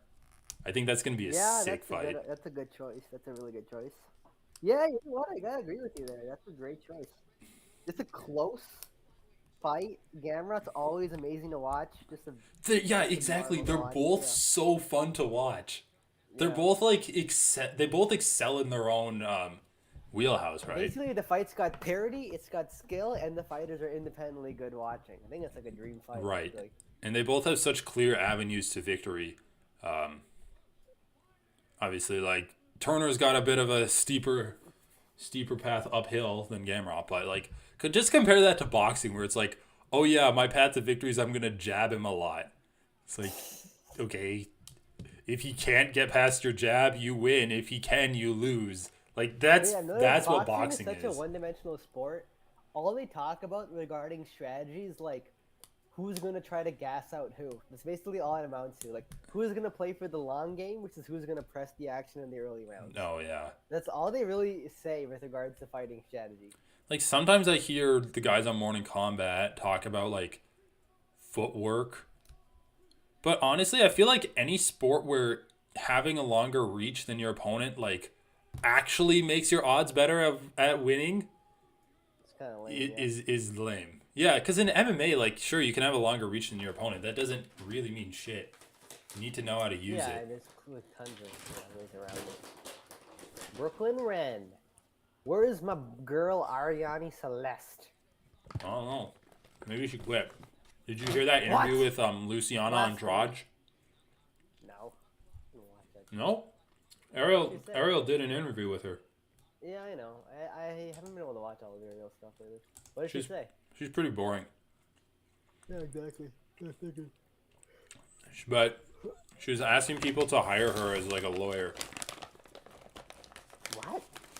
She went to law school? Yeah, she still needs to pass the Dude, bar I though. actually think it's like a hack. It's a solid hack. Dude. You make money as like an OnlyFans model. Good through law school. No, she didn't plug her OnlyFans. Maybe she doesn't have one. Guillotine. Yeah, Hibis might be able to get out. I mean, Reboss.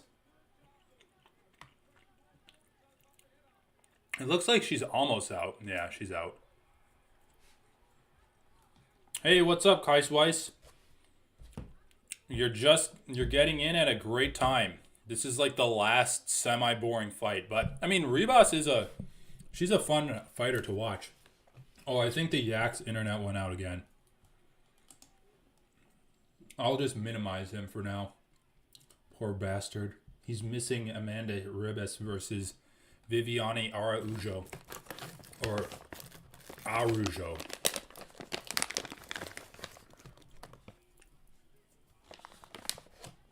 Okay.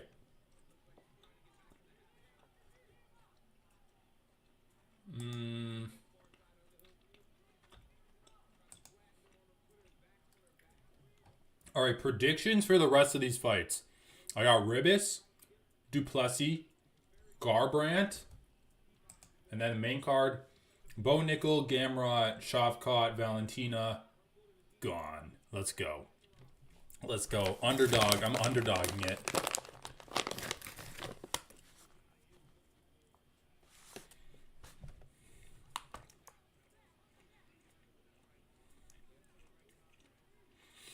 Actually, that sounds like a pretty good parlay.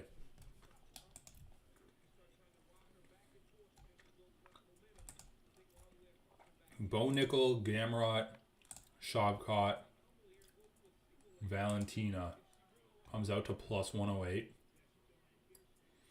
What if I add Garbrandt and Duplessis? Plus 360. Garbrandt might get knocked out though.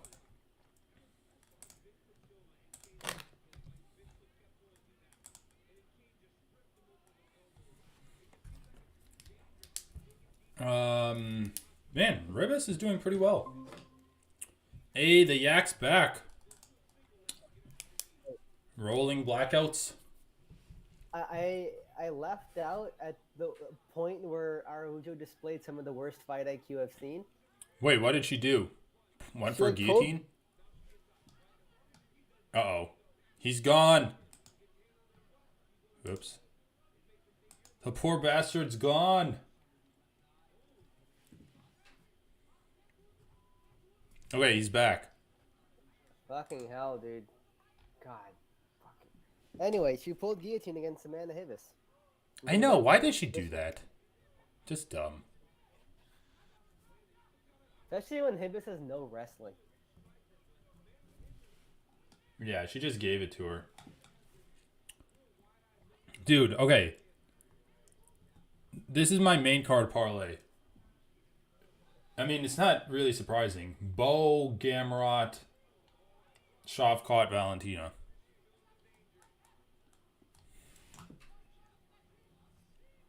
Sorry, what do you say? I just watched her just stunned Hibis. My real main quick. card parlay is Bo, Gamrot, Shavkat, Valentina.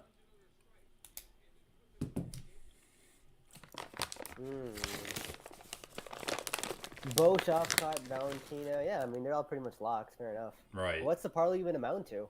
Parlay can't be that good anyway, right? Plus 108. No, that's pretty good. Yeah, it's... Well, I mean, Gamrot's in there, too. Oh, Garbrandt in there, too. So it's a 4-leg Yeah. parlay. It's decent still, though. What is it without Gamrot, do you think? Oh, it'd be ridiculous. Let me see. Bo, Shavkat, Valentina. Plus 44.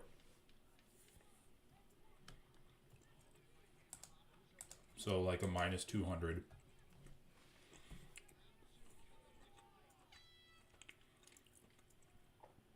God damn, dude. This is a fucking sloppy ass fight. I expected better from these women. Dude, Tabitha Ricci was like pretty entertaining. She would just like throw her opponent to the ground and then she would lie on her back and she'd just like kick her knees. And then also she was getting trips and stuff because apparently Tabitha Ricci's like really good in judo.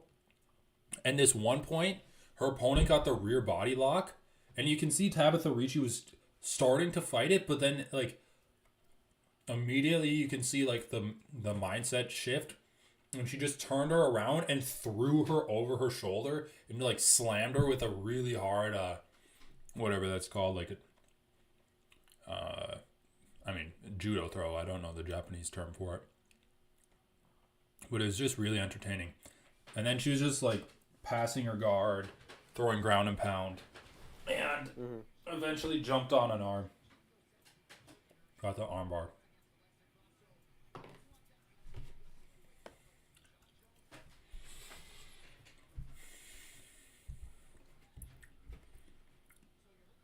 Dude, Valentina is a minus 700 favorite. Worth it or not? Oh, shit. Oh, shit. Hibis. Hibis for the ribis. Hibis or ribbising the river. She dropped her with a jab, dude. But it wasn't even like a slip. She legit rocked her. Yeah. But dude, I thought Araujo was supposed to be like the better striker. Alright. What? Who told you that? That's what the commentary's been saying. Oh. Oh, well. I'm not listening to it. Alright, let's see if Hibis can finish this off with 4 minutes left. If Hibis can fibis. Gibbous me the Fibis. Gibis me the ribis fibis. Damn, dude. Remember when Hibis was like a prospect? I remember, I guess, when she fought fucking On Fight Island. that model. Oh, yeah. Paige Van Zant.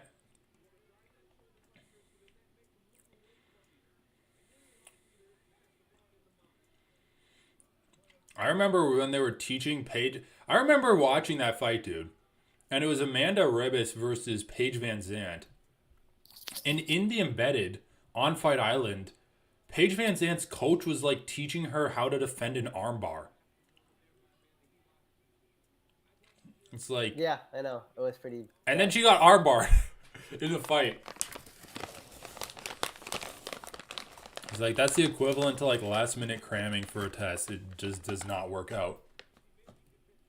Look at her. She's really going for this arm triangle.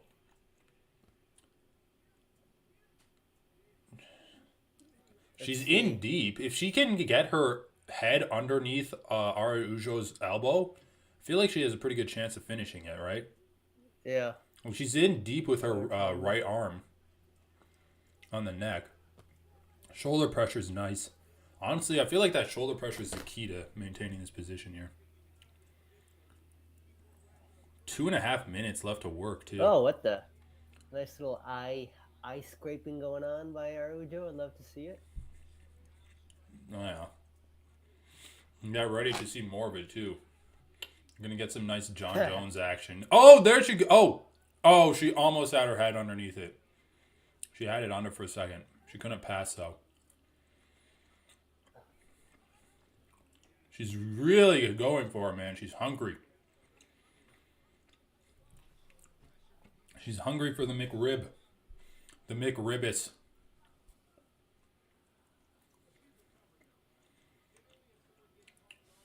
Ground strikes.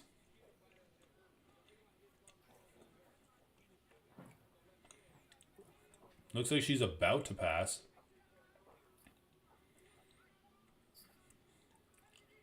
She let go for ground and pound. Big mistake letting go. No, I guess she hasn't been punished for it. She's not going to get a finish anyway. She's like 10-8ing this girl. She dropped her in like the first 30 seconds, it feels like. She's got to get her hooks in before she stands up. The judges aren't going to give her a 10-8 unless Viviani nice job. comes up all... Wow, nice.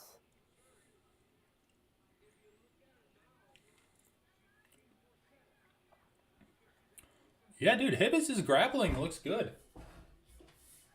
I mean, good control, like, impressive ground and pound. Yeah, she's been landing some good shots from a bunch of different spots. Well, it's just the output. Impressive output for it.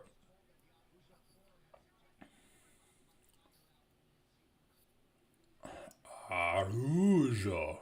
Araujo. I know, dude. I feel like it should be Araujo. What is it? Isn't that their name? Araujo? Dan Hardy said Araujo. Oh.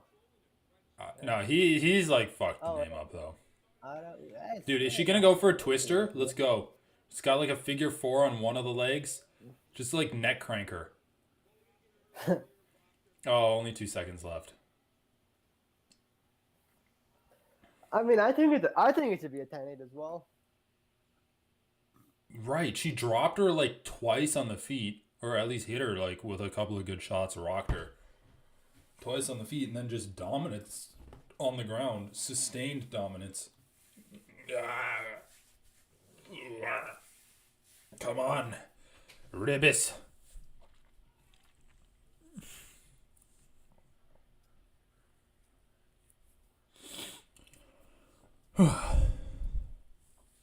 I have... Okay, which do you think are better odds? Bone Nickel at minus 2,000 or the fight doesn't go the distance at minus 1,000? They're both terrible odds, man. At that point, you have to... what if Bone Nickel has like a random injury coming in? Like, that's the type of shit you have to consider when it's like minus 2,000. Dude, he's a wrestler. 1, he's dealt with it before. No, but if Bo Nickel has an injury, then he'll get finished at the minus 1,000, right? He might not. Or you think he's good enough to not get finished? Yeah, dude, minus 1,000 is crazy odds, dude. It's like not even worth it. You're not getting anything back. You're making 10 cents on $1? Yeah. That's insane. Dude, that 10 cents can feed my family. No, my goldfish. Can't even feed your goldfish with inflation. Yeah, you're right. Man, our Ujo is just like looking like shit here. I really want to hear DC commentate John Jones' fight.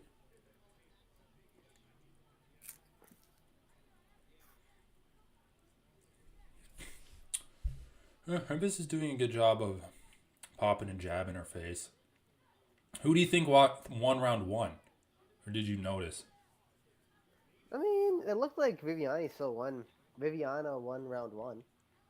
She landed some harder shots, I think, on the feet. Yeah, you might be right. That was a good combination by Ribis. 1-2, finished with a leg nice. kick. Yeah, I saw that. Oh. Yeah, I'm at 350 right now. You're 5 seconds ahead of me.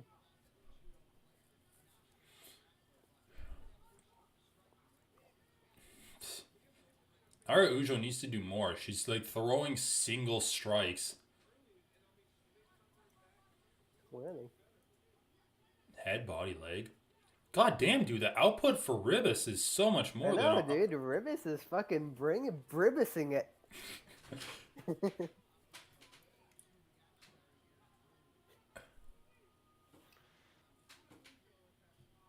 3 minutes remaining. Should have taken this fight to go over 2.5.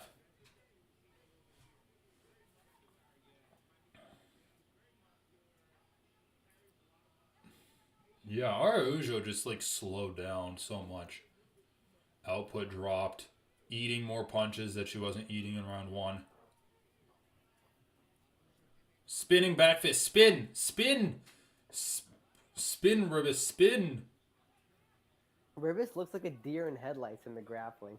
She's got her eyes. She's like trying to soak up all the info, man, with her eyes. I know, dude. Yeah, her eyes are held open so wide. You know what this fight's missing? It's missing cameramen sticking their arms into the cage. I want the blood on my hands. Oh, there you go. That was a spin. Oh, a nice jab. That was actually beautiful. She spun. Oh, nice little spin kick. Yeah, and then jabbed when she was wiping her nose. Ribis just needs a finish. Oh, nice head kick. She's got to make her grimace. Eat some spinach.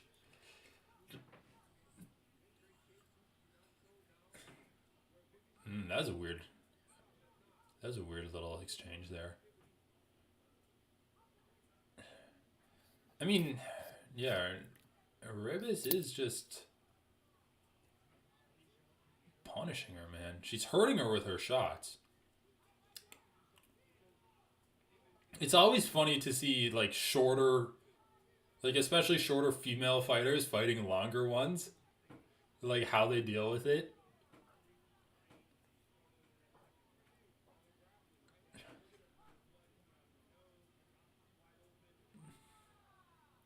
Man, dude, she just bloodied up her face so completely. Armbar! Armbar! Armbar! Armbar! That was a sweet takedown. Not as sweet as you might think. Oh, Slam yeah, her! Slam her! armbar. Pick her up and slam her!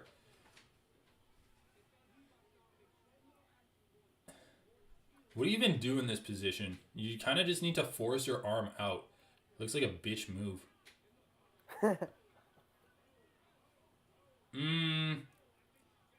No, I think her elbow's past the hips. But I don't know, her arm's kind of short.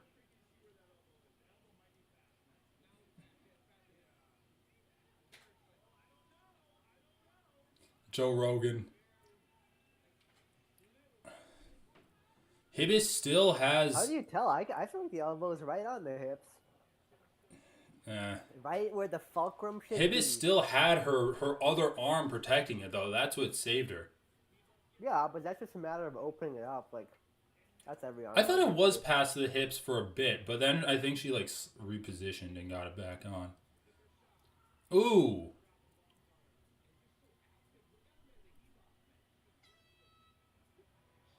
Oh, dude, stopped the mid-punch. Jesus Christ, that's a brutal fight.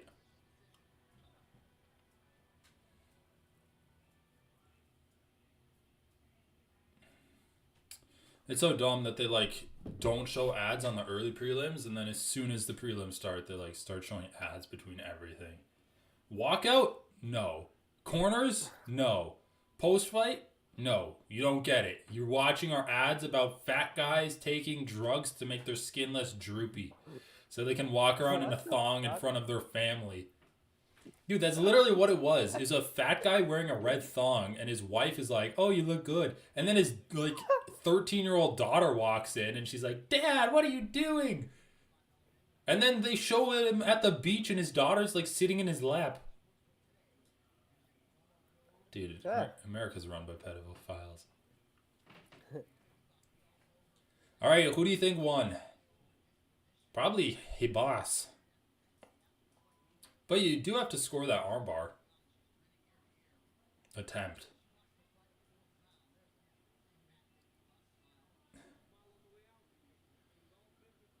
Dude, apparently that's her dad.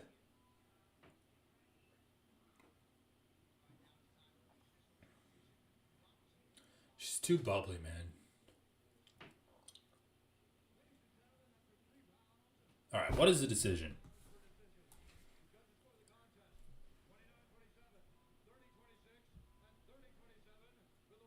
What?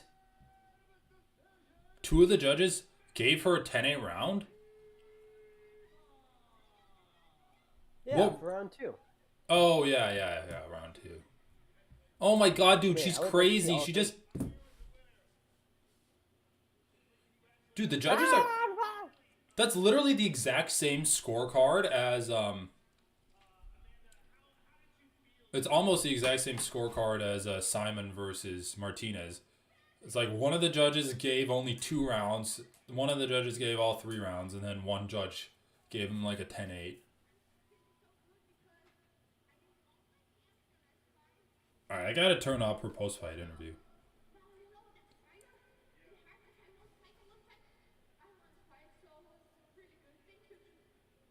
My pleasure. How frustrating was that for you, getting through a full camp, not having that fight come about? It was not too good. Her voice is so funny, dude.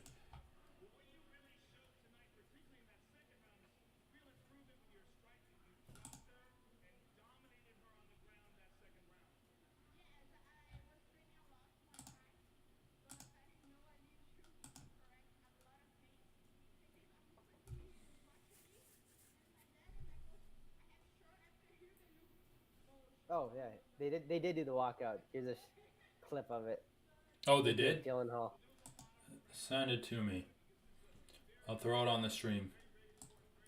Yeah, just like a 1 second, 1 or 2 second Oh. clip. It's nothing much. Just him walking to the cage.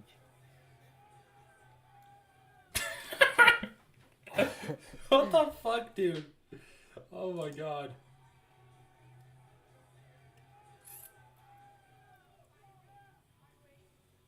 I wanted someone to be yelling, "This is a movie! They are filming a movie right now!" Just like try to break the immersion.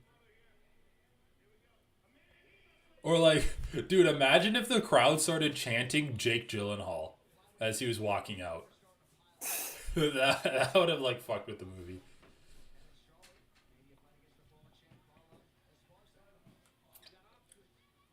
Oh, Marvin Vittori, king of the meatheads, dude. He's gonna see who's gonna take over his throne. Oh my god, Michael Chiesa just elbowed his girlfriend in the back of the head. Dude, you're missing so... like, had his arm around her, and then he went to wave it. I saw it. Oh yeah, I forgot you're 5 seconds Almost. behind me. He almost got her. No, he hit her. Alright, well. I saw the everyone impact, needs a dude. little CT It was a light light. strike, though. Even though there was visual impact, It was a light it is still a light strike due to the fact that he didn't have full extension on the strike. Alright, dude, Derek Brunson, my favorite middleweight. Let's be honest, man. Derek Brunson's amazing. He's almost transcended his meathead status. Almost, yeah. He's kind of like... Because the thing is, he's fought other meatheads who've out-meatheaded him, so he's had to be the technical one. Right, When exactly. against Cannonier, he had to try to be the technical one. But against Shabazian, he's like kind of more of a meathead than Shabazian. Dude, look at that coach in the background with like the watch. That guy's like the most South African looking white guy I've ever seen. Like, he looks like if you would imagine a movie character from South Africa, they like put a picture of that guy up on the screen. What is this, Walt Harris? DNA.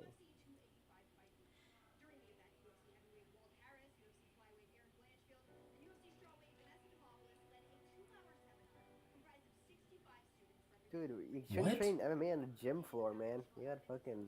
Is this like a girl's self-defense or something? They're teaching her a throat strike. Why is self-defense so gimmicky?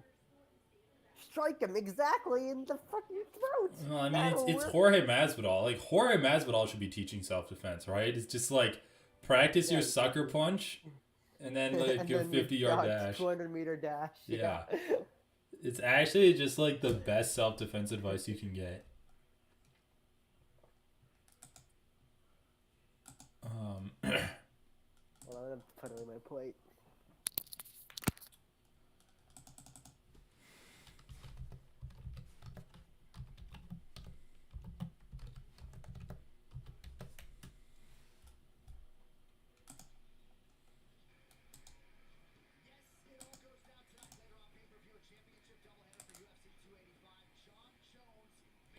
All right, guys, we got Bronson versus Duplessis.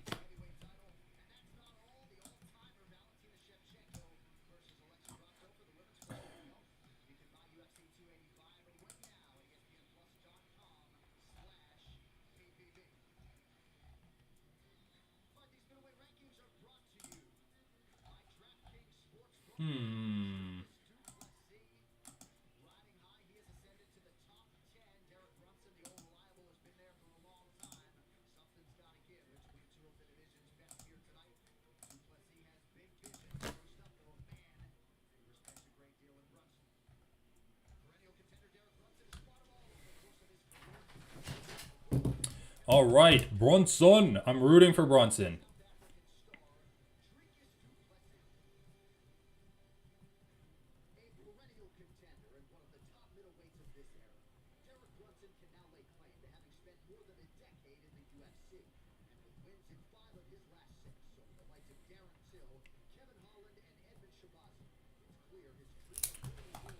I'm rooting for Bronson so bad. I think he's like such a fun guy, and I love how he just like randomly can reach down and get takedowns whenever he wants.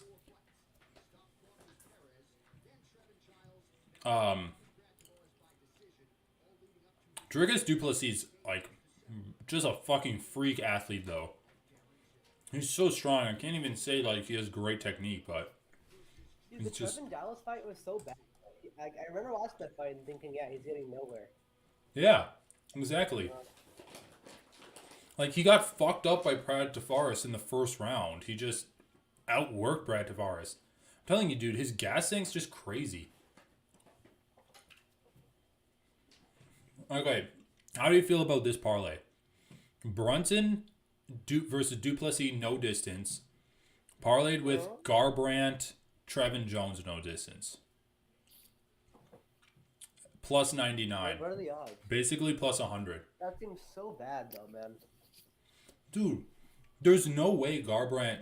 I mean, if Garbrandt loses, there's no way he'd lose by decision. Why not? He has no chin. He got knocked out. He lost to Rob Font by decision. Oh, yeah, that's true. Like, neither side's that good. He got wobbled. And Bronson could just lay and prey on Plessis. True, but he's usually pretty good at getting his ground and pound going. Yeah. Well, we'll see. We'll see what Cody happens. Garbrandt one is the bigger problem, I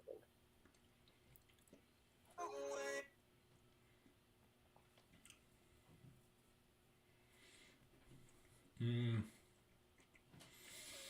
I mean, I need Bone Nickel to finish Jamie Pickett early. Well, not early, but just do it. Watch Jamie Pickett win.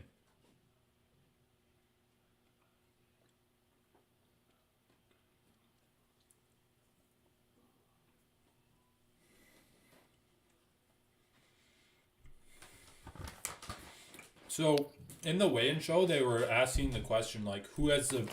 Bo Nickel is the biggest UFC debut since who? And think about it. He's 3-0. And he's fighting on the main card of one of the biggest pay-per-views of the year. And, like, not only fighting on the main card, but getting featured in, like, every one of the feature things they do. Yeah, exactly. Definitely getting a really big push. Which is surprising. It's kind of boring as hell. Well, usually before the UFC, like, pushes someone, they have to prove that they're gonna do stuff in the UFC first. Like, Paddy Pimblett didn't even really get that big of a push until after he knocked out Luigi Vendramini.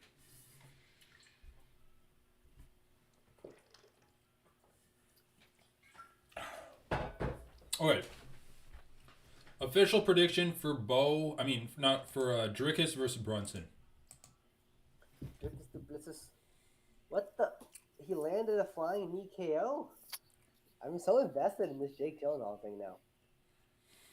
What? He landed a flying knee KO? Wait, they filmed the fight?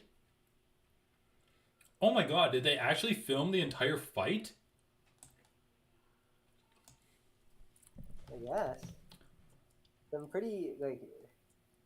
Dude, why isn't the UFC just producing this movie? The crowd is, like, barely even cheering. I guess in this one, Presented by Steak. Fuck Steak.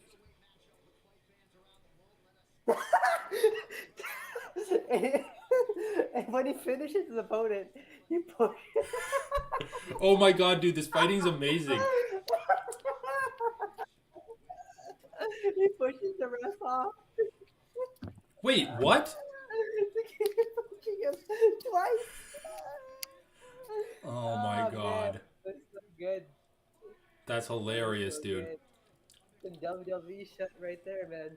That's I funny mean, as hell. dude, okay. This does have a time and place, right? If this is like a movie that doesn't take itself too seriously, I can actually get behind it.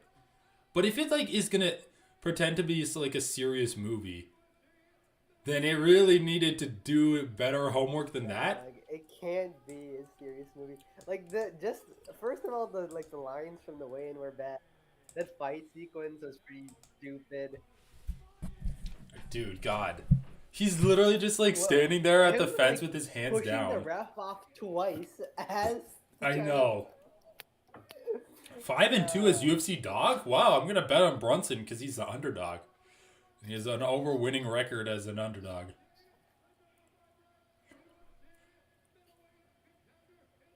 I'm actually kind of surprised Bronson was the betting underdog. Dude, really? Got knocked out bad against Cannonier.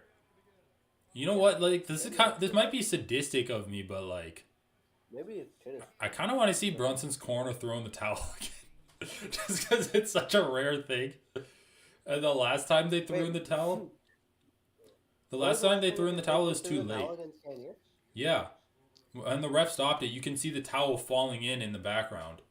Oh yeah, it's like fucking savage, dude. Dricus du Plessis' eyes are like bloodshot. Looks like he was just crying. I've been taking some weed, dude. Also, Bronson is a big middleweight. Like, compare him against du Plessis when you feel like du Plessis is a big middleweight.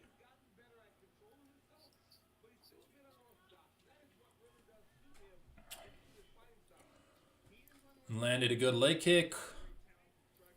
Du Plessis did. Fainting jabs. Stance switching leg kicks. Goes for a head kick, misses. Bronson gets his first takedown, easy. God damn. Narrating the fight in advance. Anyway, pretty easy takedown, but good scramble. Goes for a Kimura and gets it. No, just kidding. There's the Kimura attempt. Dude, Brunson's pretty good though. Bronson, I've never seen someone like use less energy to I get know, that was takedowns. such an easy take. He I'm always actually gets really easy surprised. takedowns.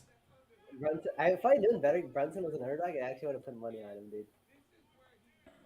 'Cause Brunson actually has This is wrestling what he skill. does against. This is exactly what happened against Cannonier too.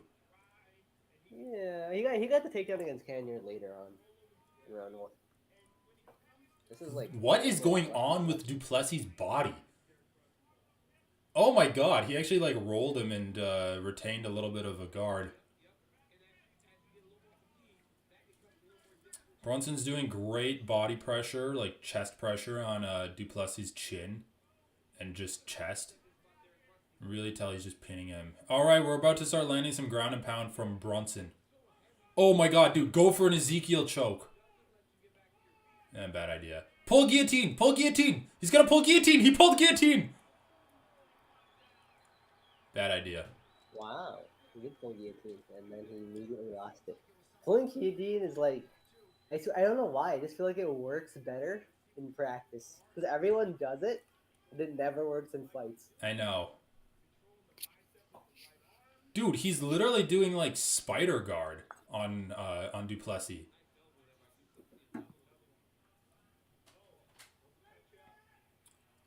Duplessis just sitting in Bronson's guard, raining down blows on the little bastard.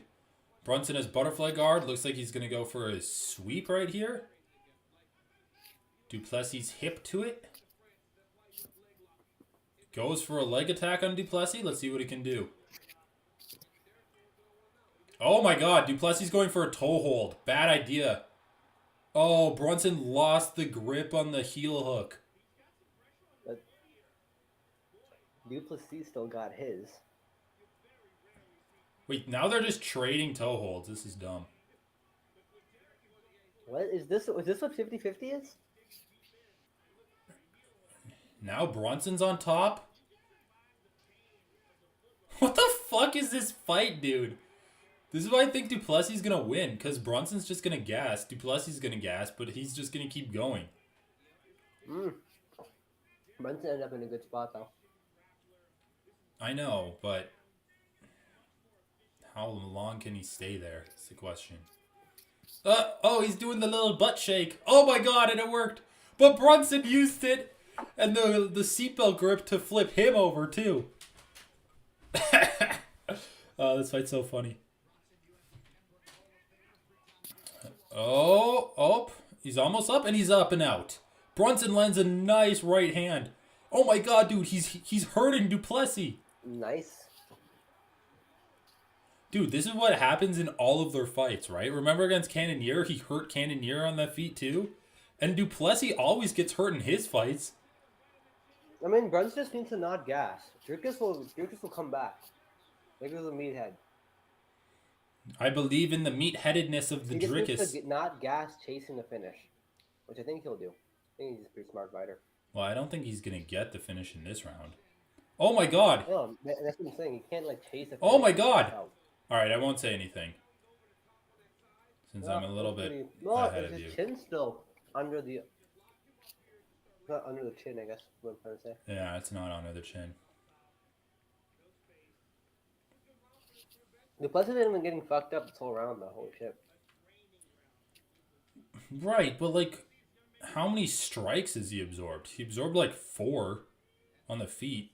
I mean, I do think Duplessis is... Oh my god, dude. This is way more- literally shot for shot the Cannonier fight for Bronson. Including the shot at the end of the round that like hurt him. It's literally like scene for scene the exact same fight. I mean, we'll see if it plays out the same in the second round. Kind of, yeah. I mean, Brunson had way more success early than he did against Cannonier. Yeah, that's fair. But also, it was still kind of like 50-50 in that fight, but more on the feet. And like in this round is... Dude, maybe some strikes landed, it was pretty 50-50, but overall, Brunson was controlling most of the positions.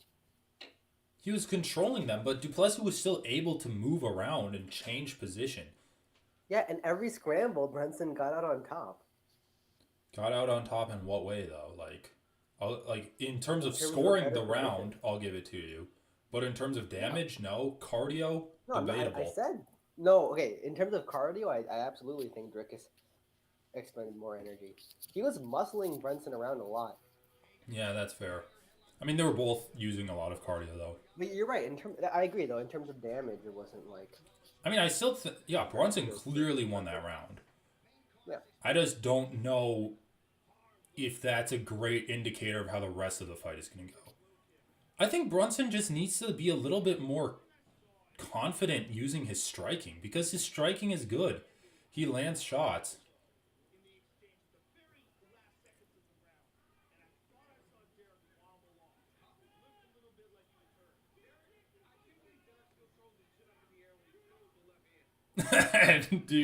DC. Yeah. I can't believe he's still. They both fight with their chins in the air, though. Oh, dude, Herb Dean almost got hit.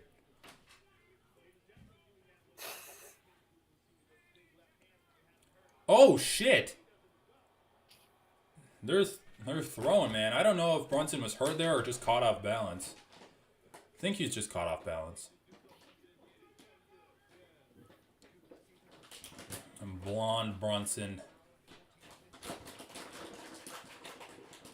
Derek versus Drickus.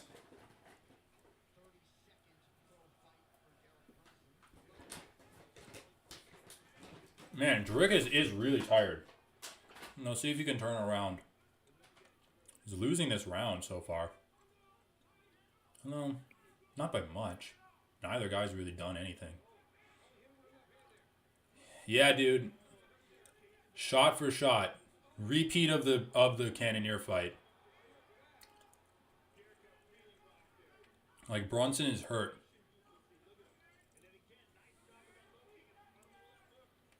Tice Weiss. Oh my god. Oh, another good shot. Oh. Brunson counters back. But Drickus' shots seem to be landing harder and affecting Brunson more. Yeah.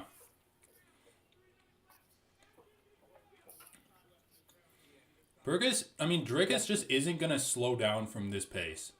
Like, he's always just... Yeah, this pace, he just, like, maintains. Yeah. He maintains, like, a 70% pace. Dude, I don't know how Brunson's fighting, yeah, but, like... is tired, but he's going to maintain this pace. Brunson is just... Every time Bronson struggling. gets hit, he, like, gets wobbled. I don't know if he's actually getting hurt that much or if he's just tired. No, dude, I just think he's wobbled and he hasn't been able to recover, and Drickus will land another shot to put him back in wobble mode. Like, right before he can recover, basically. Oh my god, he's so tired, dude. The He's younger exhausted. man with the younger chin. He's getting walked down with his mouth open. Dude, I wonder if Drickus has, like, problems with his respiratory tract because he always opens his mouth like that. Like, if he needs surgery. You think he can't breathe through his nose? Maybe. I mean, he acts like he fights like someone with a broken nose fights. Just, like, gasping like a fish. He's just gassed out. He's having to breathe heavy, man. Dude, you know what Bronson needs? Or you know what Duplessis needs? He needs... Oh my god! That body shot, bro.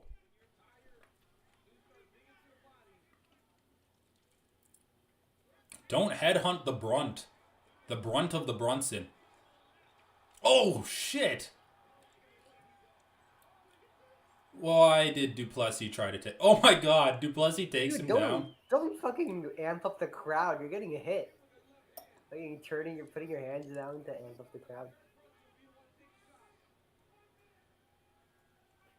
Oh my god, dude. Oh, fuck. No. Oh. Dude, Bronson he's so hurt he can't even do the thing. He's like so hurt he's doing like that. He's like a half-assed. Dude, it's like these guys both got drunk before they got in the cage. Oh! 30 seconds left, man. Can Bronson survive this round? I'm telling you, dude, this was literally shot for shot. Okay, this is about to be finished. Oh, no. Yeah, this is about to be done. Okay. Man, he's gonna break his nose. Oh, no, dude. He's going to survive. Drick is gassed out. Gassed out, couldn't finish the job. Oh! Oh, a little hit. fuck. Fuck, He's dude. so gassed. He Dude. literally has open shots at Brunson's face. That's and literally Drake is out of an too anime. gassed to take him. I've never seen that, bro. I've never seen that before. That's literally... Wait, is the fight over? Did he call it? They threw in the towel. I told you, dude. Literally, Bronson 2.0. I mean, Bronson versus Cannonier 2.0. Yeah, pretty much. Literally shot for shot, down from the early success with the wrestling and the early success on the feet. And then he gets outstruck late in the first round and then gets finished in the second round with a towel throw. Right at the end. Dude, whatever. Brunson's like... He had a great career. Like, honestly, he had a really good career. But I just don't think he needs to fight again. Like, he fought everyone. His chin is really bad. That's the problem. Well, I don't know. I think his chin is fine. It's just his cardio. I mean, I just feel like he spent the second half of the second round just gassed. Like rocked. Like the entire second round, you were just like wobbling around. Well, that has a lot to do with cardio too, right? Like not able to like correct yourself. Anyway, dude, that finished off a parlay where I had Plessis parlayed. And it finished off... Oh yeah, and it started the first half of a parlay. All I need is Garbrandt to get knocked out, and then I'm good.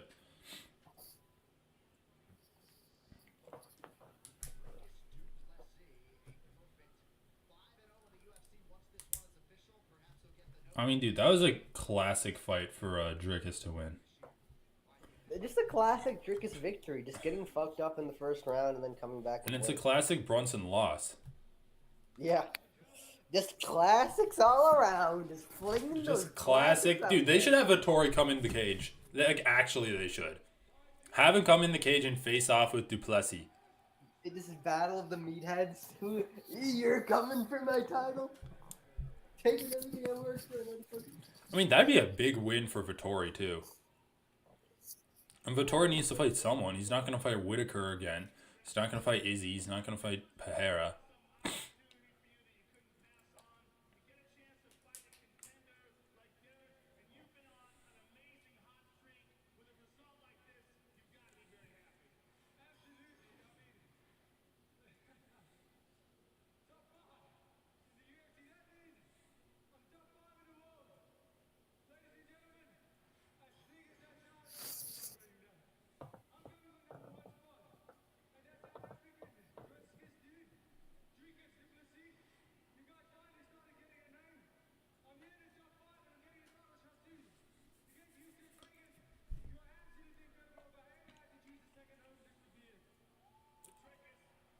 Call someone out. This is a perfect opportunity to call someone out.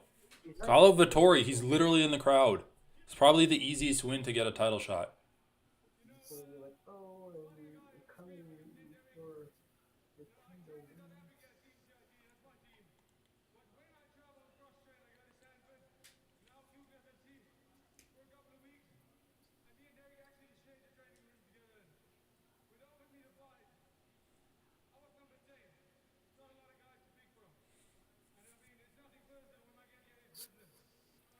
I mean, dude, I really respect Derek Brunson's team for throwing in the towel on his fights because it's just the perfect scenario to throw in towels, right? An aging fighter who's still able to compete with the best, but it's just not necessary.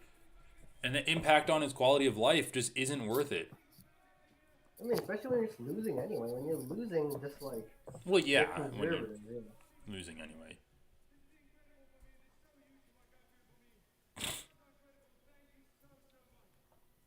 Yeah, but no, I don't know. I feel like Bronson should probably call it quits. Like, unless they find him an old guy to fight. I feel like he used to have better cardio. I feel like he used to be just going, like, at a crazy pace for 15 minutes. Right, well, like, against Shabazian, against Darren Till. All right, dude. Cody Even if- Garbrandt, yeah. getting knocked out or knocking someone out? Oh, dude, I don't. What do you know about his opponent? Do you know anything? No, I know nothing about his opponent. It's okay. What the fuck did I do? I'm talking about Cody No Love, not his opponent. Oh, he's fighting. It depends on how his opponent fights, you know? I feel like Cody's gonna get knocked out in this fight.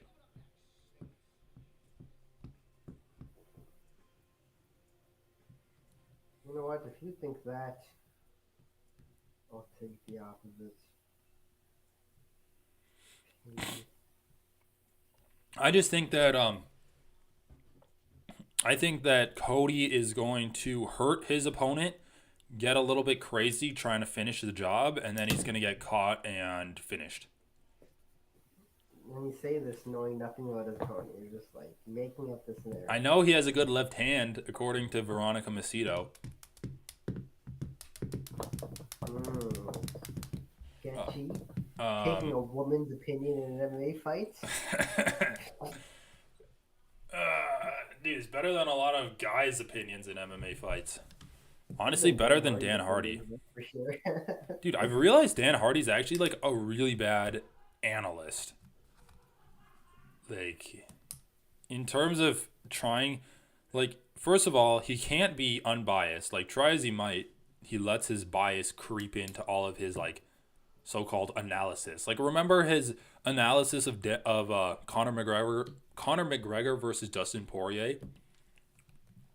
He's like, I feel like Dustin Poirier is the better mixed martial artist, but Conor's the better martial artist. So they like stupid like that. That does sound like exactly something Dan Hardy would say. Yeah. And then, yeah, he just like says such stupid shit. The martials are not artists quite well enough. And like one thing I hate with analysis is like people talking about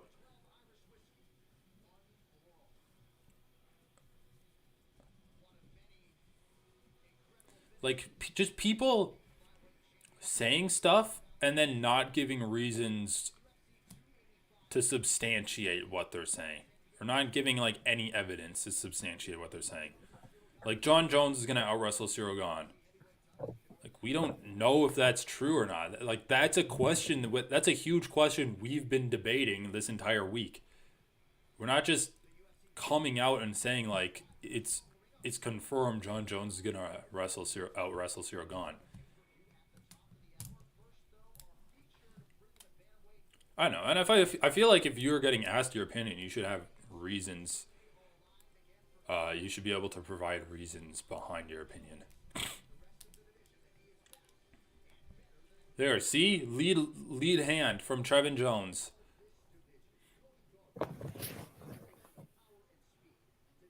Dude, people always talk about Cody Garbrandt's performance against Dominic Cruz, saying it was his best. People always talk about Cody's performance against Dominic Cruz, saying it was his best like performance ever. But dude, nah, come on. He wasn't able to finish Cruz. Didn't he finish Cruz? No, he didn't. Because every time he knocked him down, he just like showboat. Still though, like Cruz was so good at the time. I mean, yeah, I guess Cruz is good. Yeah, it's probably his best performance. But like, it pisses me off when people showboat and they don't get the finish. Like at least when Sean O'Malley showboated over Almeida or Ricardo Lamas. Wait, what is that guy's name? Something Almeida? Eddie Wineland? Or No. Was it? I think it was Ricardo Lamas, where like showboated and then he didn't get the finish, and then he finished him in the third, and then the commentary was like, "Oh, maybe we shouldn't have had him throw that follow-up shot." That's Chris Matinho, dude. No, it wasn't Chris Matinho. That wasn't Chris Matinho. You're right. It's the fight before Matinho. Ricardo Lamas, I thought it was. I don't think it was Ricardo. Was it Thomas Almeida? When did he fight Ricardo Lamas? I don't fucking know. Let's look it up. This is embarrassing. But anyway, at least O'Malley finished I his know opponent. exactly what you're talking about. He tried to just like, and then he got like pissed off. No, it like was Almeida. Yeah, it was Thomas Almeida, dude. It was Thomas Almeida. I was right. Yeah. Anyway, I'm gonna go get some water real quick. Okay, I think I'm gonna get water too. We reconvene.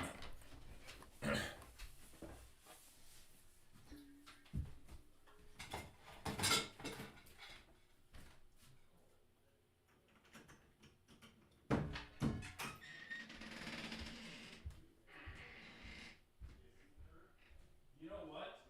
Guess what they did? They filmed Jake Gyllenhaal walking out to the cage, and then they filmed him fighting. While there's a real crowd there watching people fight. Really?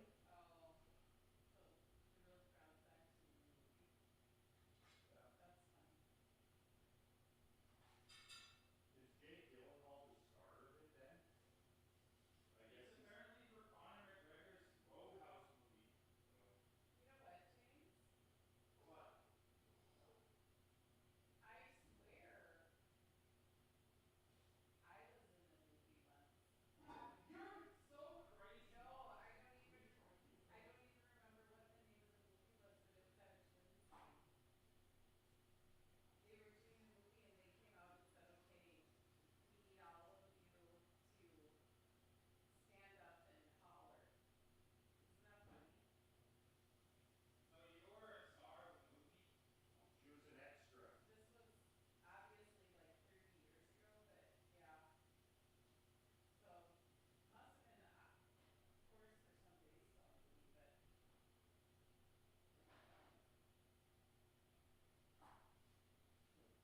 Well, do you remember who the actor was that transitioned to I don't. I'd have to look it up. probably not as famous as Gyllenhaal? But it was from the 80s, so they had all those lots of movies in the 80s. Yeah. Tonight's Fighting Spirit stats are sponsored by Cerveza Modelo. To quote the great Brent Musburger, you are looking live at the former UFC bantamweight champion Cody "No Love" Garbrandt. He was idle all of 2022. Wholesale life changes and training under the mentorship of Dewey Cooper and trying to get the better of that man tonight. Trevin "5-Star" Jones out of Guam. This is a finisher of the highest order. He has run into some recent obstacles in the UFC, but this is, as trite as it may sound, the opportunity of a lifetime for Trevin Jones against the former champion. Mark is still the dangerous front. Last two overtimes, the official player. Garbrandt still just 31. A near 2-1 favorite. 32-year-old Trevin Jones.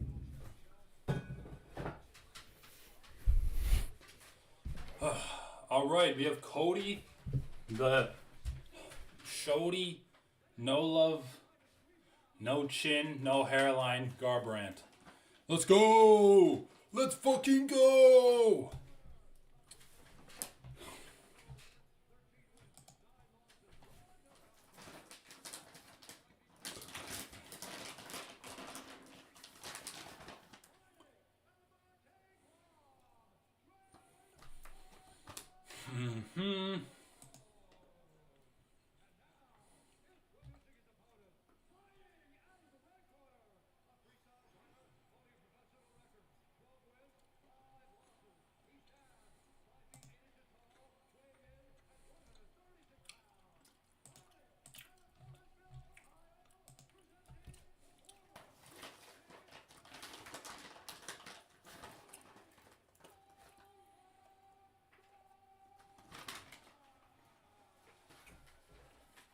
All right, let's go.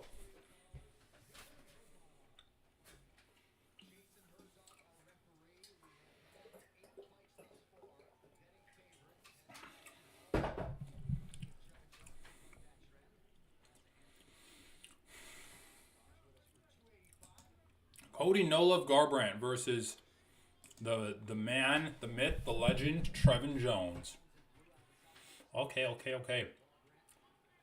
Cody Garbrandt is in Orthodox. Trevin Jones is in Southpaw. Cody goes for a kick on Trevin's body. Trevin is going to be winning these body kick exchanges because of the fact that his kick with his rear leg is going to be targeting Cody's liver. Cody goes for a stupid-ass leg kick where he posts on the ground and gets really low and then kicks the calf. Trevin Jones goes for a push kick. Misses. Cody Garbrandt seems like he's playing it safe and smart, but, you know, I'm not a fan of those low calf kicks that he does. Those body kicks are cool. Like, even though they're not as effective as they would be if he was in a reverse stance, they're still landing pretty clean, and that is going to have an impact on Jones' body. Nice little push kick. Cody just push kicked Jones's lead leg and just like stopped his movement in his tracks. That's actually really nice. Hey, what's up, Kai Spice? How far do you think the Basharat brothers can get in the UFC? They're both really good. I mean, I definitely think they can get ranked like easy. Probably get in the top 10. Thing is, they're both bantamweights, right? I'm pretty sure they both fought at bantamweight last, so, you know, not a ton of room for both of them. But they're both extremely good. I think they definitely need to get better, though. But I love the, from Fareed, I love the wrestling that he was able to mix in. Like, that was super impressive. Just like, basically they have all of the skills, right? Just sharpen a few things up. Like, get more damage on your striking output, more aggressive on the grappling. Even though his ground and pound was really good. All right, dude. Who's looking better? Garbrandt's looking better. Really? Yeah. He's done a couple of fancy little kicks to the leg where he'll like drop down on the ground to throw a low calf kick. Drop down on the ground? Yeah. You know where he like posts and then he like kicks like that? What? He does that all the time, Sound dude. good. You don't know that? That doesn't sound good, man. I haven't seen that, no. Dude, he does that in all of his fights. I'm kind of surprised you haven't seen that. But he did do a cool... Oh my god, dude, you're missing him showboating. He's doing like a Russian dance in there. He's showboating, dude. What is wrong with this guy? He realizes he's on like a Isn't he on, three-fight like, a losing streak. multiple-fight losing streak? Yeah. I guess just a feel like this is two-fight. not the time to showboat. And he hasn't done anything to Jones either, other than land a few good body kicks. But it's Southpaw versus guess he Orthodox. He has 3 losses, a win over Rafael Assunção, and then 2 more losses, dude. Right. It's not great. Not great at all. The crowd's eating it up, though. See if they'll be eating up his skull as it splatters off the canvas. Dude, I mean, Trevin Jones is the fucking guy for him to beat, though. Oh my god, he's getting so fucking cocky. I love it.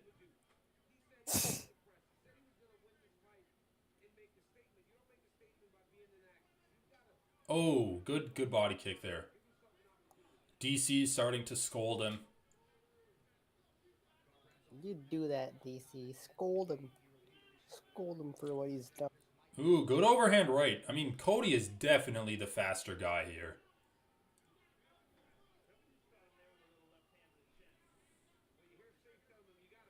Oh, nice. Cody's on the back foot now. See if he can get his respect back. Get my respect. Get your respect. Get that respect. Get that respect, Cody. Get it? Oh, get it. Get it. Respect it. Oh my god. He just tried to throw like a counter shot. It was like a huge overhand right that completely whiffed. What is he doing, dude? Look at this shit. Dude, I'm trying to order some food. God. Oh god, he's showboating again? That's a pretty good dance, though. I feel like that's kind of hard to execute. Kind of respect it. Yeah, exactly. He's using like the most cardio-intensive dance to fucking showboat while he's in a fight.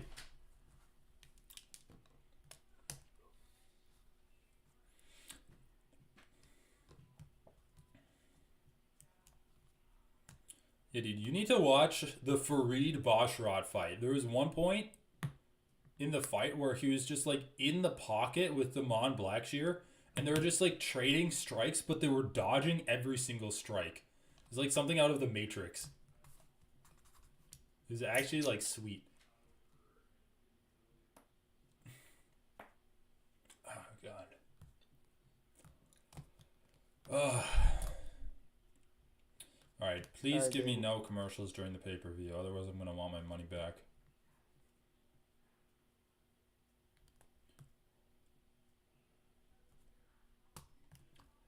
No. Okay, here we go. We're back. I did kind of want to hear the corner advice though. Like, is his corner telling him to not showboat? Are they telling him to showboat more? The thing is, like, you can showboat, but don't do like stupid little dances, because that could actually tire you out. Just be like, come on, man. Just do that. Okay, that was a sick ass combination. Dude, you're fuck. God damn it. Alright, fine, I'm done. I'm done ordering food. Dude, that is actually one of like the sickest takedowns. He just throws, the guy throws sick. back, ducks underneath it immediately, like, this is really nice. Oh, got up without any consequences. Yeah.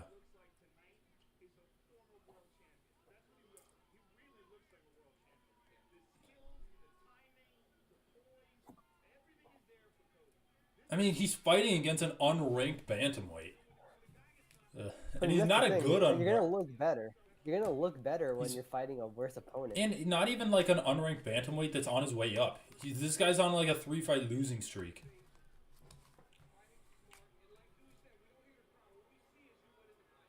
Is the audience booing? Cody's doing everything he can to give them a performance. I mean, other than punch, but he's trying everything else. Trevin Jones just shows like throws single shots and they look nice. They look technical. But like, what is Cody doing? He hasn't done shit this round. It's been like a minute of him not doing anything. After he apparently went for the sickest takedown I've ever seen. Oh yeah, you missed it. You can't deny that it was the sickest takedown. Dude, I'm telling you, these takedowns are good. All right, come on, just guillotine him. Just guillotine him. Fuck? Did you miss it again? No, I saw it. I was just like, I didn't even. It was cool. I guess. Dude, he's actually got the. Oh, he pulled his head out. Damn it! The fucking lack of hairline let him pull it out, and the lack of chin. The arm just slipped off. There was no chin there to hold his head in place. An undefined, like a badly defined chin, is better in MMA. Yeah, that's why Andrew Tate. Well, he should have done kickboxing. I mean, MMA rather than kickboxing. I guess the punches would just like skate off of his chin. It's like a ramp. He didn't have to tuck his head down because his chin is just like naturally a ramp down to his throat.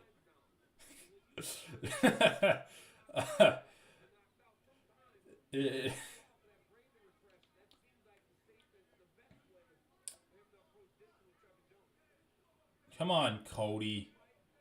Do some shit, man. We're getting knocked out.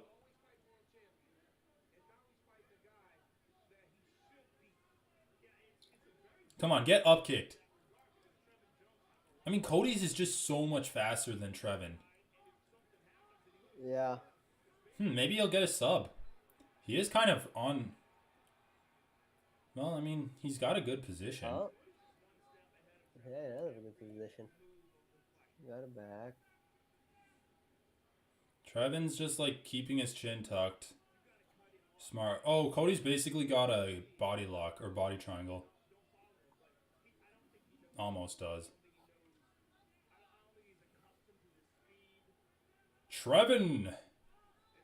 Oh, what is going on here? Just kind of forcing Cody off of him. Trevin's actually doing a good job here. Use the cage to get Cody off of his back.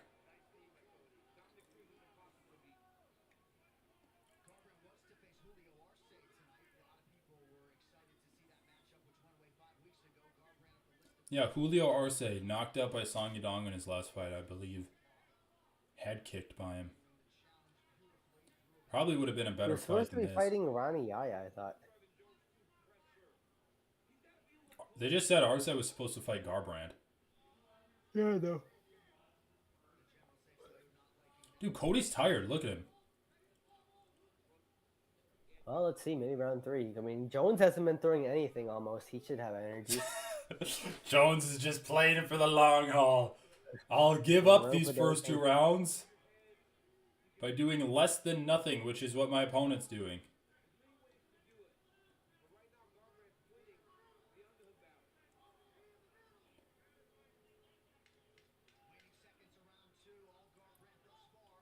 All right, Garby.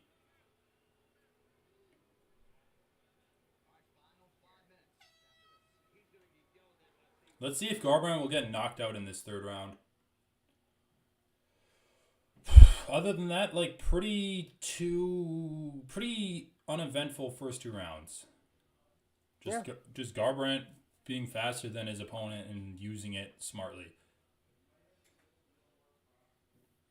Like, at least he is being smart about his speed, other than doing some stupid things like showboating, which I guess is the opposite of being smart on and about his speed.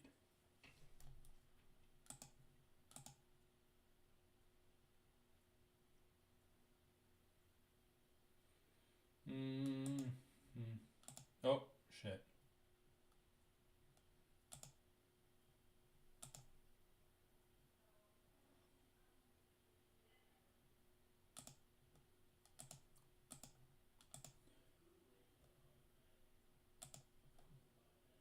The hell?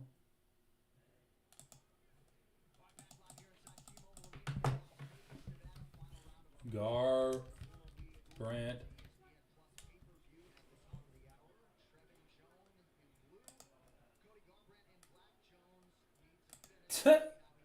They made Cody look so small in this picture. That's hilarious. All right.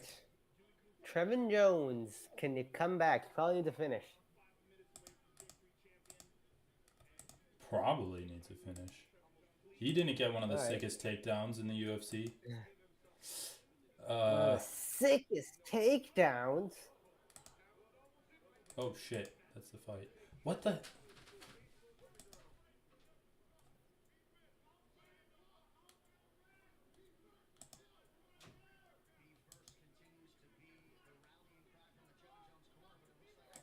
Don't know whose corner is saying be first, but both guys need to hear it. Yeah, I know.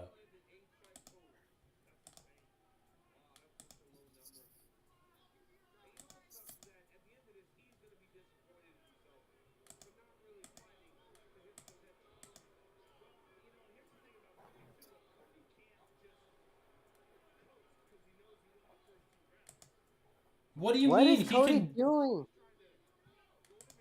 Dude, Joe Rogan's like, Cody can't just coast because he knows he won the first 2 rounds. Why?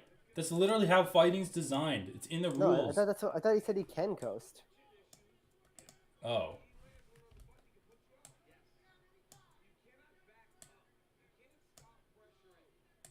He's saying the onus is on Trevin Jones.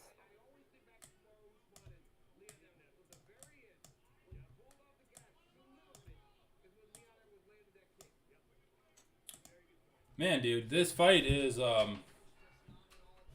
underwhelming to say the least. I mean, they put a guy that's on a 3-fight losing streak and just not very good all around against Cody Garbrandt, who's on a 2-fight losing streak. That's no, but let's be real. This fight was designed for Cody to style on someone, get him back in the mix. Maybe not. Maybe it's just well, like I'm just saying, like, you know Cody's gonna fight like this because he's been knocked out in his last fight. He's gonna play very conservative. Put a guy that's gonna at least pressure him. Well, I mean, I guess to be fair, they tried to make it with Julio Arce. Trevin Jones is probably, like, not their first pick.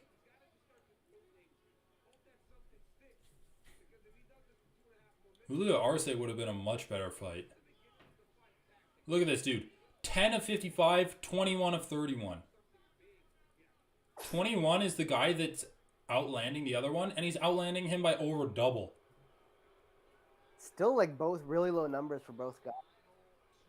I know, that's what I'm saying. Like 21 is an extremely low double, but it's over, or it's a really low total, but it's over double what the opponent's doing. Hey, just Jones, like, you gotta throw, mate. You gotta throw, my dude. I guess that's what happens. When He literally telegraphed that overhand right from across the octagon. Oh, he's catching him. He's catching the little Garbrandt. Nice. Oh, nice. With the lead hand, bro. I'm telling you. Keep going, Jones. Keep going. Don't get caught up in the clinch. What the fuck are you doing, my man? You got 80 seconds. A lot can happen in 80 seconds. A lot can happen, dude. Jones is picking up the gas. Jones is picking up the Come bone. on, Jones. Come on. He's Jonesing for a bonesing. Come on, let's go. He's Jonesing. All right, well.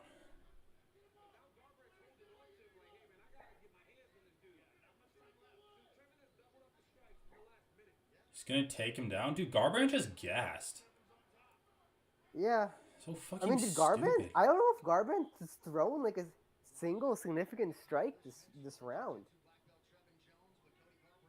I can't think of a single strike Garbrandt's really even tried to land, much less actually land. He's gone for like takedown attempts. He just gone. Oh, there he goes. Up kick. Oh, that was like one of the best strikes of the fight. Holy shit. 20 seconds. It's possible. He actually landed a pretty big right hand on Cody. He's gonna knock him out. I mean, it is still, but he's in a position to throw strikes. He's just not doing the right thing. Yeah.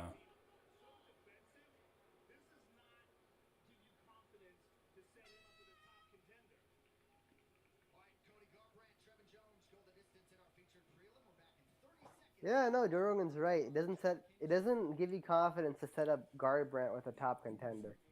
But Garbrandt needs a win, and I think he came into this fight with the mentality of like, Well, he needs a win, but win bonus. I would just question anyone who thought that like even a spectacular win over Trevin Jones would mean that Garbrandt's like back at the top of the division. Maybe not the top, but he's not even ranked right now. Well, he said top contender. Joe Rogan said top, like with the implication being if I'm he. just saying this fight does not really let him climb the rankings. I don't think he should be climbing the rankings even before, like even if he just wrecked Trevin Jones. You don't think he could even get like a number 15 guy? Well, I guess when I say like I have no problem with him fighting a ranked guy, but when you say climb the rankings, I thought you meant like top 10, top 5. No. I'm not saying top 5 is crazy. That was never gonna happen. I'm saying like get the career back in the direction of the title. Well, top 10, top 5, in my opinion, is climbing the rankings. I don't think like taking a ranked fight is the definition of climbing a ranking. When you're unranked, taking a Dude, climbing the rankings means like rankings here, you start climbing them. No. Fighting? Wait, I think isn't Cody Garbrandt ranked anyway? I thought he was ranked coming into this. There's no fucking way Cody was ranked. Well, he knocked out a Sun Tzu. Sun Tzu was ranked. He fought Rob Font. Rob Font was ranked like number 5 when they fought. Dude, he's not, okay, I'm pulling it up, and I don't think he was ranked. For some reason, it's not loading for me. Yeah, it's not loading for me either.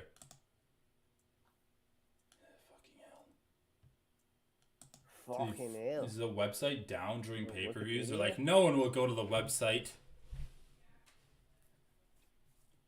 Well, anyway, all I'm saying is, like, I don't think he should be fighting top. I don't think he's, like, ever going to be competitive he's for not a belt. Ranked. He's definitely not ranked. Cody Garbrandt. Okay, well. But he could have tried. If he had, like, gotten a really good performance, I would have said, yeah, I can see him fighting. Like, I'm honestly, even fighting Jack Shore is like too much. Whatever. Well, I just don't like.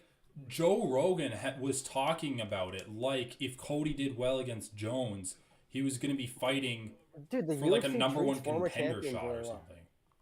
I mean, dude, he was a former champion, and he's relatively young. I know, but I'm It just wouldn't saying, be like, crazy. regardless of how the UFC treats him, I feel like it's just willful ignorance to assume that, like, even beating Trevin Jones would put you back into, like, the top 10, top 5, which is where he was when he left the rankings. Dude, no one's saying top 10, top 5. Top 5 would be insanity. Joe Rogan just said it. Joe I Rogan don't didn't say see top how 5. he said top contenders. Hey, that doesn't mean top. I don't even. That I literally don't even means think top contender. 5. Top of the contenders. Hey, Wait, first of all, I don't even care what Joe Rogan said. I don't care what Joe Well, Rogan that's what I'm addressing. I'm not addressing what you're saying. I agree. I think he could fight in the top 15. I never said he shouldn't be fighting the top, like the number 15 guy. Yeah, well, definitely, I still don't think he should after this win. I think if he had gotten a really good win over Trevin Giles, I could see them putting him up versus Jack Shore or Said Nurmagomedov. What are those guys ranked? The UFC 15 and ranked. 14. 15 and 14. Is the Sunset ranked? No. Oh. Well, No, the rankings are cleaned up. Dude, the bantamweight's the best division. Look at the rankings, dude. It's crazy. I'm trying This to, division but is it's insane. just No, just not go to the working. Wikipedia page. I'll link you. Okay. So it's actually cleaned up. So it's the worst ranked guy, Dominic Cruz, and he's not even that bad. Yeah. He's Exactly. just like older. Exactly. That's what I'm trying to say. Women's I mean, he is bantamweight. overranked. Number 7 is too high for Dominic Cruz. So Valentina. Oh wait, no. This is. Wait, where's women's? Where's? What the hell? Oh, bantamweight. Jack Shore 15, Said Nurmagomedov 14, Adrian Yanez 13. I'm still not totally confident. Adrian Yanez was a fun prospect, but like a complete lack of grappling at bantamweight doesn't bode well for him. Did he get out grappled? Who did he get out grappled? No, he didn't get out grappled, but he just doesn't grapple. And against Yeah, guys we like haven't seen. Just because he chooses to strike doesn't mean he has a complete lack of grappling. what is that guy's Come on, name? He's a great striker. Davey. What was that British guy's name? Davey Grant. Yeah, Davey Grant. Yeah. That was I mean, probably Adrian one of Yanez his wears worst damage. fights. Okay, whatever. Umar Nurmagomedov. Yeah, of course. I do agree. Like, I just think like a I mean, striker I in a would sea also of think- grapplers. I also think Said Nurmagomedov is underranked. Jack Shore's underranked. Adrian Yanez, Chris Gutierrez. I mean, Sonya Dominic Dong. Cruz. They should all move down. Like, The question is this. okay, Okay, I agree with you in I'm terms not of saying skill the rankings level. are perfect. In terms of skill level, I don't think Cody should be fighting ranked guys at bantamweight. But in terms of when you factor in other things like health of the division and the fact that they're paying Cody probably like a former champion salary, I feel like they are going to match him up against those guys. Well, that's part of. I think that's part of what Joe Rogan's saying. Like, he just recognizes that former champions, once they get the name that Cody Garbrandt's gotten, they get pushed really hard because the UFC is trying to get their money's worth out of them, and they're trying to put them in the headlining fights. Right. But this fight does not really let the UFC do that realistically. Yeah, I'm scrolling through the rankings and like, oh my god, dude. Okay, hear me out. I think this is what the UFC was trying for. Cody Garbrandt knocks out Trevin Jones. They have him fight Sean O'Malley. I mean, that's what the UFC wants for sure. But even that beef has died down so much. I know, but dude, it doesn't matter. That'd be such a clean knockout for Sean. And it'd be, honestly, it would be a fun fight for the first round while Cody still has energy. The problem is, though, once you fight Peter Yan and win, I don't think you can move backwards like that. I know. I think Sean O'Malley kind of left those fights behind once he fought Peter Yan. It would be so perfect, though. Because Sean's like, I want to fight for the title next, but they're like, well, maybe Marab needs to fight for it or Cejudo. Why don't you just take a consolation prize, Cody Garbrandt, and then fight for it after that?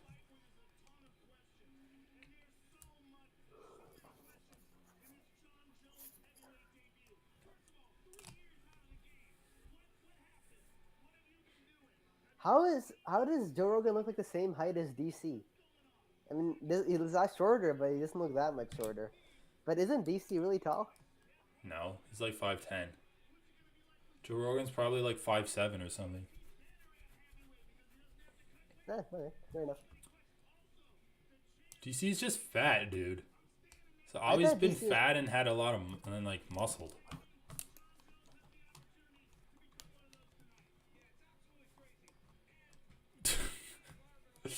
Oh God. Dude, Joe Rogan. Okay, this is the last thing I'm gonna say about Joe Rogan's appearance. yeah, but he DC's stands fine like a enough. fucking pregnant woman. Like with Dude, I think he's wearing lifts because that's why he stands like that. His heels are so elevated. He's standing on his tippy toes.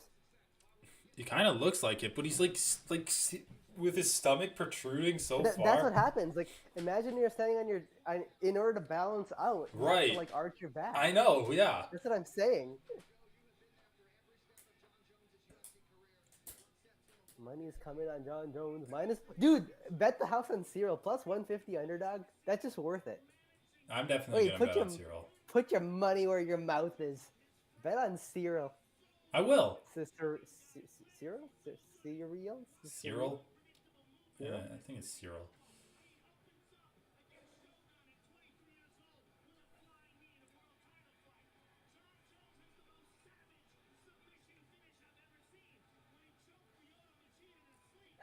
Yeah, that was pretty savage. I know. I love That that. was a brutal submission. Is that really what he said? He's like, oh, when you knock someone out, they fall anyway. Yeah, exactly. I'm I like, need to go find that. so you shouldn't. I need to go find that clip. What? Oh, it was the UFC released this video of John Jones talking about his career. He like went over a few of his fights, and that was one of them. And he's like, It's like John Jones looking back or something. Yeah. Run it back with John Jones. yeah, run it back. The Lyoto Machida one.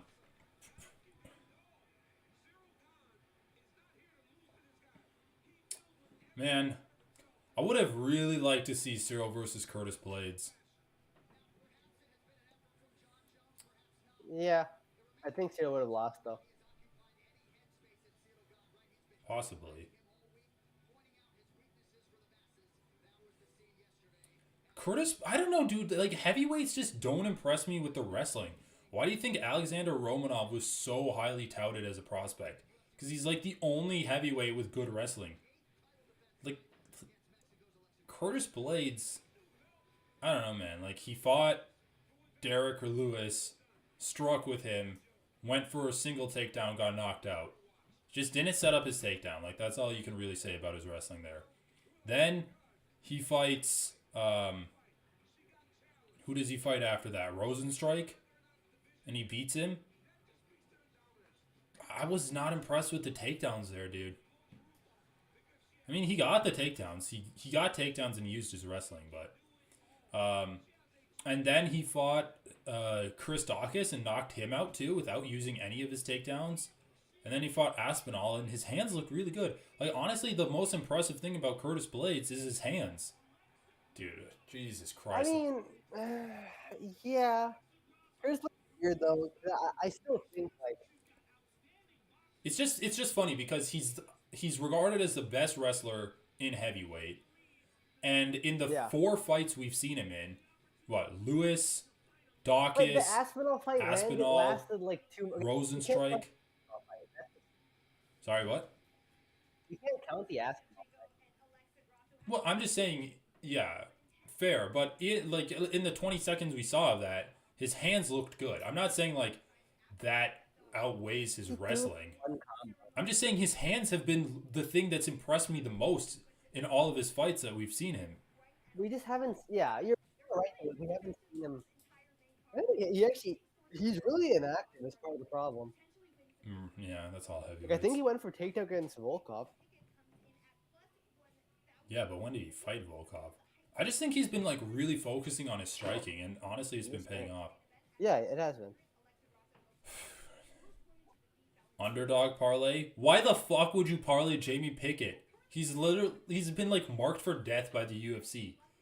When they show Bo Nickel training at like Penn State underneath the guy who beat DC in the Olympics, like Cale Sanderson, and then they show him Jesus like Christ. his wrestling footage, and then they cut to Jamie Pickett, and he's on an ATV in the middle of the woods somewhere. They like have all of this. They have all of this Dude, telling people to bet $100 on that parlay is insanity. Like, that's just so fucking I mean, disgusting. how much money Like do you these think types of DraftKings is advertisements? giving them to say that? Pardon, man. Holy shit.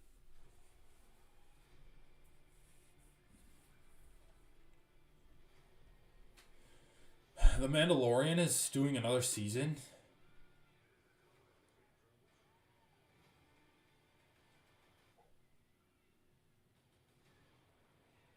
Dude, did you ever watch any of these like new Star Wars shit?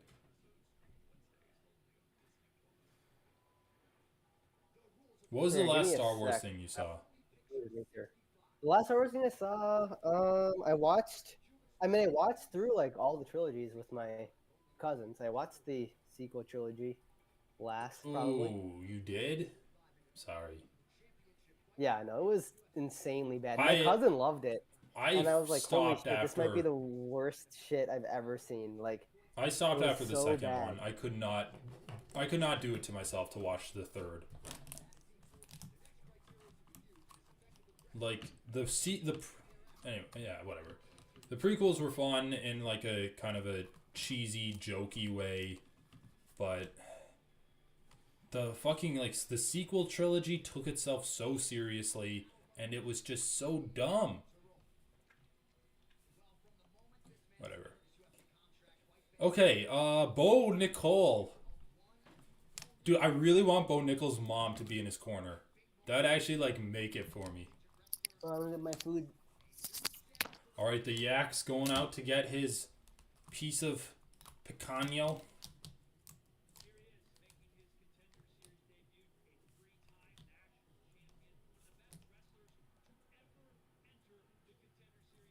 Bo Nicole.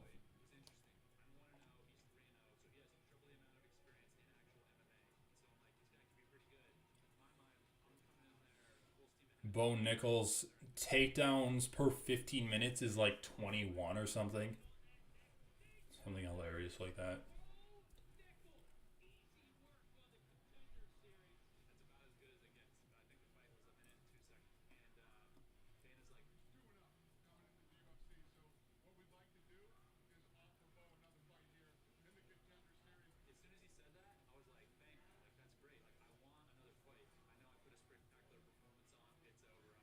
Beautiful roll to the triangle choke there from Mount. It's like what Habib did against Justin Gaethje. We'll see how good his striking is, right? He knocked out a guy in his first pro fight, just subbed a guy in his second pro fight, and then knocked the guy down and finished him.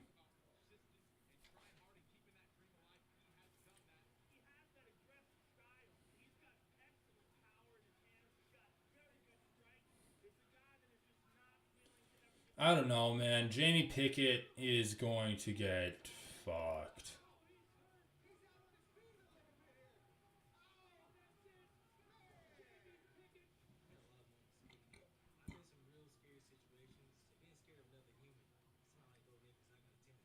I mean, it seems like everyone talks about Jamie Pickett like he's a really nice guy, but he does not have the equipment to deal with what Bo Nichols is going to bring.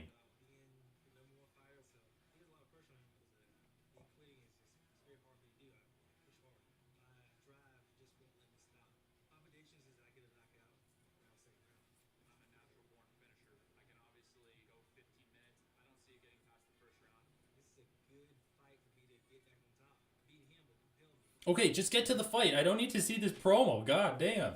We're really dragging this out. How many times can I see Jamie Pickett knocking out the same guy from different angles? I do not need to see that over and over again. I already bought the pay-per-view. Back in time. Dude, I wish I had something to do. It was like a 5-minute preview of Jamie Pickett versus Bo Nickel, showing the same knockout from Pickett from for 5 different angles. Dude, holy shit. Pickett should join like a bodybuilding show.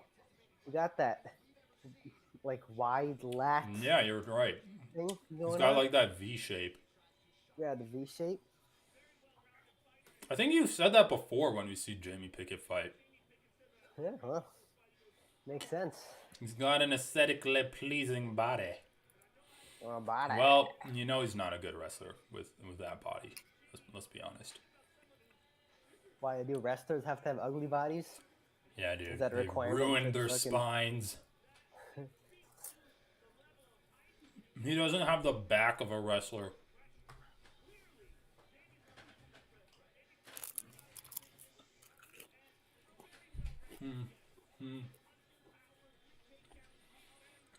Oh, All right. I'm going to be rooting for Jamie Pickett. I thought wrestlers had big backs. Should I bet the house on Bo Nickel? I mean, if you want to make like a guaranteed 10 cents, yeah, sure. But it is guaranteed. Dude, 10 cents. I'm not going to make that much.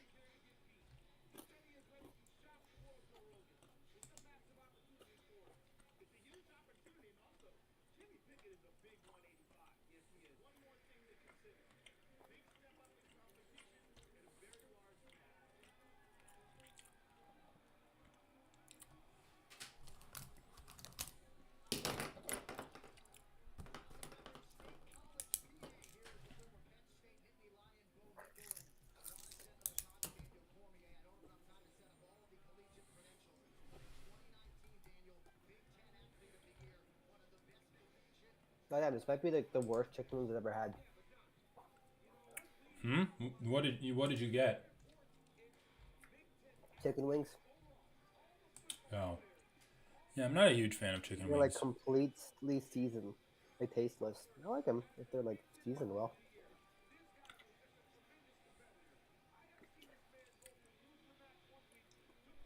What did I just get? Alright, do you think the Shavkat fight's going to go the distance? Nah. I don't think so either. What are the odds on going the distance? Minus 238. Or, There's a sorry, Shavkat no. fight? Really? No is minus 238. Yes is plus 200. Yeah. Makes sense.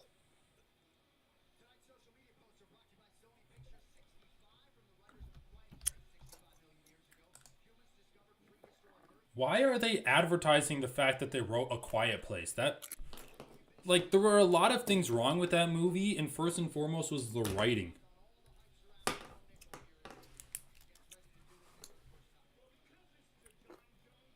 Did you ever see that movie? No. It's just so dumb. It's like aliens attack sound, so you need to be quiet. It's just a vanity project for what's his name? The guy from The Office, John Krasinski. Oh yeah. Saw that guy in like some movie about like the Iraq War or something, or like just anti-terrorism in the Middle East, I guess. Really? And it wasn't a movie; it was a TV show. It was like so bad. Oh god, that's even worse. You know the production quality is going to be worse on TV show. Yeah. All right, let's go. PPV number 2 out of the good 4 pay-per-views. Okay, dude. Let's say John Jones beats Ciryl Gane, takes him down in the first round, beats him up, takes him down in the second round, subs him.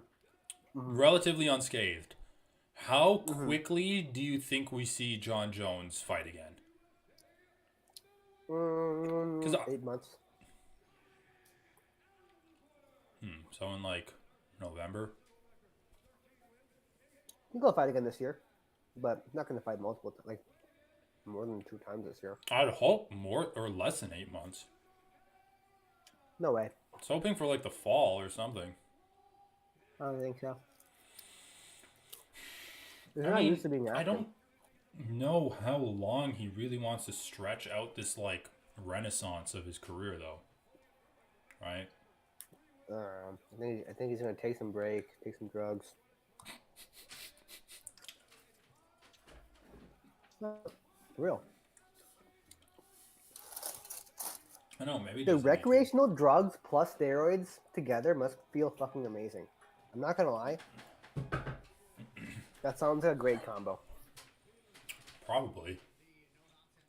But like getting clean for your fight doesn't sound fun.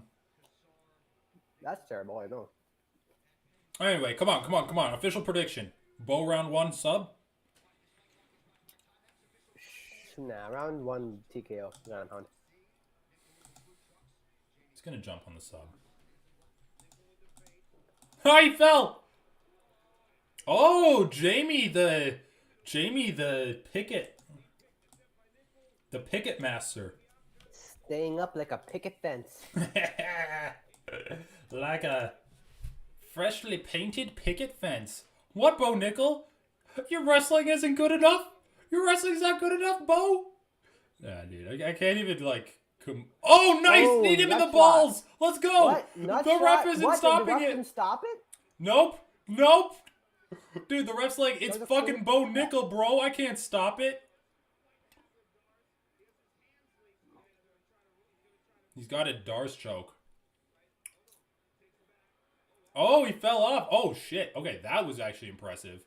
I totally thought he was falling off. Well, dude, honestly, this whole sequence was initiated by a nut shot, so I'm unimpressed. Dude, what are you talking about? We're celebrating John Jones. The king of sequences started off by fouls. Is Bo bleeding? Or is that just his beard? Look, he's like, my balls are in immense pain. Look at him. He's pleading to the ref. He's pleading to the ref. It's so funny. Come on, Bo. Finish the job, buddy. Wait. Oh, he's not. He's still in half guard. He's pointing to his balls. He's pointing to them. He's getting choked out pointing to his nuts.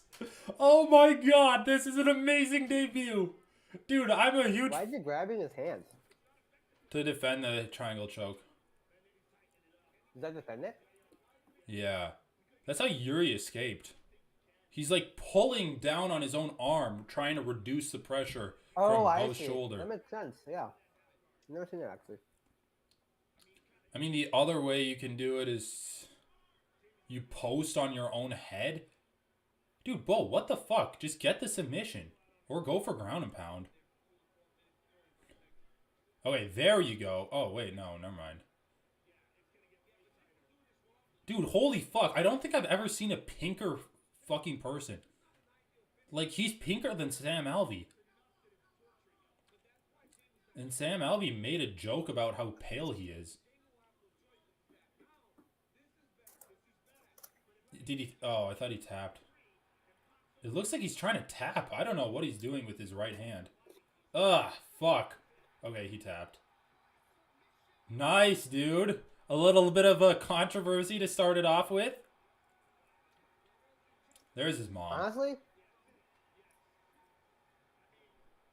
Underwhelming? Well, Pickett was doing fine until the nut shot.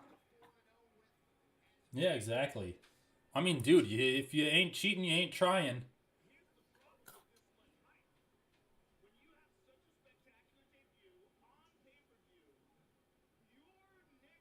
That wasn't that spectacular. Come on, let's be honest. He sat in an arm triangle for about like 2.5 minutes. Okay, dude, maybe that didn't hit the groin. Maybe we're wrong. Nothing about Bo Nickel is like exciting. Even that was like somehow they got a first round finish and I'm still not happy with it. Yeah, there are first round finishes where you're just like bored. You know what was the thing that impressed me the most though? He switched between like 3 different submission attempts in like 30 seconds. He like pulled guillotine, went for the Darce, got like the rear naked choke attempt, and then finished it off with the triangle. No. All right, well, that parlay piece didn't die. Let's see if Jeff Neal can live up to his end of the parlay breaking bargain.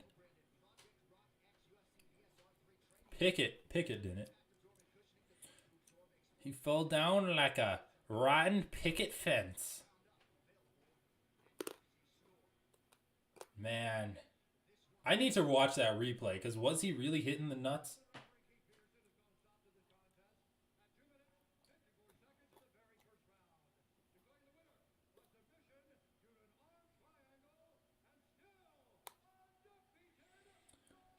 Pickett seems like a nice guy. Oh, God. Here comes the worst part of a Bo Nickel fight. The interview. He's like Michael Chandler, but without the cheese. It's just, like, boring. I know. At least let me cringe at you. At least it's like Michael Chandler's easy to make fun of. Yeah.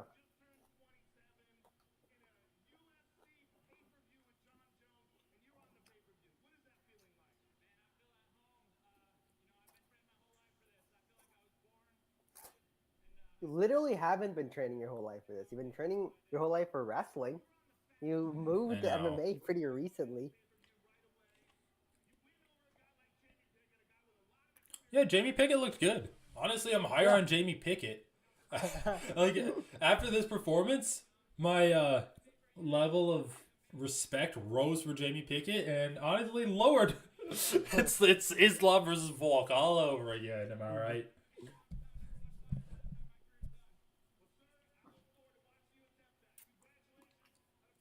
Didn't even break a sweat.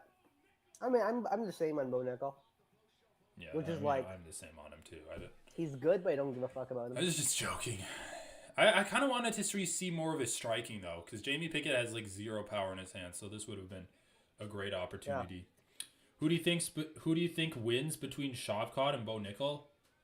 Well, first of all, Shavkat is a welterweight, Bo Nickel's a middleweight, so that's not really gonna happen. But I mean, in terms of like whose game is better, that ooh, nice dude, Jamal Hill's in the crowd. Yeah, this one's white's pretty hot. Gotta admit. Dude, is that the first time you saw her? I think so, yeah. She shows up like everywhere. Maybe on your feed. On my feed? Dude, she's like in his podcast all that. She was in the cage when he won the belt. She was in like a ton of embedded stuff. Anyway, who do you think has a better skill set, Shavkat or Bo Nickel? I wasn't watching MMA when Bisping was fighting. I don't watch Bisping's podcast either. Who do you think has a better skill set, Shavkat or Bo Nickel? Shavkat. Yeah. Better. Honestly, I mean, for much MMA, better striking. For MMA, Shavkat has probably equivalent wrestling at least. In the Shavkat's striking is on another level to Bo's. Bo's is good. I don't think you can say it's bad from what we've seen of it. He's knocked guys down, but Shavkat is just like wrecking guys that are actually ranked. I mean, it's probably incomparable. Shavkat versus Jeff Neal? Jeff Neal. Better skills. Oh, damn it. Why do they always need to advertise DraftKings? You got it, you're sponsored. Think about all the times they advertise for that. Not to even mention the like implicit advertising where they just do breakdown shows and talk about the odds and whose like odds are better. But then they advertise. Well, it's like even on those segments, the DraftKings logo is always somewhere on the screen. Well, true, the DraftKings logo is there, but then they did that like DraftKings roundtable thing. They talk about what parlays you can do for the underdog. Yeah, if you put $100 down, that'd be gone. That $100 would be gone already. Of course.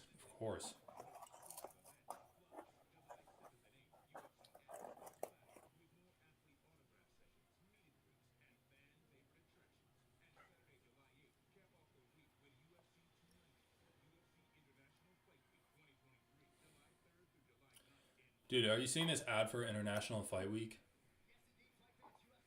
Yeah. All right. Dude, I mean, I wouldn't mind going to a card in person, but that International Fight Week stuff just looks like hell, man. It's like fighters are there like slaves, signing your pictures, giving you their autograph.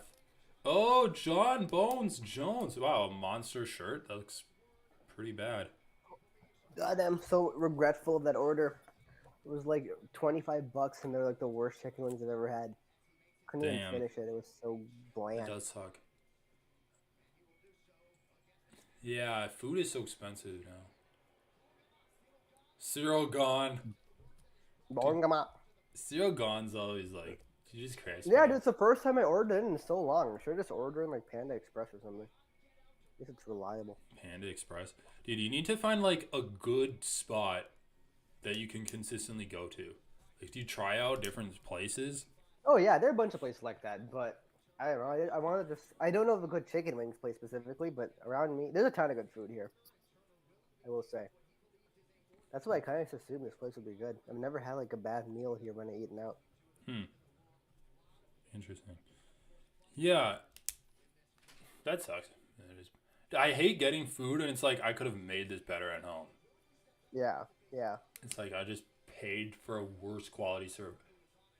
Oh, Garbrandt versus Turner is next?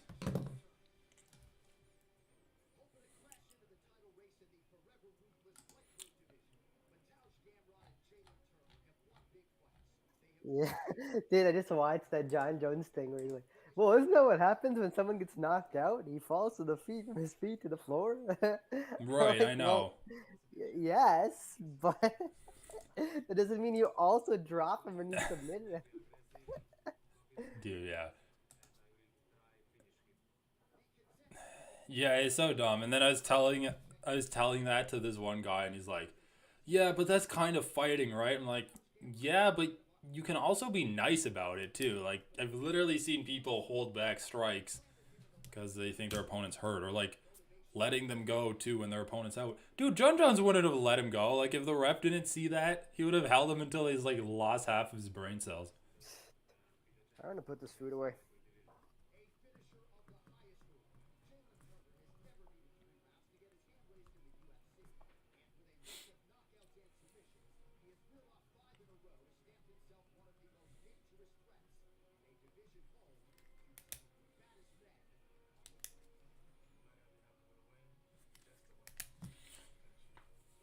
Jalen Turner's good, man. Jalen Turner is really good, but he's also extremely skinny and long, and Garbrandt loves diving for those legs and hips. I don't know if Gamrot's going to be able to hold him down. I don't know if he's going to be able to finish him, but I do know he's going to be able to get him down. And Garbrandt has a pretty fucking good chin, too. Here we go, Jalen the Tarantula Turner. I mean, Jalen Turner's awesome.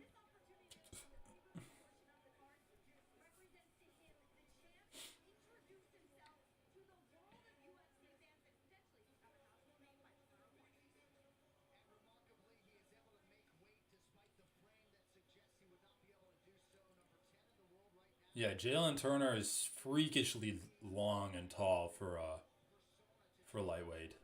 So thin. I'm pretty hyped though. I'm really hyped.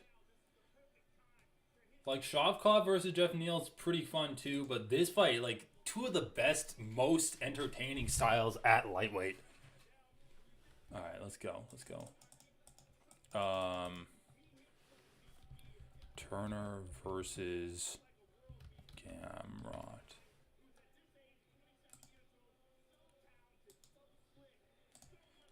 Gamrot's just so fun to watch, man. He's so fun. Oh, Jesus.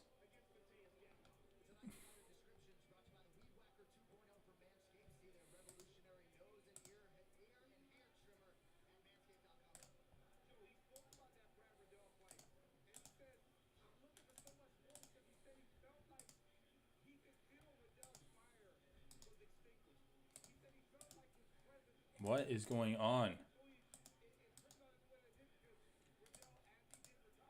There we go. Let's go! Oh my god. Garbrandt versus Turner. This is going to be so good. Oh, come on. Turner's striking is so slick.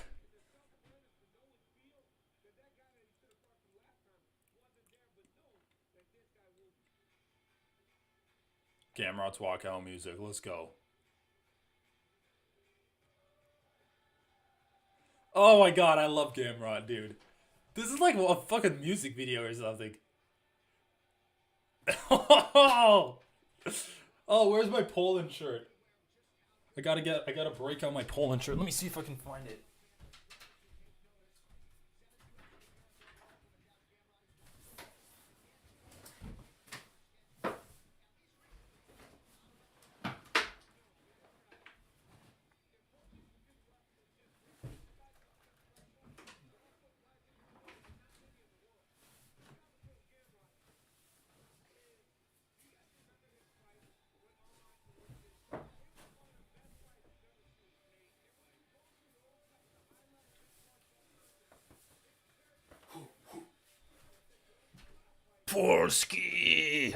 Polski, let's go. I like Jalen Turner. I think he's a great fighter. I love what he's doing by beating up Australian and New Zealanders. But Gamrot's fucking sweet. He's one of my favorite fighting styles in the UFC, man. Just like spamming takedowns. You know what? Over the course of watching UFC, I've gone from like hating wrestlers to loving them. At least like good wrestlers. That's the thing. They need to be good. Yeah, good wrestlers. Oh, fuck. I'm so hyped for this. Walks out. Dude, I feel like Garbrandt could be in movies, man. He's got like that look to him. He's so funny. He could have a good look. He's really funny on the interviews. And he's really funny when he wins, too. Like, when he's celebrating. He's like, oh. Let's go. 7 or 6.5 inch reach advantage. Jesus. 6.5 inch reach advantage. 5 inch height advantage. Half a pound weight disadvantage. And age doesn't really matter. Poland. Oh. Jalen Turner's so big. Holy shit. I know, he's really big. Dude, I feel like Jalen's nickname should be like the Alien or something. It just sounds so good. Jalen the Alien. Jalen the Alien. Jalen the Alien. The Tarantula Turner. There What you is go. it? Is his nickname the Tarantula? Yeah, the Tarantula. But it's because he like loved Anderson Silva. Yeah, yeah. Dude, Jalen's so skinny. He's got that thing where it's like his shorts are like loose on his frame. Well, you kind of have to be if you're 6'3", fighting at lightweight. Right. Dude, Garbrandt is literally like Clark Kent with his glasses on, and then he takes I know, it off exactly. and he's like Superman. He looks so much. When his glasses on and a shirt on, he looks like an accountant. I And know, he dude. takes them off and takes his shirt off. And It's like, what the fuck? It's like, get this man in some kind of like action movie, like a Marvel character or something. Snuck in the Polish flag. Let's go. Dude, they have to go to Poland sometime. Like, apparently, like that Polish promotion, KSW, is cleaning up all the time. And there's like really good Eastern European fighters in general. Not to mention just all of the Poles. Okay, dude, let's fucking go. This fight I'm so hyped for. Touch gloves. All right, jabbing. Feints. Oh. Kick to the body from the Turner. Yeah. From the Actually, Taranch. Look at how long he is. Jesus, dude. Gamrot's going to really need to set up his entrances. There you I go. know. Nice little blitzing right hand. This is the highest level competition Jalen's ever, like, fought, too. So. Over face, yeah. And if he beats Garbrandt, that's a legit win. It's not like Gamrot's unproven in this division. Fought toe-to-toe with Dariush, toe-to-toe with Saryukian. That's like the main meat of the lightweight division. Dude, he said check left hook. Check right hook. Check right hook from Turner? Yeah, that was a while ago now. Okay, yeah, I think I missed it. I'm at 4, 9, 8, 7. Yeah, you're like a second ahead of me. Okay. Gamrot's really blitzing in. Turner hasn't really punished him for that yet. I mean, Gamrot's not really landing anything with it. Good leg kick from Gamrot. Those body kicks are going to be a problem if Turner keeps stabbing the body. I love how Garbrandt wrestles, man. He like psychs himself out with the wrestling. His level changes are so fast. Turner's cornering him now. I don't know. What would you do if you're Turner? Would you want to be the aggressor, or would you want to fight on the back foot and be kind of like the counter striker? Ooh, got the takedown. Yeah, I feel like you have to. I don't know, man. Find the range where only you can land, I guess. Yeah. Well, from what we've seen, it seems like Jalen would do better fighting on the back foot. Just like stab Gamrot's body, try to defend takedowns. Like, I wouldn't, as a taller guy, I don't think he should really pressure the wrestler. Like the shorter wrestler. Look, Gamrot's trying to grab that right hand of Turner. Trying to, yeah. He's just too short. Okay, so this is my theory. And I think it's different for everyone, but this is my theory for what happens in general. I feel like if it's a taller guy, it's easier to get them down, but harder to hold them down. Versus like a shorter guy, it's harder to take them down, but probably easier to hold them. Dude, Gamrot's so good at like completely taking the base away from your opponent. Like he's like squeezing in the feet, squeezing in the legs, up. just like Jalen's all like fucked up. But yeah, he did get up. It's kind of funny because Gamrot's better at takedowns like far away from his opponent than he is with like the body lock in the clinch, because he like uses so much momentum.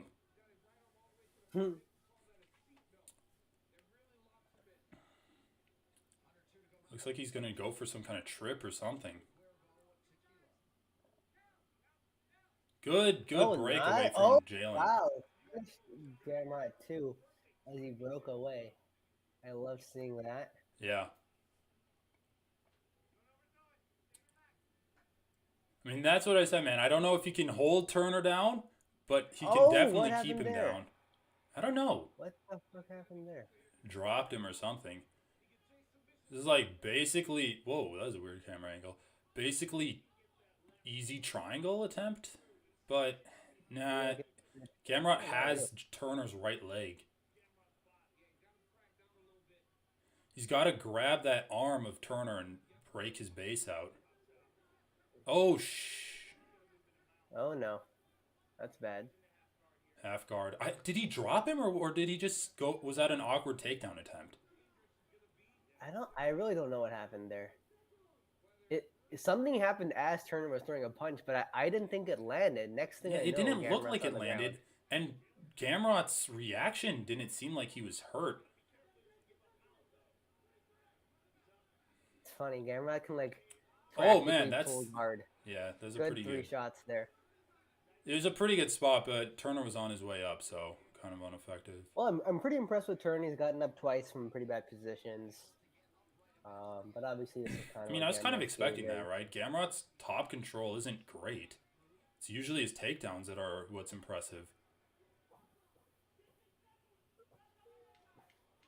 It is crazy. Guram Katatsaladze in Gamrot's first fight had like the closest fight against Garbrandt yet, I feel like. I guess Arman Tsarukyan too. Well, Dariush beat him. Well, yeah, I guess Dariush, yes. I mean, I guess you could say it wasn't as close. I mean, I guess I'm just trying to say...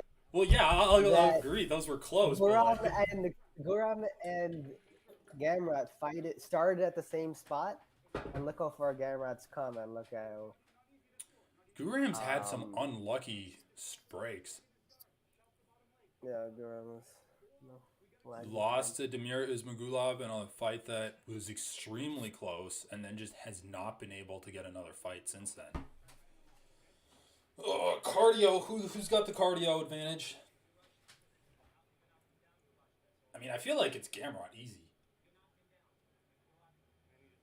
So his corner saying that he did knock him down. That's what they're saying. It's funny because one corner was like just convincing Jalen that he did well, and the other corner was like giving Gamrot actual advice. Yeah, why are they trying to convince him that he's doing well? Like, I feel You like did Jalen well, has you enough know? confidence. I don't think that's his problem.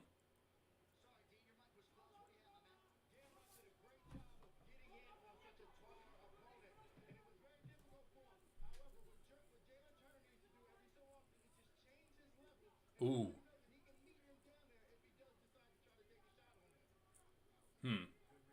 So Dean's saying just like change levels if you're Jalen Turner. Good kick from Turner. Little Got Jalen reacting to that. I know, little feint there. He tried to Yeah, like I play still it think off. Turner won round one. I don't know, man. If that was, I don't. if he did drop Gamrot there, definitely. Well, won round okay, one, yeah. but If he even dropped him, still, definitely. even still, I think Jalen landed more damage. Round It's one. really just those shots off the clinch, right? But like, how many of those really landed? Because nothing else he threw really landed. Well, he landed a body kick in the beginning. I know, but He dude, landed Gamrot's some. been consistently targeting the body with shots. Like, those are his best shots that he's been landing.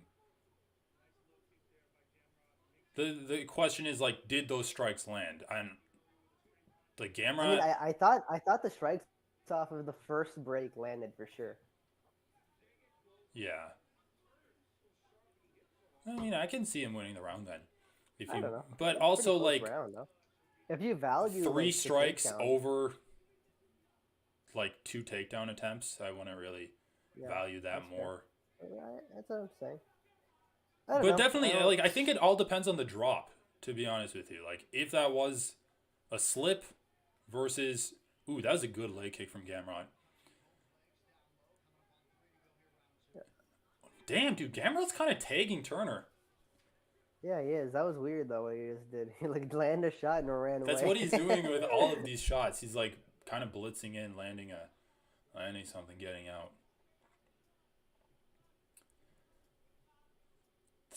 He's really got Turner biting on some of his feints, wait, too. that was definitely... Jalen definitely dropped him there. Once again. He definitely connected. Dude, he connected and then Garbrandt fell. Right. Yeah.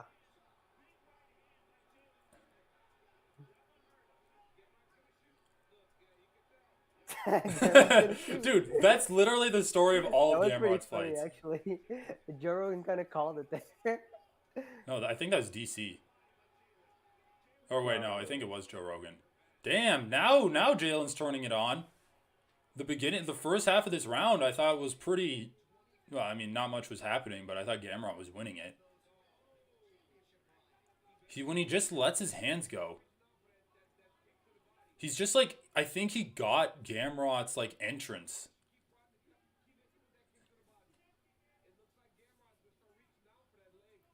Yeah, I do agree with DC there. Like, when Gamrot's entering...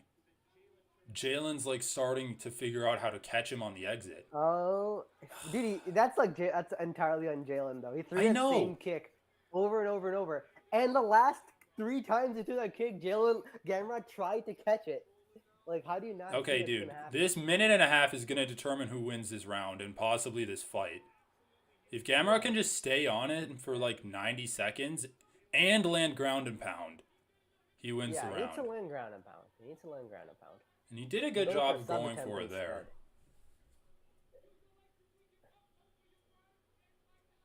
I can hear the advice that the corner's giving Jalen, and yeah, that he's doing what they're telling him to. Use your legs to pick his base up. Well, so far he's avoided anything bad on the ground. Pretty skillfully, actually, I might add. Right. I mean, he's just keeping him in half guard. But he's done a good job of, like, stopping Garbrandt from throwing ground and pound. Right, that's what I'm trying to say. From throwing big ground and pound. Gamrot's actually doing a pretty good job of, like, being busy, you know? Oh, shit, he's got him crucifixed from half guard. Huh.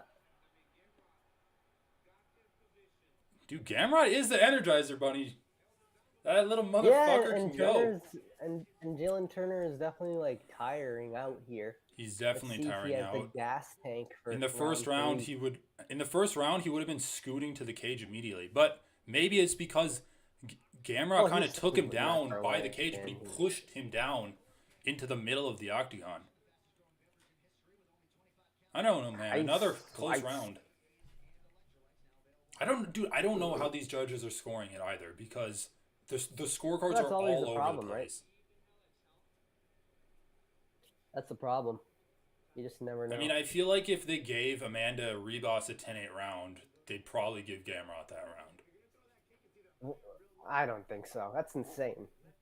It's not even comparable at all, dude.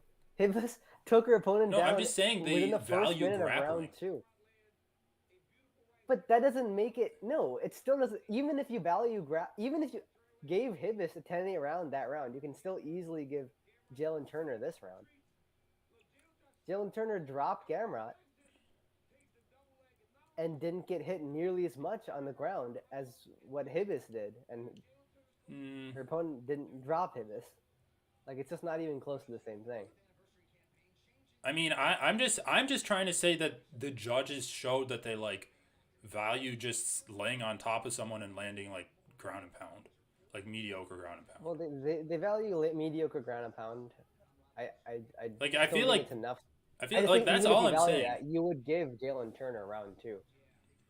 I think Jalen Turner's up 2 rounds, honestly. I don't know, man. You love Gamrot, holy shit.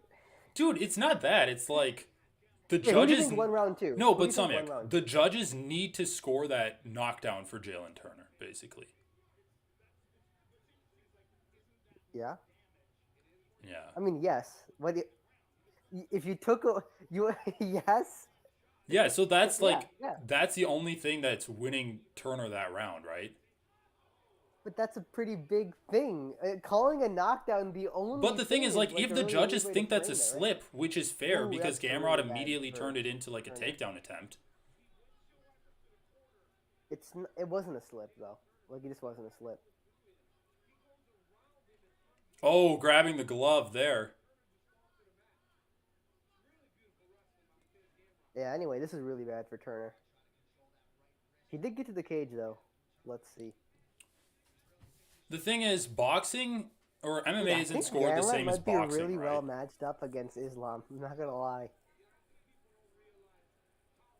Maybe. I mean, he just needs to keep grappling Islam, right? Over 5 rounds. But like, he has the cardio for it. He has the grappling ability for it. That's like the biggest issue when you're fighting Dagestanis. Right. But Islam striking is better. Islam striking is better. And his control is better, too. Yeah, it is. Dude, what the fuck? Gamrot's work ethic is just insane, dude. It's next level. Light fence grab. Just pulled Jalen Turner on top of him and then got on top. Jesus, Jalen is getting so fucked up. What is even happening? He's trying to do the noodle escape.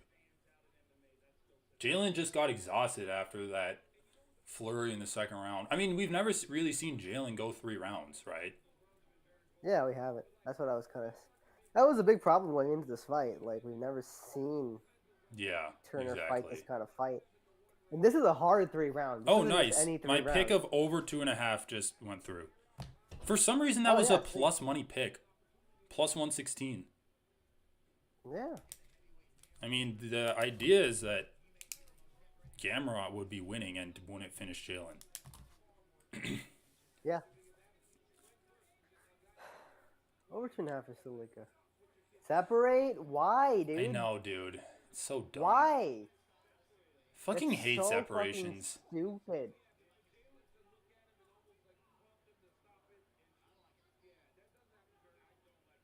Yeah, the commentary is like saying it is a bad separation.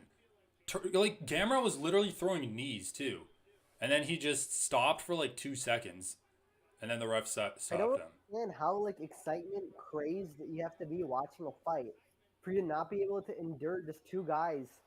And look at that. Now you get stuff like this. I know. So stupid. Nice sprawl. Oh wow, good stuff. Good stuff. Yeah. All right, I need Turner to turn up the heat a little bit though. Yeah, he's got to.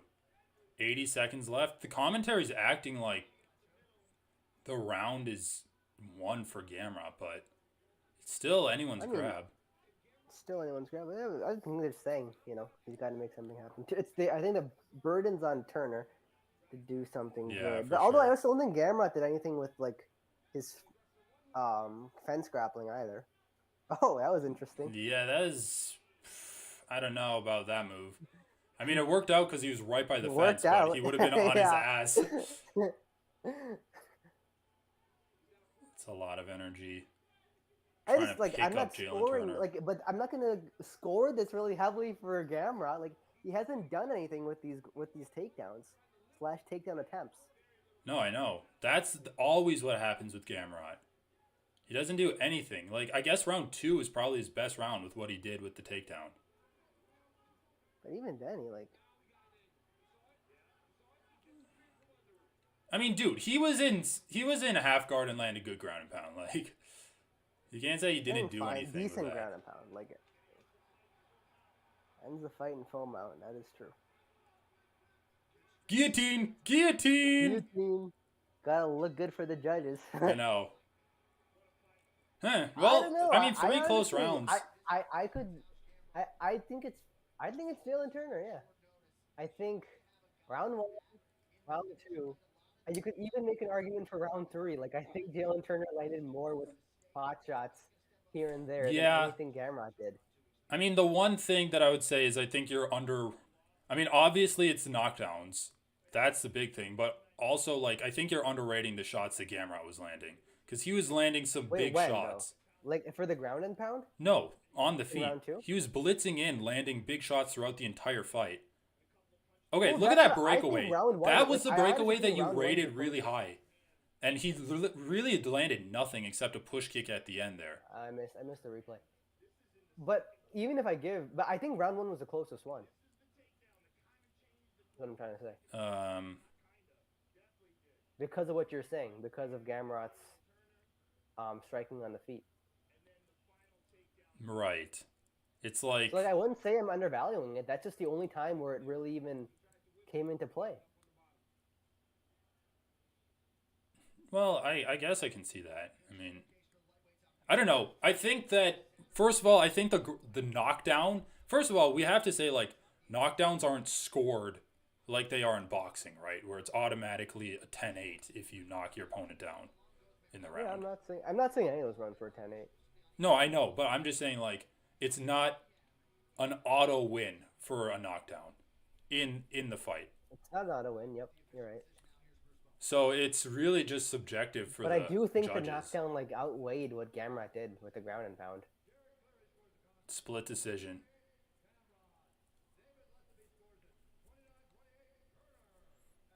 I wonder what round is the deciding one.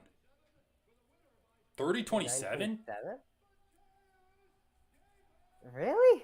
I mean, he's the only one you can give a 30-27 to. Because I thought Jalen... How do you give Mateus a 30-27? I mean, dude, that's what I'm saying. They don't value the knockdowns. Maybe they thought round 1 was a slip.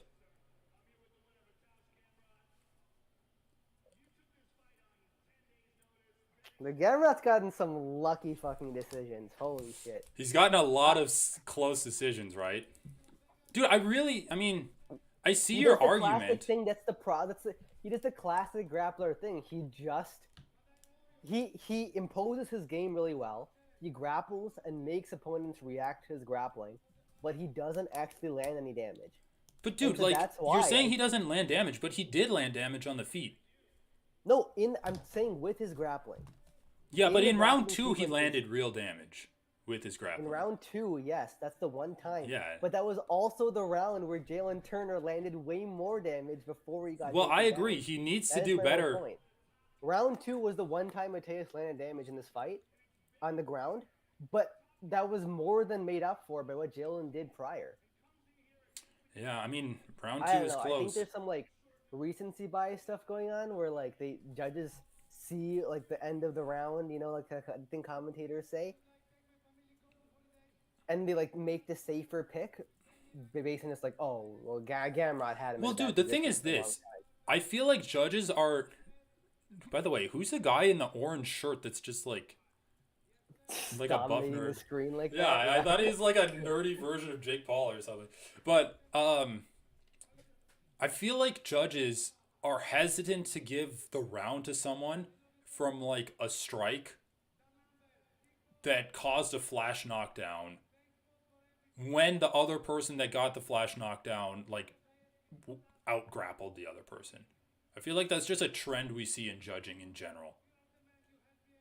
Well, yeah, I would maybe even say it like Garbrandt! this. Poland Gamrot power! was the safer pick. Gamrot was a safer pick. Like I think the Gamrot pick was wrong, but from a judge's perspective, I can see how Gamrot can be more easily justified and look less wrong than Jalen Turner would. Right. Like for Jalen Turner, you have to make a more nuanced point. You have to say like, look at what happened before he got taken down, just knocked down, etc., etc. It was net more damage than anything Mateos landed on the ground. For Mateos, right. you can just say, Oh, Islam's well, in he the had him in a crowd? good position for a long time. Islam and Alright. Ali. And Brian Ortega's in the background. Well, put in okay, some in food terms in the of oven. total damage, I definitely think Jalen Turner probably did more in rounds 1. And maybe not. I actually don't think he did more damage in round 1. But I think he did more in round 2. I agree. Like round 1 is a really close round. Rounds 2 and 3, I feel like he did. It's fine, though. I don't know about I can round see a 3. score Round 3 was like close. round 1 and 3 Gamrot. Yeah. Not really, honestly.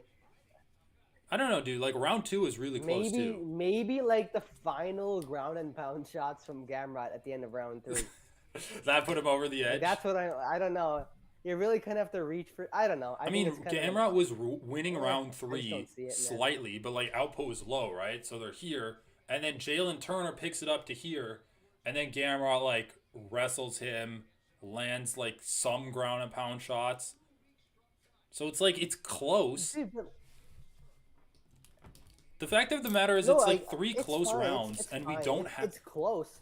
But I'm dude, not the gonna real say we're problem fine. is I'm we not don't. gonna cry robbery, but 2 fights now, Gamrot's had decisions I disagree with.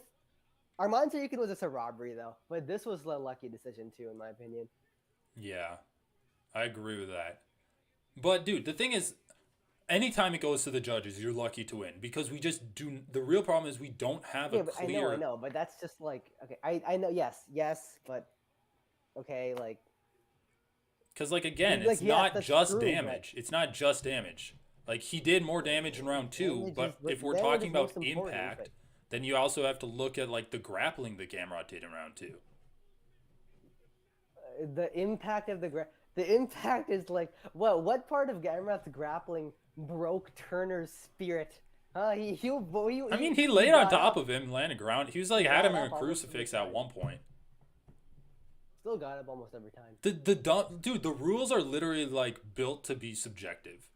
That's his scoring Well, criteria. I know, but no, that's correct. That is correct. I think actual punches and kicks And again, are dude, more I don't. impact than making someone defend takedowns. Like that's what the majority of round 3 amounted to, just making Turner Right. defend takedowns. Yeah. I mean, I don't see how you give round 3 to Gamrot at all unless like you value those 2 ground and pound Like shots how at he the got end mounted. so high. Yeah, Or when he like got mounted. it's like he mounted him and threw 2 ground and pound shots. Thus, he proved that Like, was an mounted effective a really position. dominant position. Yeah, like Well, dude, I honestly feel like judges score fights based off of cardio.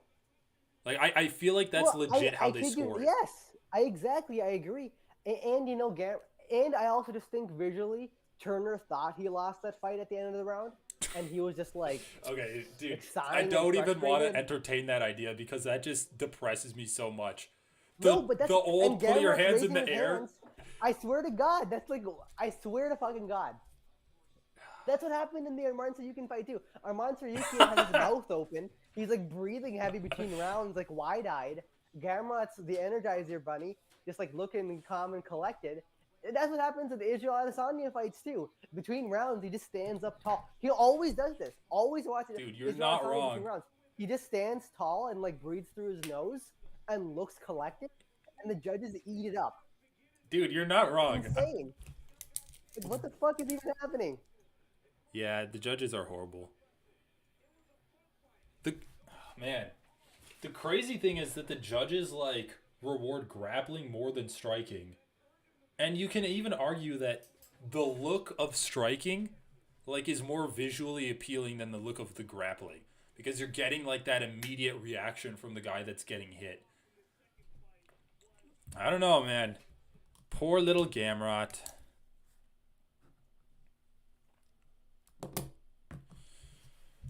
Okay, I need to use the restroom. I've been drinking a lot of water. So I'll be back in a second.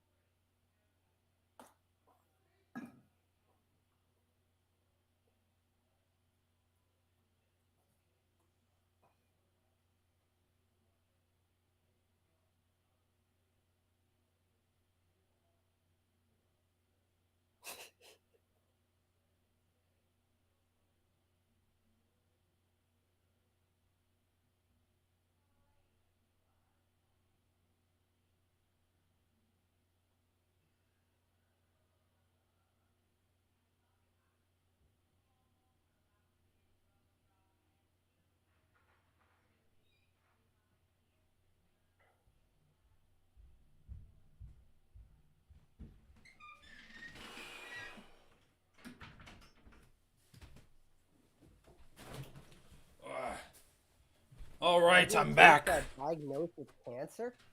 Huh? Undertaker got diagnosed with cancer, apparently. Oh yeah. I don't give a fuck.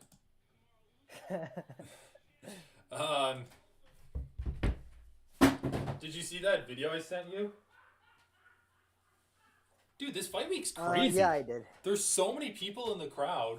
They're like interviewing Dana White. There's an interview with Islam up. They have Chandler's face alone that he's making in the thumbnail is like, it just puts me off from so watching it. punchable.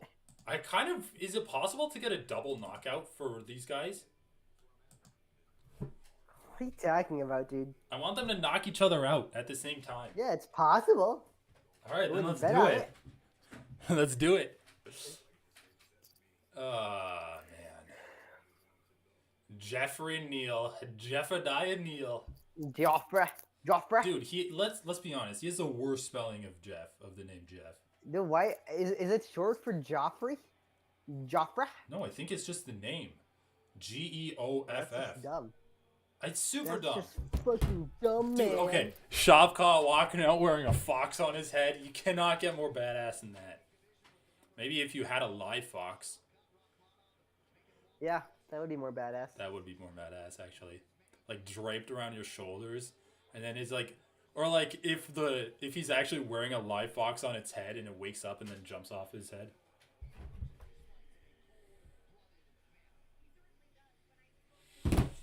Oh. All right, man. Let's say Jeff Neal sub in the 3rd round. How do you feel Why is about there it? some weird French voiceover over Megan Levy right now? Oh, they fixed it. Oh, I thought that was DC, but I wasn't paying attention. It was like had the same tenor. I don't know, dude. The UFC's official pay-per-view through ESPN Plus probably messed up a little bit.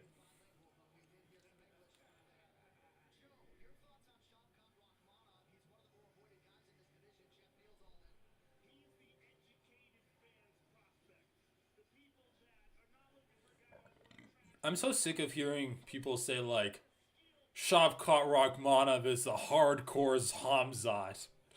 It's like, no. You guys have been pushing him so hard. He's now just, like, a regular guy.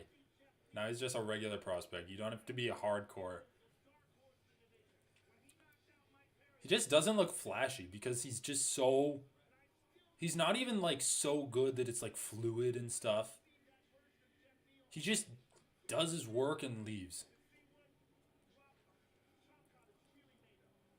Dude, 8 KOs, 8 submissions. What do you think? Sub or KO? I mean, it's basically the same thing against a guy like Jeff Same Neal. thing, right? I'll go with submission.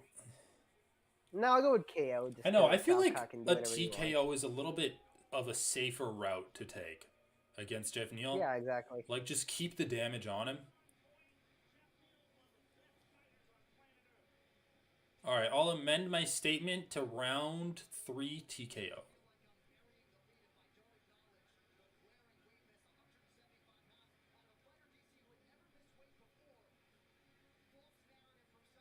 Jeff Neal never missed weight before, and he misses 3 fights away from, like, one of the biggest heavyweight fights of all time. Loser. You can't miss weight if you don't make it. I mean, if you don't try to make it.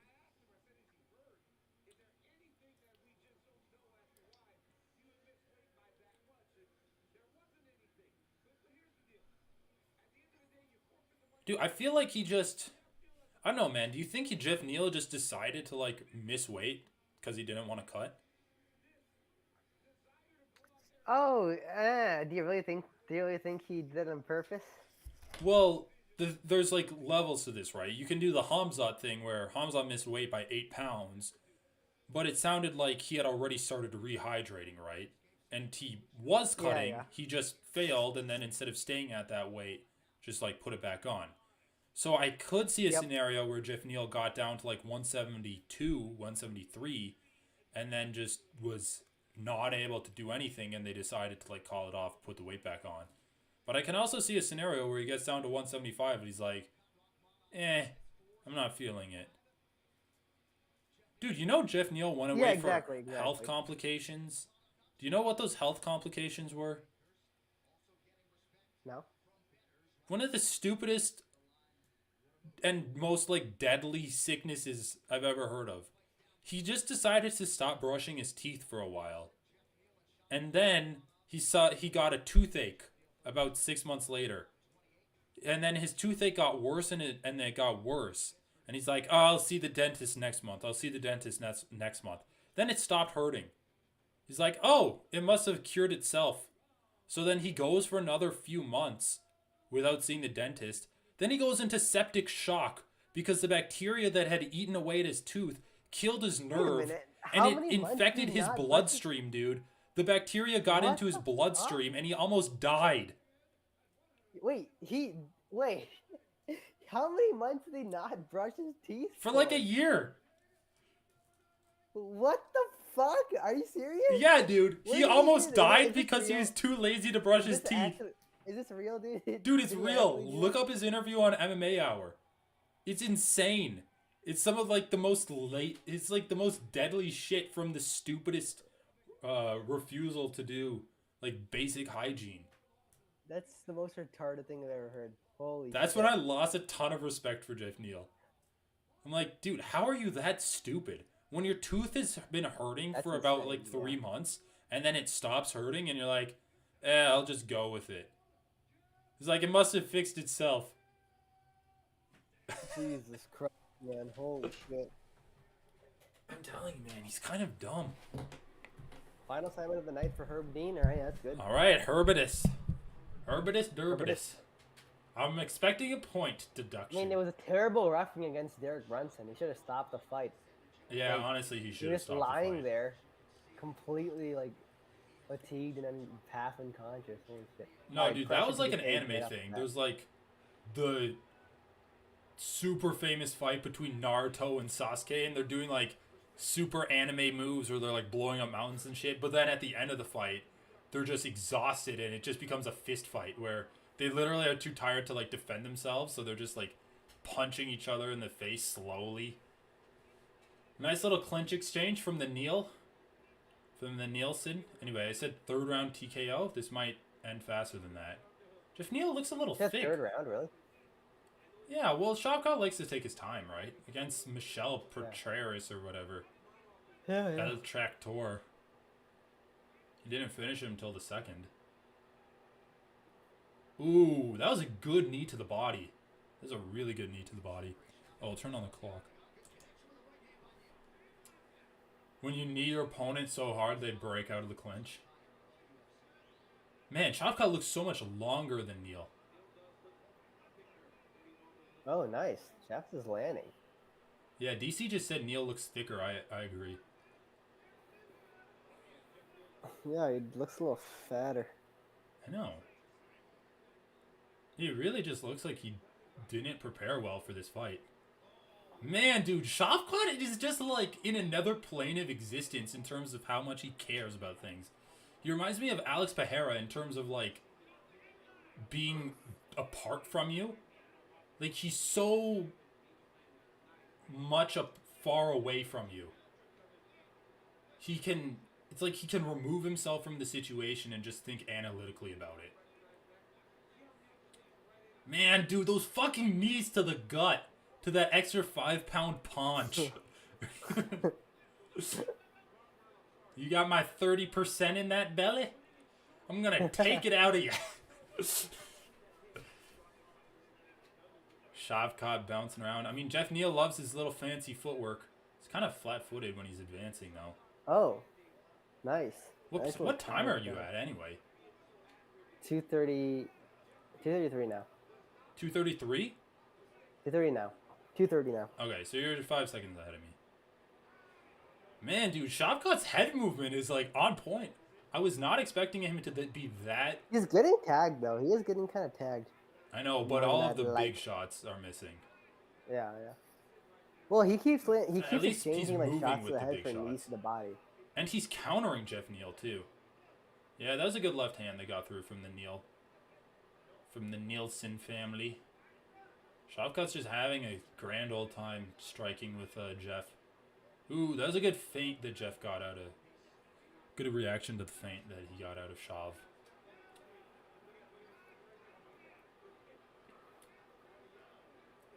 It's the length, man. Shavkat's been so diligent about attacking that body. Just like slammed an uppercut into it.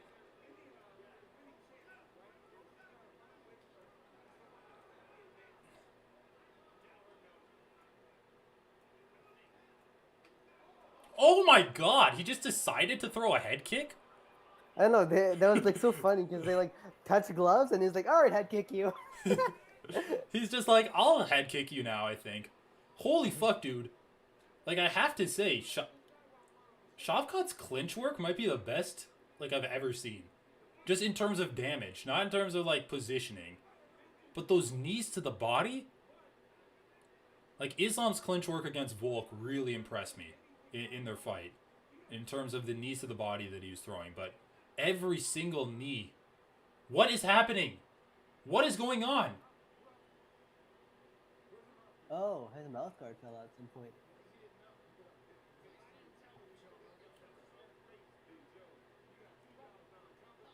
Oh, nice. You see that? That was sweet. I didn't see it for another 5 seconds. Oh, Okay, yeah, ducked under the hook. movie stuff. Yeah, pretty solid. Good elbow off the clinch break. Man, Shavkat's just relentless in his attacks. Oh my goodness, man. He's just throwing so solid. 60% clip, bro? Shavkat's landing at 60% against Jeff Neal? Get back. Fuck. Damn, guys. This Shavkat is so good.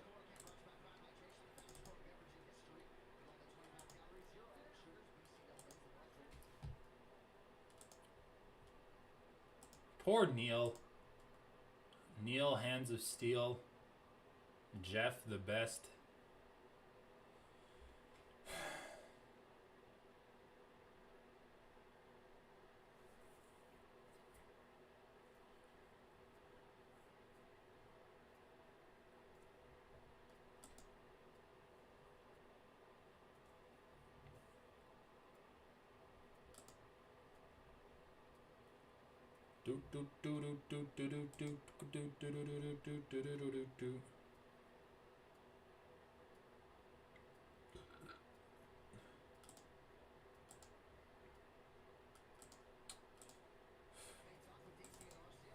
Alright, Shavkat Rakhmonov versus Jeff Neal. Jeff, hands of steel, Neal.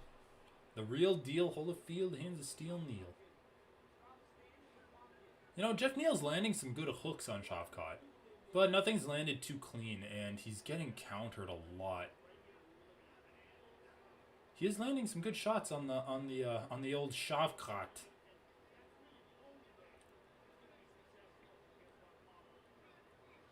Ooh, good kick to the body from Shavi.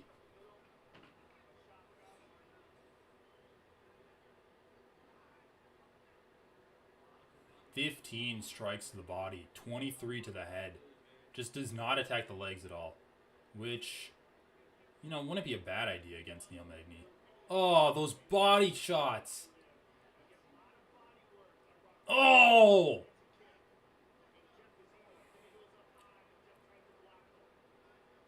Just keep attacking that body, Shavi. He's going to throw another knee. Oh, no, he didn't. Oh, there he goes. Jeff Neal digs for an underhook. Shavkat just gets it back. Jeff Neal looks like he's digging for it again. Wrist control by Shavkat. Let's see what he can do with it. Another knee to the body. Holy fuck. Looks like he's about to go for a single leg or a high crotch or something here. Maybe just take the back, pulls him away from the cage. And, oh, Jeff Neal defended it. Nice defense from Neal. Nice defense. Neal is getting really hurt to the body, dude. They showed the striking numbers. 15 strikes to the body, 23 to the head for Shavkat.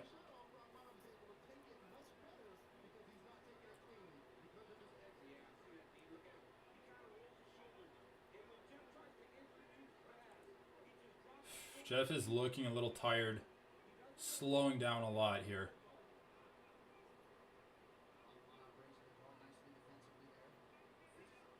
If Shavkat just keeps up this pace, he can probably finish him by the end of this round, I would imagine.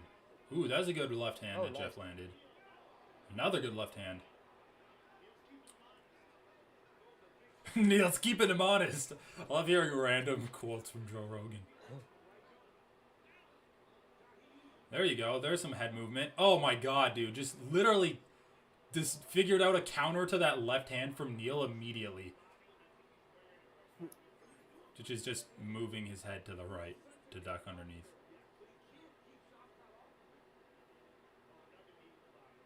Shove cut. Rakhmonov. Ooh, that cut doesn't look great. Just bleeding directly into Neal's eye. Shove cut should just go for more clinch strikes. His clinch strikes are so good. I've been loving his knees, man. His knees, his elbows, his straight punches. It's just nothing bad that he's doing. Just like sometimes coming into range a little bit recklessly, but like Yeah, exactly. his natural speed and reflexes really helps him avoid the brunt of the force of those strikes.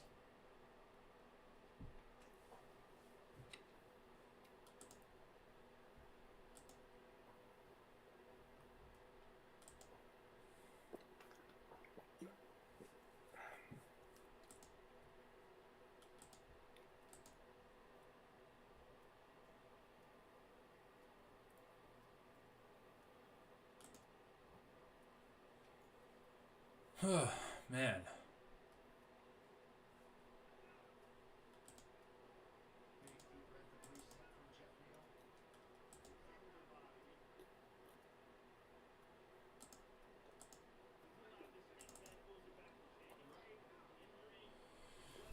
Yeah. Jeff Neal's made Shavkat look human, but he's just so far away from actually winning the fight.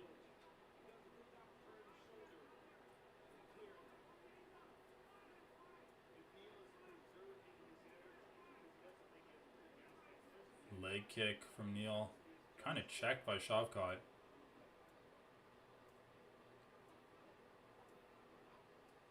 Oh, just clean left hand. Or right hand. Oh, fuck. Those body shots are just taking the spirit out of Jeff. Oh, look at the blood on Shavkat's arm. Yeah.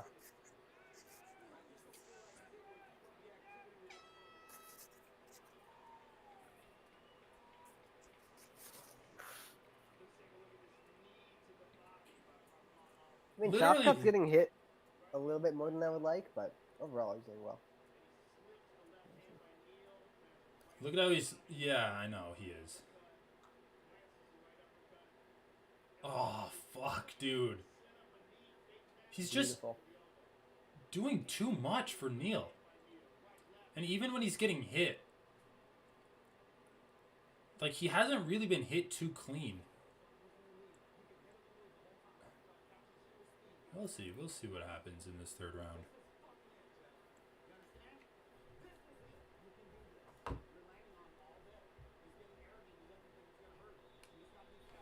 Safe Sayud's calling him out.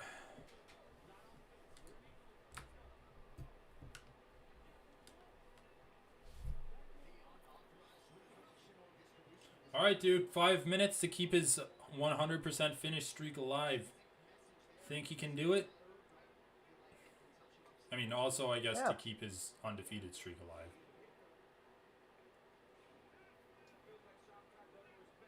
I do want him to get a finish, though. I'd like to see him go to the grappling a little bit more just to see what he can do. I mean, it might just be a better path to get a finish, too. Oh, head kicked him hard there. What the? He threw a head kick, blocked, threw another head kick, landed it. I just saw it, yeah. Oh! Shavkat waited to the third round to pull out the kicks.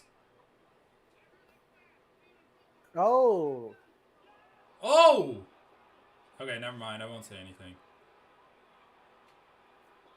Let's just say Shavkat's going to the grappling.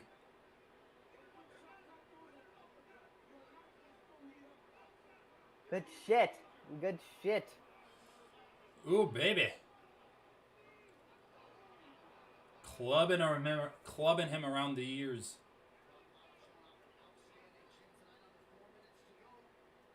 Oh, that jab from Shavi. Shavi the Bavi. Oh. Huh. I mean, yeah, both people are just taking really hard shots.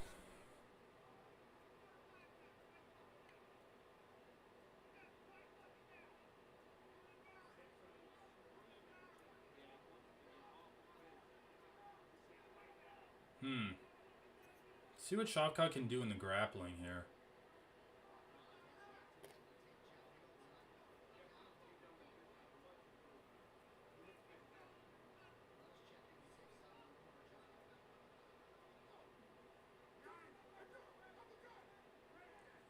Ah, man, Jeff Neal's too tired.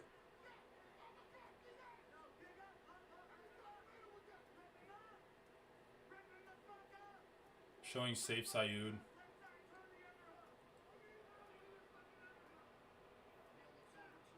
Damn, dude. Jeff Neal's really just getting controlled here?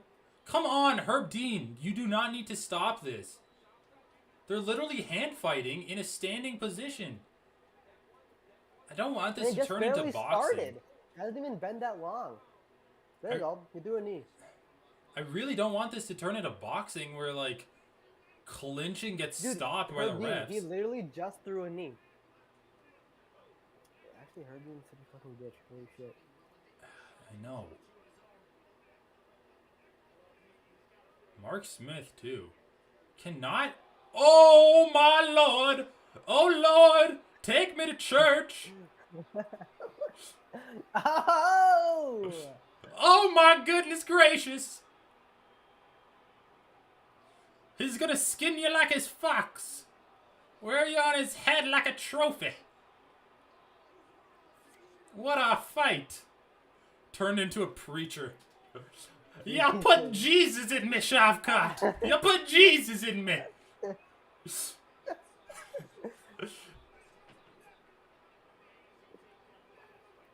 90 seconds left.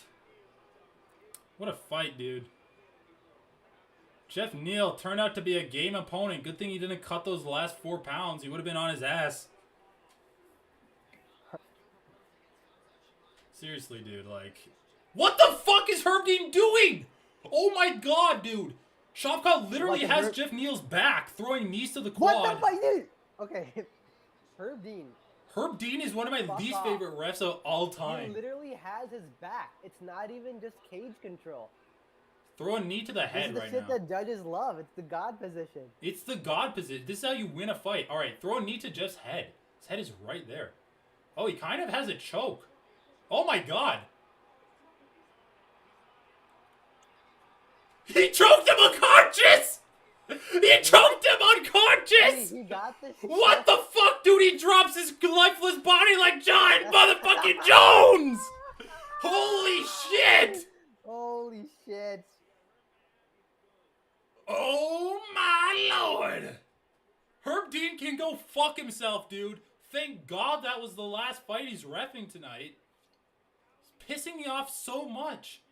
Shavkat literally had his back and was throwing knees to the quad, and Herb Dean's like, let's work! Let's work! Alright, what was this punch that rocked Neal? That was the left hand that Neal landed on Shavi. Oh! Shavkat was landing those straight shots the entire night. They both have good chins. They both have good chins. They both had really good chins this fight, yeah. Shavkat's defense was slightly better than Jeff's. It definitely can use some improvement, though. Fuck, dude. Those body shots were ridiculous that Shavkat was landing all night. Literally like the first strike that we called. Knee. Look at this. This was almost like an arm triangle. He chokes him out with the bicep and the forearm. Look at that, bro. He chokes him unconscious like that. Basically, it's a rear naked choke, right? Well, it's like a twister position because he like figure forward or he hooked Jeff Neal's right leg the end, like, and then twisted his spine. Just like the crux of the elbow. Because like he was pinning Jeff Neal's right leg and then twisting him that way, so he couldn't. No, but that's not. The choke wasn't as a result of twisting his spine. No, I'm saying he was twisting his spine with the choke and with the hook that he got in. He was using the choke and the hook to almost like twister him. No, but the twisting the spine part was completely irrelevant. It's not They're just irrelevant. choking both carotids with like the bicep and the forearm. If he didn't have the base on Jeff Neal's leg, Jeff Neal could have spun out of it. Yeah, he had to hook him.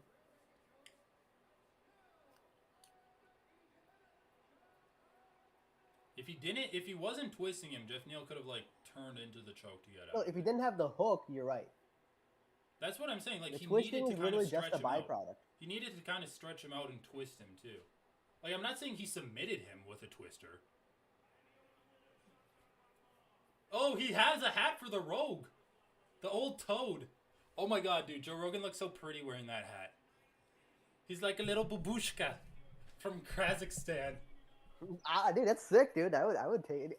An authentic hat from the man himself. I would love that shit. Made out of my pubic hairs. Remember what True Conor McGregor Chad said? right there. Dude, He fucking sheds hell. that with hair. Anyway, third round submission.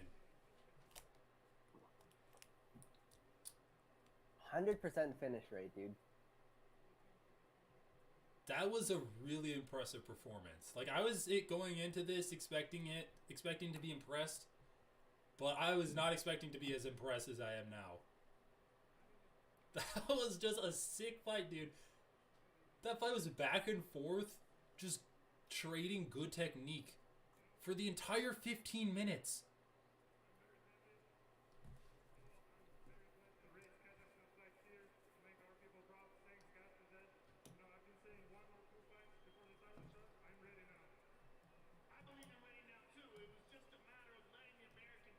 I think I can hear the audio through your mic again. Post-fight interview. Dude, just fix it though, because I kind of Test. I want to hear the post-fight interview. Oh, Jeff Neal's defense kind of sucked that fight. His defense mainly consisted of like shelling up and trying to walk away. But Shavkat did a great job of like attacking the body and also crushing the shell with elbows. Jeff Neal oh, okay. Jeff Neal did tap. He did tap. He tapped with his left hand. And why did he fall to the ground like that? I don't know. Tired. Hurt.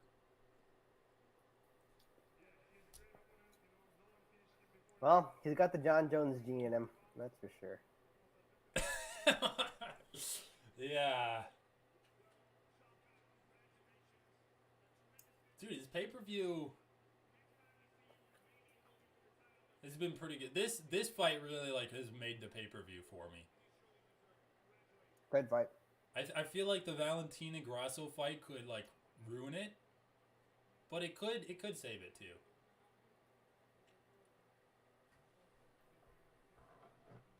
Dude, Joe Rogan looks so funny wearing that hat. It just like completely covers his head. I know.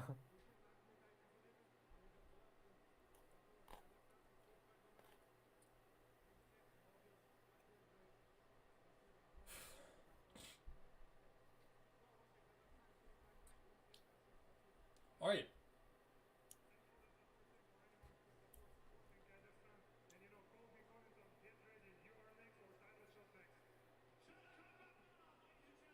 So he beat Jeff Neal. I don't know what Jeff Neal was ranked. Probably in the top 10. Maybe higher up than the top 10. I don't fucking know. Who do you want to see Shavkat fight? Dude, I want to see him fight for the title. Okay, well, Okay, fine. Colby Covington. No, I don't even think that's a ridiculous ask, saying him fighting for the title. I'm No, just I thinking, know. like, It's not going to happen. is the like, title picture kind of clogged up right now? Because Usman versus Edwards, I think regardless of who wins, they're not going to run it back for like a fourth time between them, or like a third immediate trilogy. Mario Lopez and Mark Wahlberg can go fuck themselves. I need to see them. Who the fuck is Mario Lopez? The guy from Saved by the Bell. Michael Chandler is sitting there with Islam. What the fuck is going on, dude? Holy shit, Conor McGregor's on so many steroids. Look at his face. Dude, he literally looks Why is unrecognizable. rubbing his chest while this? What is happening? I don't even think that was his wife. Or, I mean, That's- fiance. I don't. That's probably why they hit her face because they don't want like Dude, to Conor broadcast McGregor's that he's with prenup another that he woman. signed is just not getting married. It's like, I'll let you say you're my fiance. That's the prenup.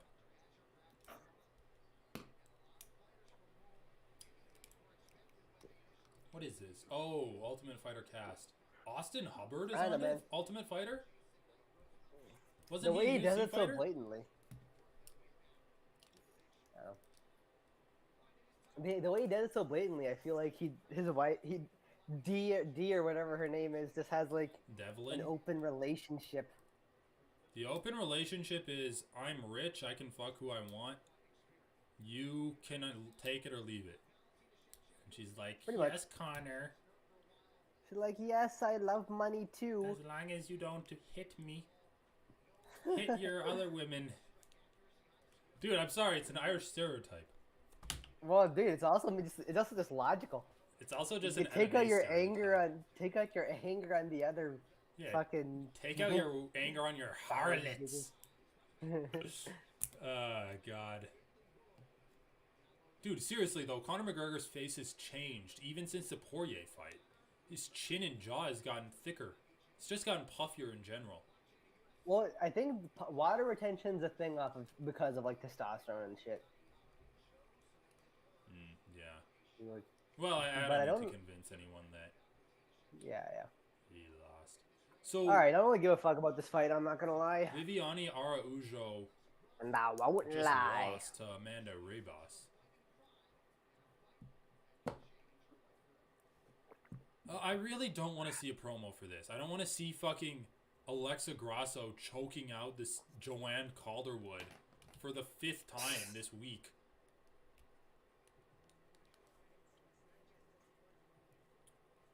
Dude, apparently, you know Valentina always walks around with that, like, Russian coach? Coach Pavel? Yeah. Apparently he's married to Antonina. Really? Yeah, Her sister? yeah. Don't you think that's weird? Yeah, it is incredibly weird. Dude, Valentina looked like a killer even when she was like a teenager.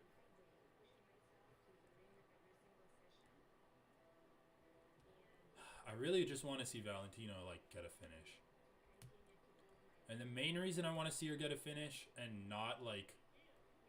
Well, I guess I just want to see her win because if she loses, we're going to have to see her fight Alexa Grasso again. I just don't... I don't want to see that, bro. You know what would be refreshing? Valentina loses this fight. It's just like, yeah, fuck it. I don't even want an immediate rematch. I'll go away for like a year. I'll go away for 2 years. Come back. You guys need to like fix this division.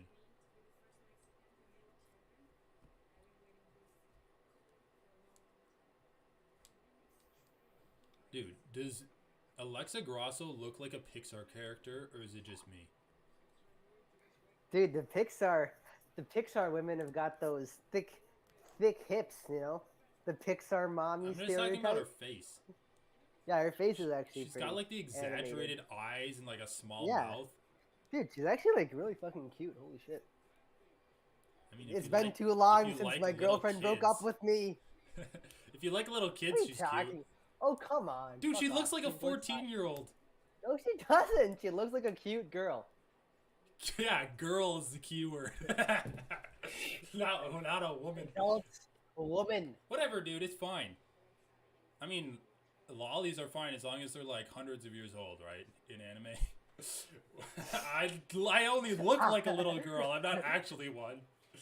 I'm actually 1,000-year demon. Yeah. That's probably the most cursed trope Yeah, in it's anime. cursed.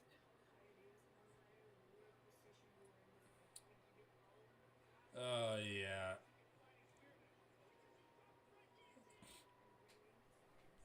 I mean, Oh, dude, Conor McGregor does look way different. Holy shit, his nose has grown so much. I'm gonna look up a It's picture this of him. shit's like, look at this fucking video. It's like a mugshot of him, practically. Holy shit, dude. He looks like Dricus looks- du Plessis. I mean, maybe it's because he doesn't have a beard, but God. I know, but still, dude. Dude, do you think Conor McGregor is, like, self-aware? Do you think he has sentience? What do you mean sentience? So sometimes I feel like Conor McGregor is just like a husk of a human being, and he just like does whatever. Like he's like that argument for God, right? It's like he's a caused cause. He was caused by something. It's just another cause. domino bouncing from influence to influence. God, grow your beard back. Holy fuck, he looks so bad without it. You know But who dude, he look looks at like? the difference between his jaw here and his jaw here. In this picture I sent. I don't know, maybe just as you're older, your head grows. You get older. I mean, as you start blasting, your head grows. Dude, fuck it, I'm gonna start blasting. It gets you a better chin too? That's insane. I want to call that better. Well, dude, his face just looks puffy. Imagine the same chin, but just like leaner. Look at the Ugh. difference in their heads, dude. Holy shit. That's insane. I mean, it's a different angle, but you're right. It's so much puffier. Okay, dude. Does he look like this guy? This guy, Brendan Fraser. Here's Brendan Fraser in 3 different stages of his career. Yeah, kind of, yeah. He kind of does, right? Like, kind of the puffy chin. Brendan Fraser got really obese. Respect that. I respect that. That's my plan. That's my plan The to problem is, overimpress as an 225 actor, pounds. if you get obese, then you're kind of, like, relegated to just Typecast. taking obese roles. Yeah, you just typecast into like, yeah, the obese funny guy. Or sad. Which I think is what his last role was. Really? I haven't really seen that many movies with a sad obese guy. I feel like it's always the, like, Well, dude, he was in a movie. The only reason I'm saying that is because I looked him up and he's in a movie called The Whale. And he's fat in it. I'm assuming it's sad. Yeah. I'm assuming that's sad. Otherwise, yeah. it'd be a mean comedy. Yeah.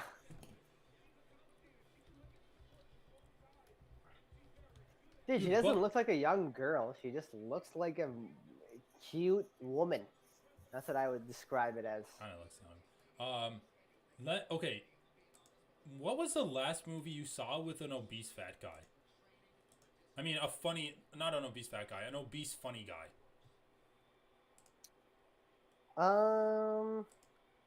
Don't Look Up. Kind of the. What is that? The president's assistant was like that obese comedy guy. He wasn't that. I mean, he probably is clinically obese. I don't know.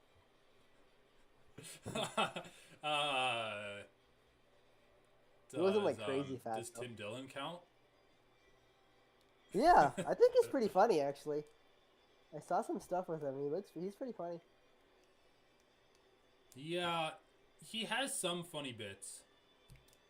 I saw him doing some thing where he like asked the crowd what their favorite ice cream place is, and he would joke about it.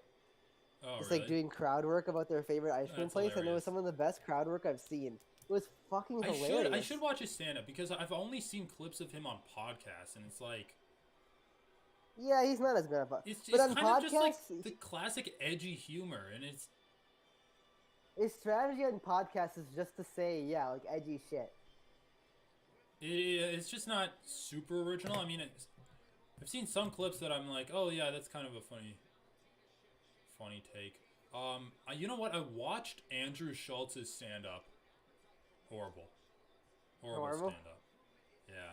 I saw like his Netflix thing, and it was so boring. I have no idea why people fucking liked it. You know what's Or why hilarious? Joe Rogan liked it, I guess. Okay, this is hilarious. So he does a stand-up show funded by himself and his fans, right? He just releases it on his own website, and so people can buy it on a website to watch it.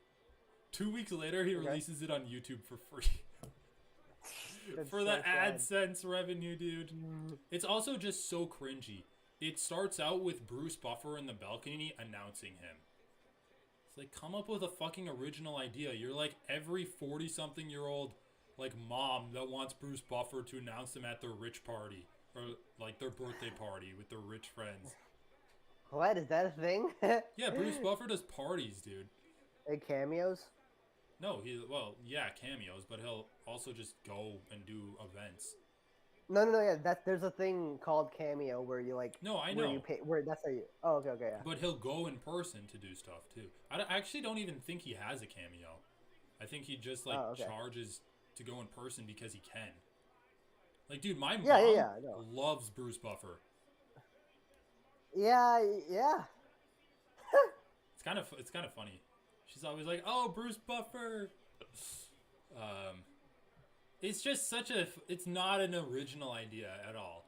Oh, I know. I've sidled up to the MMA guy, so I'll have Bruce Buffer announce me on my way out. That'll be so cool. Closing odds. Really? And what are her odds now? Minus 700? Minus 2,000 versus Jennifer Maia, compared to minus 850 versus Alexa Grasso. Interesting. Those are not like succinct odds, or like they do not accurately depict how the fights went at all.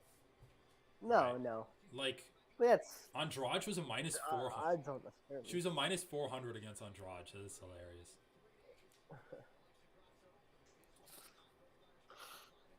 Yeah, shot she looks like a young fucking girl. Pixar face. Come on.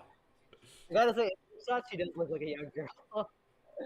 It's the makeup, I think. Like I think it's just the makeup that she uses. Because you're right. Like, when she enters the cage, she definitely still has that same, like, kind of youthfulness, but she does not look nearly as young. Dude, come on. I thought she was, like, Mexican. Aren't they all supposed to be tough? She's got the Mexican. Dude, imagine being the one Mexican that's not tough. Like, I don't want to fight. Single-handedly bring down the reputation that an entire country's been building for like 80 years. I know, that's why I like it, being Indian. People don't expect me to be tough. Yeah, that's actually a good point. White people don't really have expectations because they just place their expectations on other people. That's true. On other colors. And then every other like color of people is just like, we're trying to like live up to our reputation. We don't have time to put any reputation on white people. White people's reputations is just like being boring, I guess. Which I live up to. Oh god. Okay. Official prediction. Give me your official prediction. Oh shit. Valentina, round 3 submission. I'll say Valentina by decision. I don't know, man. That's like better, yeah. Well, fuck you. I mean, the decision pick is always well, the dude. correct one. We've had some finishes tonight from women. Yeah, it's still correct to choose decision. I mean, maybe Valentina will submit her. Let's see. Is it too late to put money down on decision?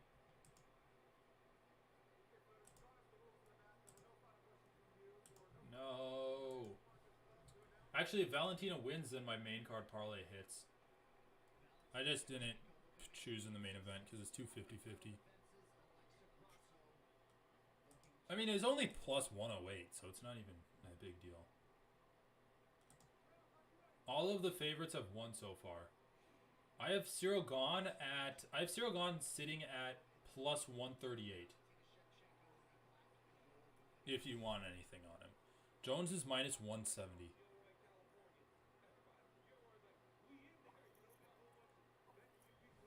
Alright, starts off with the outside leg kick. Got like that weird Muay Thai stance. Misses her face front kick.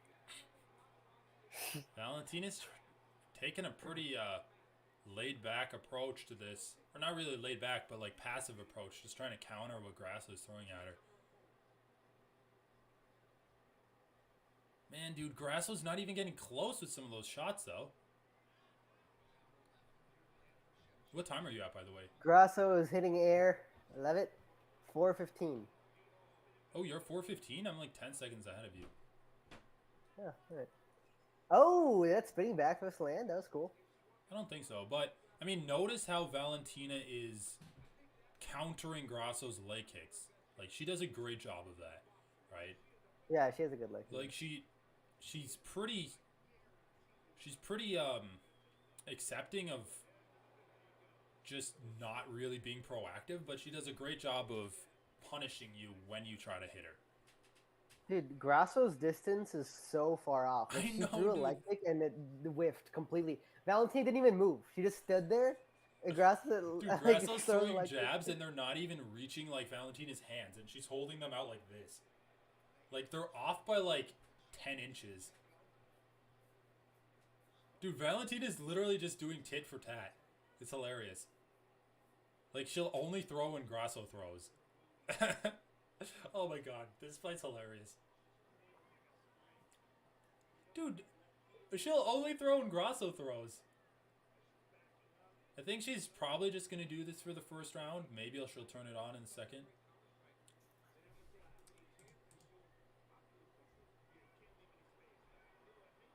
Valentina's live odds are minus 1250. But that just became the live odds immediately. Like, I don't think it's really a reflection of how the fight's going so far.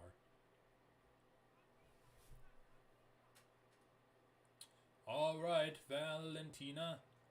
Let's go, Valentina. Valentina needs like a hat to wear.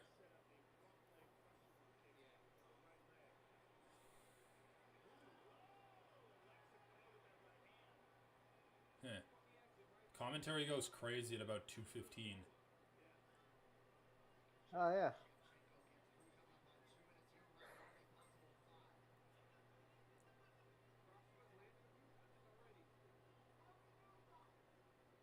Dude, like... Ugh. Oh, shit. Valentina did get caught there, actually. Oh, yeah, you did. Yeah, you're not that far ahead of me. Yeah, I'm probably like 5 seconds ahead. Oh, those leg kicks are hard. You know, inside thigh kicks, it's probably the kick to throw if you're fighting in the women's division. Don't have to worry about getting a point deducted. I mean, dude, honestly though, like, the thing is, those cups, like, they enlarge the target zone, right? Yeah. So if you're not Wait, do women wear cups? I don't think women wear cups. Like, you can get caught. You can get. I've seen a women's fight get stopped before for a low blow, but yeah, I've seen low blows. But it's just way less because there's less of a target.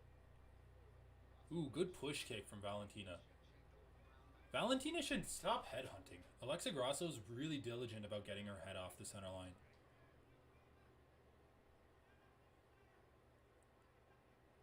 I feel like Valentina's best strikes that she's landed have been leg kicks and body shots. Oh, she's getting outstruck by Grasso. By 2 strikes. Yeah, dude, those front kicks to the body are landing every time. Oh my god! Oh god, that was a good one. Yeah, she actually kind of caught her with that. Grasso goes for the takedown. Yeah. You know, I would have imagined that the clinch was Valentina's best area. Didn't really do anything there.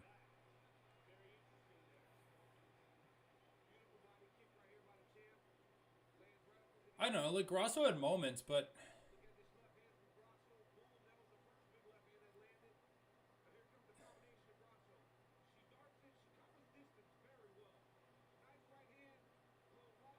Oh, yeah, those were good punches that landed.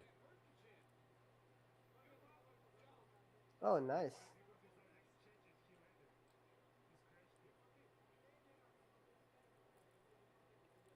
I don't know, man. Like, that round was close. I guess you can say Grasso took it. Landed the bigger shots, outstruck her. You know what I'm sick of hearing about? I'm sick of hearing about Valentina going and training at a different fucking gym every training camp. I went to train in Japan this time. Dude, have a gym actually improve at the gym instead of like resetting at the different gym every fucking Well, training camp. sometimes people around the UFC and the UFC itself make a big deal about something that I'm like, I don't really care. Right? Like, she's with the same coach everywhere she goes. She's just like borrowing facilities. I feel like the training partners need to be need to matter. They need to be like deliberate, and then like you need to have some constant ones and some ones you bring in for the fight. Yeah. Definitely training partners, and definitely like your head coach matters a lot too.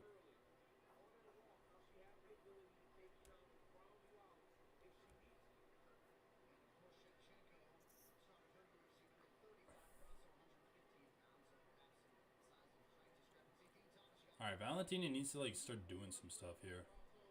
Just win, Valentina. Just win so we don't have to like do a rematch or anything. Or I guess if you lose, I won't Dude.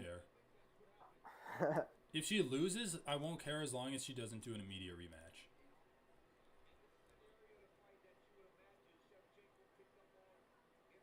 Man. This fucking Valentina's title defenses are always like a band-aid. It has to happen sometime. It's like ripping off a band-aid. It has to happen sometimes, but it's always going to be painful.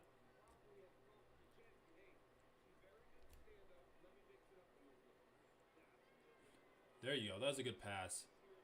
Oh, really good pass. Almost has her crucified. But Grasso's almost out, too. Nope. Good pin by Valentina.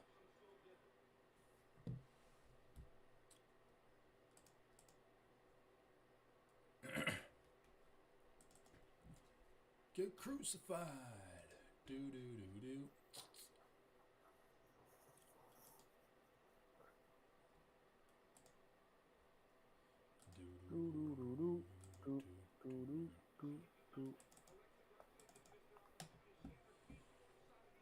I mean, this round's pretty good for Valentina. But, you know, in the striking, she doesn't look super comfortable. I mean, imagine going from Lauren Murphy to this. Yeah, exactly. Like, this is definitely a step up. The problem is Valentina's just so well-rounded. Like, if she can't beat you in the striking, she'll just go to the grappling.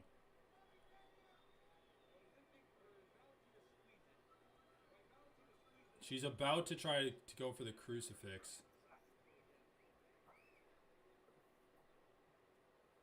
She really needs that other arm pinned, so Grasso. Yeah. Grasso was able to get up pretty nicely. Ooh, good clinch break shots.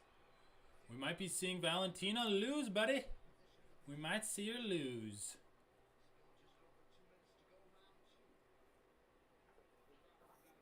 Good jab from the champ.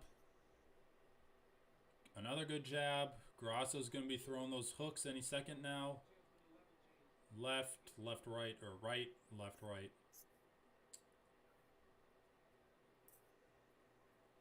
You know, Valentina should be throwing body kicks when Grasso turns orthodox. Valentina's really just like super willing to be playing this tit for tat game. I'm not a huge fan of it if I'm like in her corner. Oh, by the way, Turner did get officially credited with the knockdown for round 1 too. Oh, okay. I'll have to rewatch that fight. To be honest, I'm getting closer and closer to robbery status for that fight as well. Yeah. I feel like the knockdown in round... Wait. You said he got officially... it was officially set a knockdown for round 2? Round 1. Round 2, yes, as well. But round 1, remember when it was like, oh, did he slip or what happened Well, I there? feel like round 1 was a... I don't know... bigger knockdown than round 2. Because honestly, I thought in round 2, Gamera kind of got caught off balance. Well, I think it's much just because I saw the round 2 one more clearly, but I thought round 2 was clearly a knockdown. Well, it was a knockdown, but I don't know. do you think there's anything to be said about Gamrot I was being unsure caught about when round he was one. off balance? For the round 2 one or the round 1 one? Round 2. Dude, I don't know. I literally saw Gamrot's head turn like from the punch, and he went down. Yeah. Like I don't know. Gamrot just gets like. I wouldn't say so. I mean, wouldn't say so. I wouldn't argue against that because it's in line with what we've seen from Gamrot in his other fights. It's just like I don't think judges value flash knockouts or flash knockdowns that much.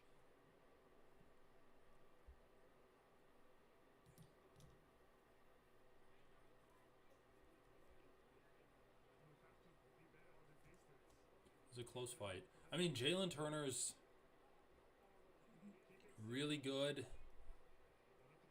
Like, what can you even say about that performance, right?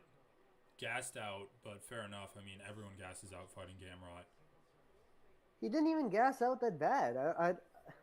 Well, I he don't didn't know, gas man. out that think, badly, but he was pretty. He was like that's what caused him to start losing, though. He was gassing out. Yeah, I mean maybe.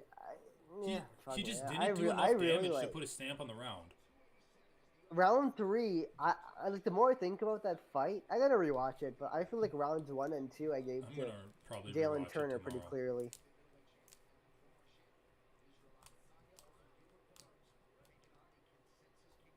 Like, let me ask you this: if Jalen Turner hit Gamrot and he was, and like same amount of damage, but he didn't drop, would you still give Jalen Turner round 2?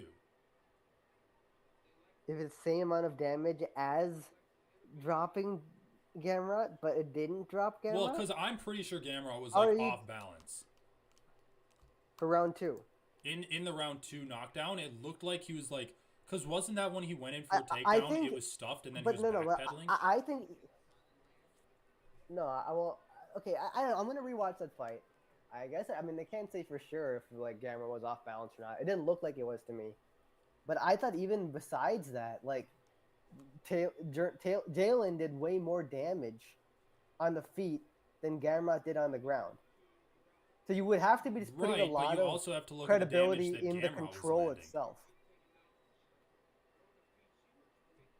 No, sure, but like in round 2, I don't think Garbrandt did basically anything on the feet. No. You would have to give a lot of credit. You're missing like. I think you would have to give a lot of credit. I honestly think you weren't like watching Gamrot strikes that much, because he was actually landing big shots on the feet. Like, go back and rewatch it. Big shots. I'm not gonna say he hurt Turner as much as Turner hurt him, but I agree. Jalen Turner did more damage on the feet than Gamrot did on the ground. But Gamrot also did damage on the feet. Even barely. Like Turner had hurt him multiple barely. He actually did like except apart from the knockdown, he did an equivalent amount. Not an equivalent, but like around the same amount of damage on the feet. Like apart from the knockdown, like really he did. And then it just turns into how much do you value knockdown versus takedown and grappling. And I don't even know what the answer is to that question. Knockdown versus takedown is clearly knockdown.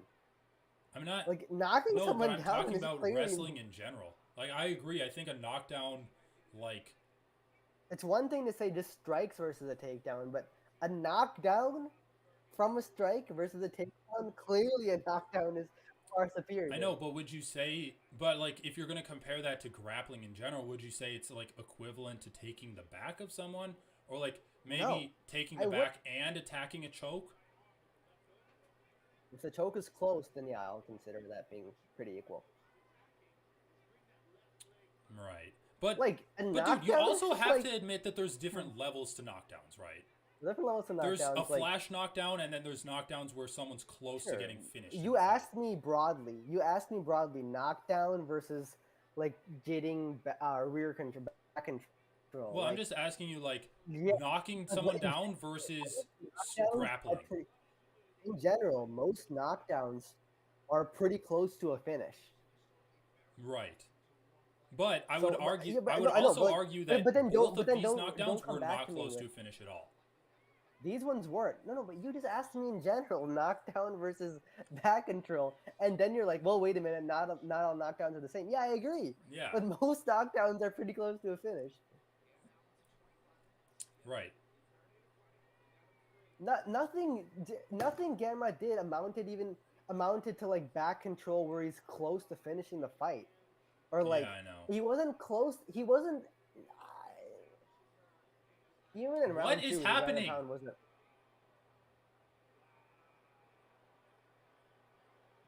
Why would you stand him up?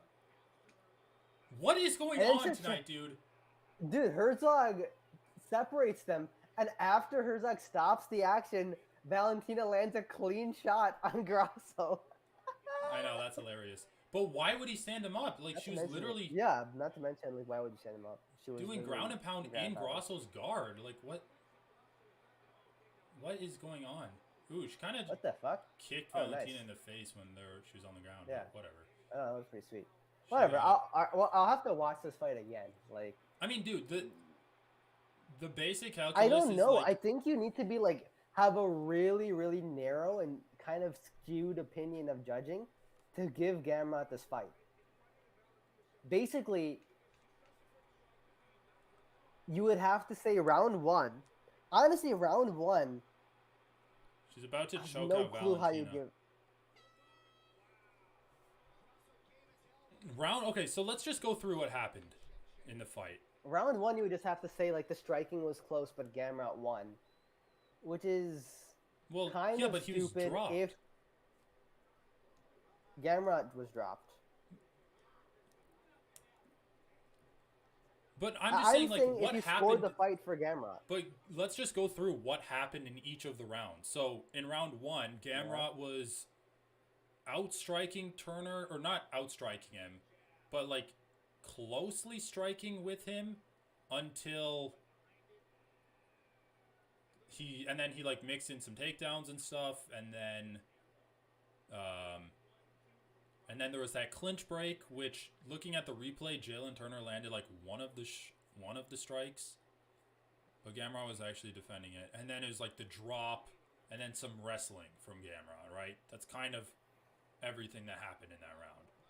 So like close striking exchange, both guys trading shots to the body, clinch break. But I don't even classify anything Gamrot did wrestling wise in round 1 as control.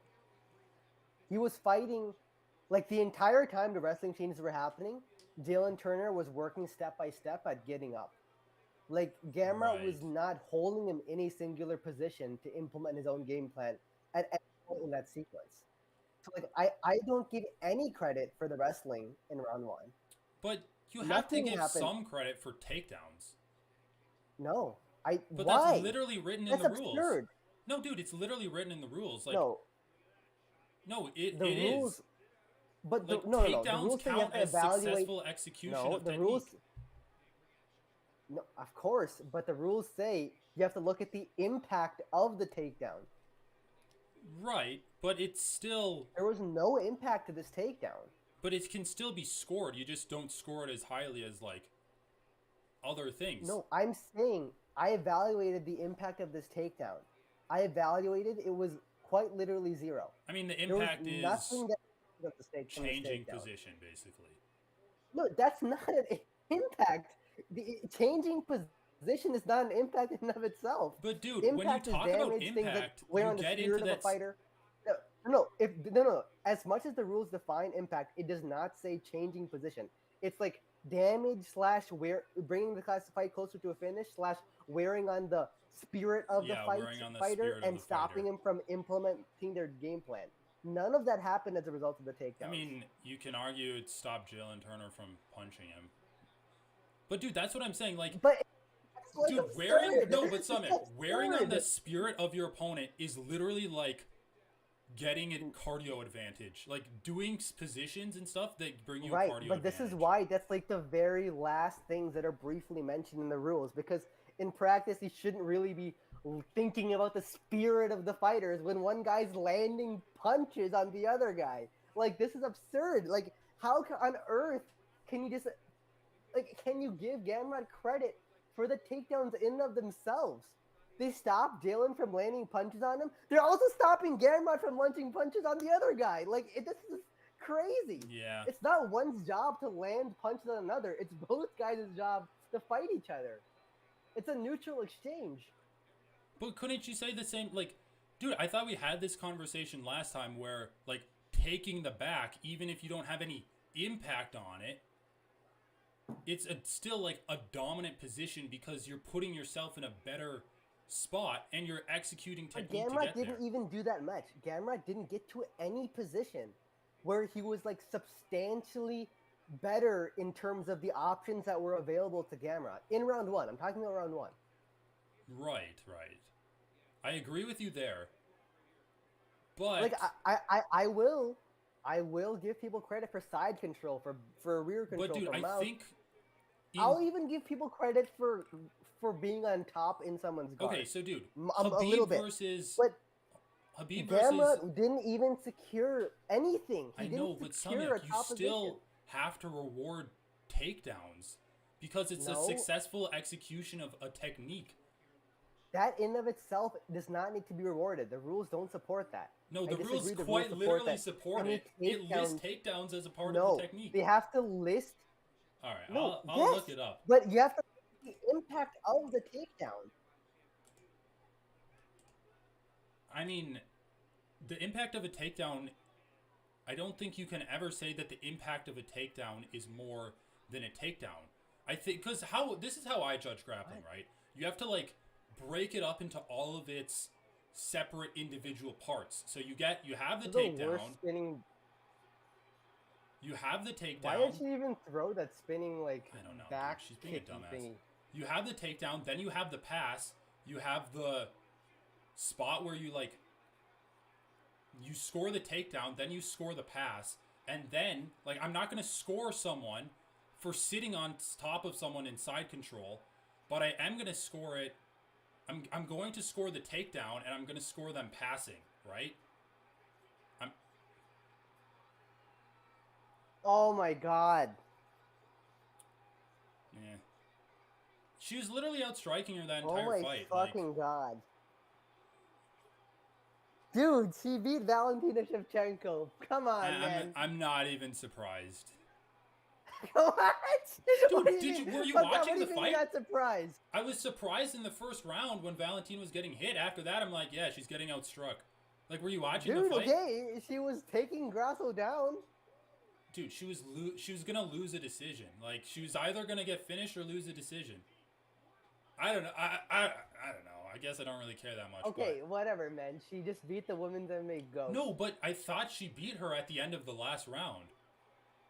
Like, Okay, I don't know. Then I feel like dude, whatever, man. It's crazy. Come on.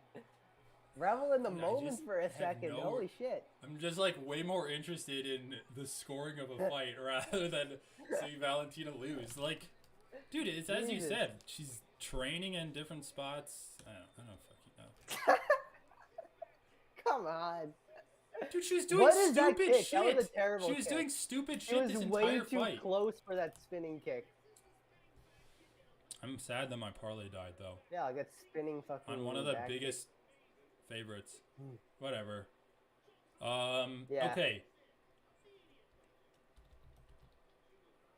Man, both Nunez and Valentina taking some. I really don't want an immediate rematch. I'm not going to be sad unless they give Valentina an immediate rematch. Dude, Taylor Santos got screwed over too. Yeah, Taylor Santos probably did.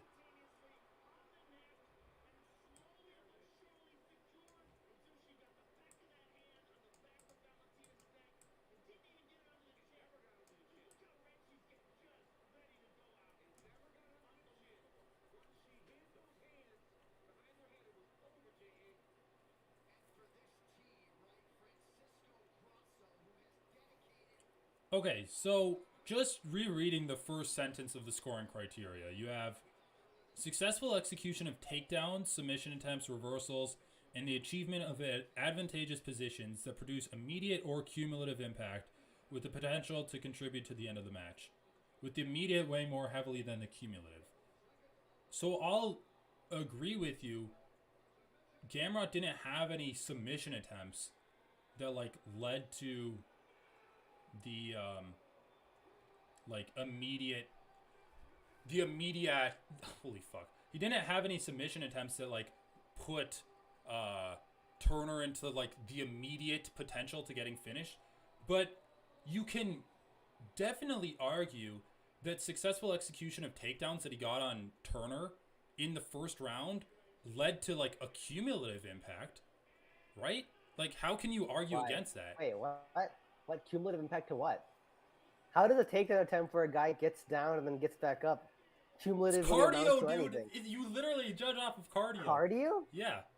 You're judging a fight based on making Yeah. Jalen Turner expend energy? Yes.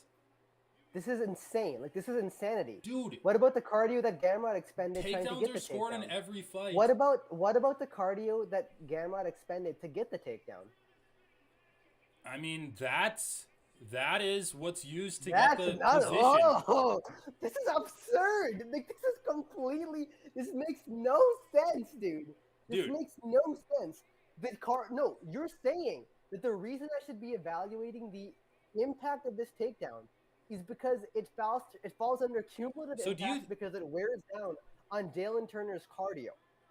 Right. Garbrandt also fucking expended energy to get the takedown. How can you say? What about the Dude, but He expended energy, dominant position. He didn't get into any dominant position. He didn't get to a The single way to get dominant out of the position. dominant position is to expend Jesus more energy. Fucking Christ. No, but that's not even what happened here. If you had said, wow, Garbrandt took a guy down and had him in side control, and Jalen Turner had to work to get out of that, even that would be a more logical argument. But Garbrandt didn't get to a single dominant position. You can't. There's no way to say Jalen Turner expended more energy in that sequence than Garbrandt did. Garbrandt was working the entire time as well, trying to keep Jalen Turner down and failing. Not to mention, taking a 6'3" guy down is fucking hard, dude. This is absurd, dude. This is just completely absurd. Yeah, fair. He didn't get to any position that would really make me think, wow, Jalen Turner has to work way harder to get out of this than Garbrandt does to keep this.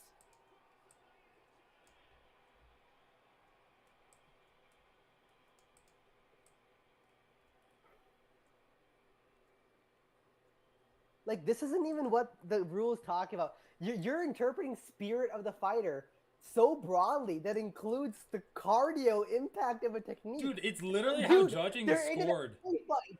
They're in every fight. Of course they're fucking gonna expend cardio. What do you think this is, a walk in the park? This is absurd. I mean, dude, you're right. The thing is,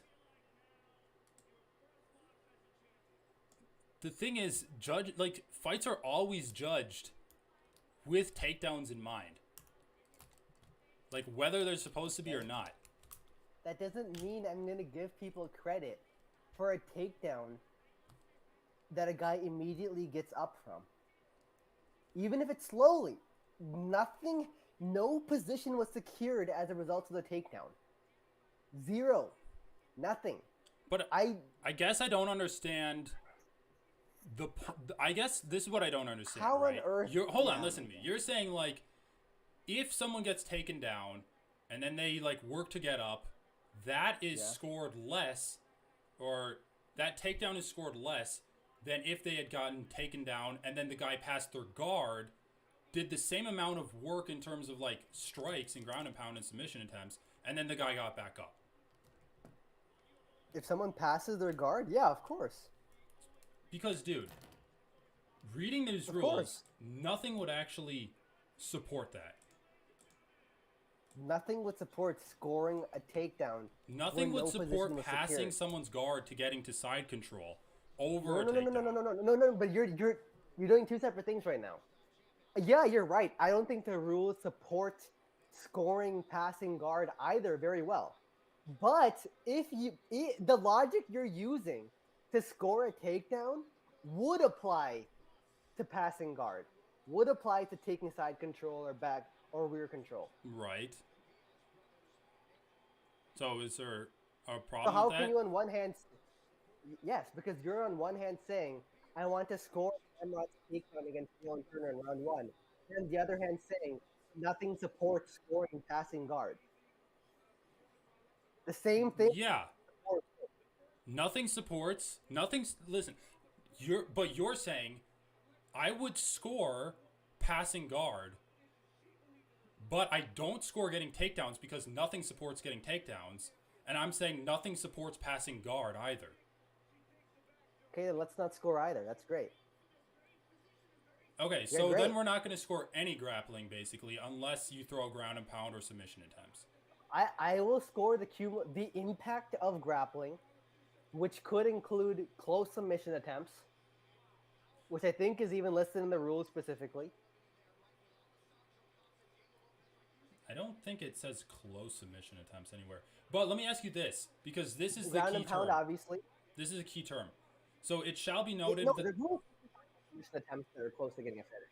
But wait a minute. Hold on, can And I I would just... score ground and pound. I don't score passing someone's guard, getting to side control, doing nothing with it, and then losing the position. Very much. I really don't. The only thing you could argue is your point about the cardio. Because if someone is settled into side control, the guy on top has to do way less work than the guy on bottom. That is not true for what Garbrandt got to in round 1. But I'm pretty much completely against scoring cardio exchanges. Dude, That's okay, but I absurd. need to ask you Like, this scoring question. cardio exchanges Hold on, is let me just absurd. get this question out while we're still on the topic. So what it says Yeah. is, it shall be noted that a successful takedown is not merely a changing of position, but the establishment of an attack from the use of that takedown. So let me ask you this.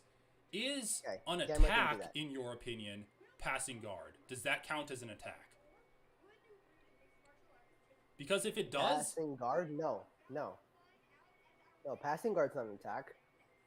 Okay, so then basically all grappling should not be scored except for submission attempts. Well, I mean, I consider strikes from certain. Okay, I'm positions on the not ground counting grappling. strikes as grappling. That's But like that is that's, grappling. No. That is grappling. No. But Okay, when other than people, strikes, this then. is. Like strikes are scored under the What do you mean same. other- Strikes are scored under the This same is why. category This is why as I'm damage. clarifying, James. This is why I'm clarifying because a lot of times when people complain about grappling not mattering enough in MMA, they try to say, right? So they exclude the striking from the grappling, the ground and pound striking. They're just like, oh, why? How dare you not score passing guard and taking someone's back and having a close and the only thing that matters is a really close submission attempt. You're not scoring. You're not. The grappling doesn't matter to you. This isn't MMA anymore. But that's completely false because establishing control and getting to a point where you can land strikes from a ground position is part of MMA grappling. That's MMA grappling. And I'm absolutely scoring. But I'm That's a talking big about part of when I say scoring grappling, I'm not talking about scoring the strikes. I'm just talking about just the changing of positions. Because I'm kind of confused because I thought like 2-3 weeks ago when we were discussing Islam versus Volk, the attainment of a dominant position is what helped Islam win round 4. And now you're arguing against that like 100%. Because Islam never went for a submission attempt. He never really went for ground and pound. He was peppering Volkanovski with shots a little bit at least. He was getting hit back by more shots from Volkanovski. I mean, sure, but you can argue like the angle that Islam had was better. But this is why a lot of people were saying Volkanovski won round 4. Like it was a close round. Because they don't know the scoring criteria. I think this is what I think.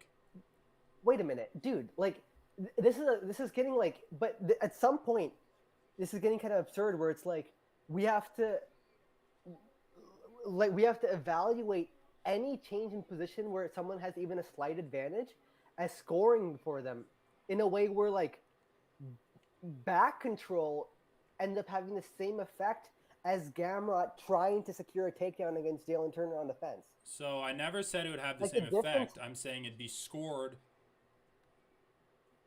Well, But- okay. but this I is won't. like- Won't. Wait. Hold on. Being Hold scored on. is Can like you repeat that one it's being thing? scored to such a small amount. Even if you can win, like we should be scoring the takedown to some extent. I would say it's being scored to such a small amount, like it's basically irrelevant. Like Okay, I think back now we're getting control is somewhere. way I'm more not important. saying a takedown should be scored the same as like a hard shot or anything like that. But what I am saying is, But all takedown needs to at least result in a settling in of a position where one guy is dominant. what or I one am guy saying is, advantaged. I That's think because grappling it didn't needs get to be that scored level. on the same playing field as striking. No, Now, not in the. What is it? What no, no, what does same playing field mean? I don't score. all right, let me explain it just- to you. Like you asked me a question. Just The getting same a playing takedown field. is the same thing as a punch to the head. I'm not saying it's the same thing as a punch to the head. I'm saying when you compare like jabs to like a hook that rocks someone, obviously you're weighing the hook more than the jab, but you're scoring it on the same level. The difference in levels of scoring criteria is effective striking / grappling, and then a level below that is effective aggressiveness, right? So I'm saying striking and grappling are held on the same playing field, and then we would go to aggressiveness and then fighting area control. Like, do you understand what I mean when I say same playing field? I'm not saying a jab is the same as like an overhand right that rocks someone and knocks him out, but they're scored on the same playing field of striking first. They're looked at that first. You look at striking and grappling the same. You look at them at like the same time, and then you would look at something else. So, I think where the grappling, the Islam example you gave, would fall under the dominance criteria of the 10-point must system section of this rules. Maybe. Dominance in the grappling phase can be seen by fighters taking dominant positions in the fight and utilizing those positions to attempt fight-ending submissions or attacks. Merely holding dominant positions shall not be a primary So factor. you're reading in the assessing 10-8 dominance. round right now? Well, it's not just 10-8 round. The It's 10-8 just, round criteria? just the general 10-point must system criteria. Judges must consider. Judging criteria. It's just explaining the 10-point must system. It's not So it under says 10-8 or anything. Judges must consider giving the score of a 10-8 when a fighter shows Wait, dominance in the round. I think you're in a different part of the rules, which I'll get to. Okay, so you're but- just reading the 10-point. So you're 10-point must system. Yep. but there's no Number 3. overarching. It says round scoring, Wait, and then it says what are 10, you 10. using? Okay, I'll Hold link you. I'm gonna make sure we're on the same thing.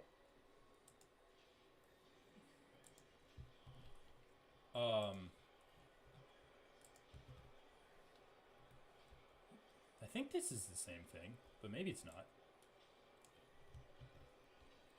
But Samik, you can agree, like, let's say 0 strikes were landed, including ground and pound, 0 submission attempts were landed. One guy takes the other guy down 3 times during the round. Wait a minute. This is literally a different document. Is it really? Let me. I've been using this the entire time. I wonder if it's this, if it's I haven't used similar. this the entire time. The one I sent out. So this is as approved April 2001. Oh, amended 2010, amended 2016, amended with procedures August 1st, 2018. This is amended 2018. Amended with procedures 2017. Well, yeah, but 18 was the Oh, best. sure, but whatever. 18 is the last time it was updated. So where are you right now in this document? This is literally a completely different document. What is this document? I don't know. This is like John McCarthy's website. Wait, what page are you on? This is way more detailed than the document I was looking at. This is the document I've been looking at this whole time. I was on page 7, I believe. Yeah, so under A, judging criteria, point number 3. Point number. I mean, like, really, C? I think that... wait. What? Under dominance, point 3. Point 3. Number 3. Oh, okay, there we go. As MMA is an offensive-based sport, dominance of Like, round can be seen. I think these... I don't know when you switch from being like a damage purist to like I need to control every grappling. I mean, I thought I made this clear. But I don't think the rules support. No, the dude, rules I are literally pretty much never said control. saying damage. Like, dude, I thought I made this abundantly clear. I never said I do not score control at all. I score successful executions of techniques that can potentially contribute to the end of the fight. Why? Why though? Because I think Successful that executional it. techniques. Wait! No! This No, you rule said why. set Let me just explain doesn't why. say that at all.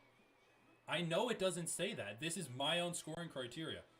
I think that if you score that, you're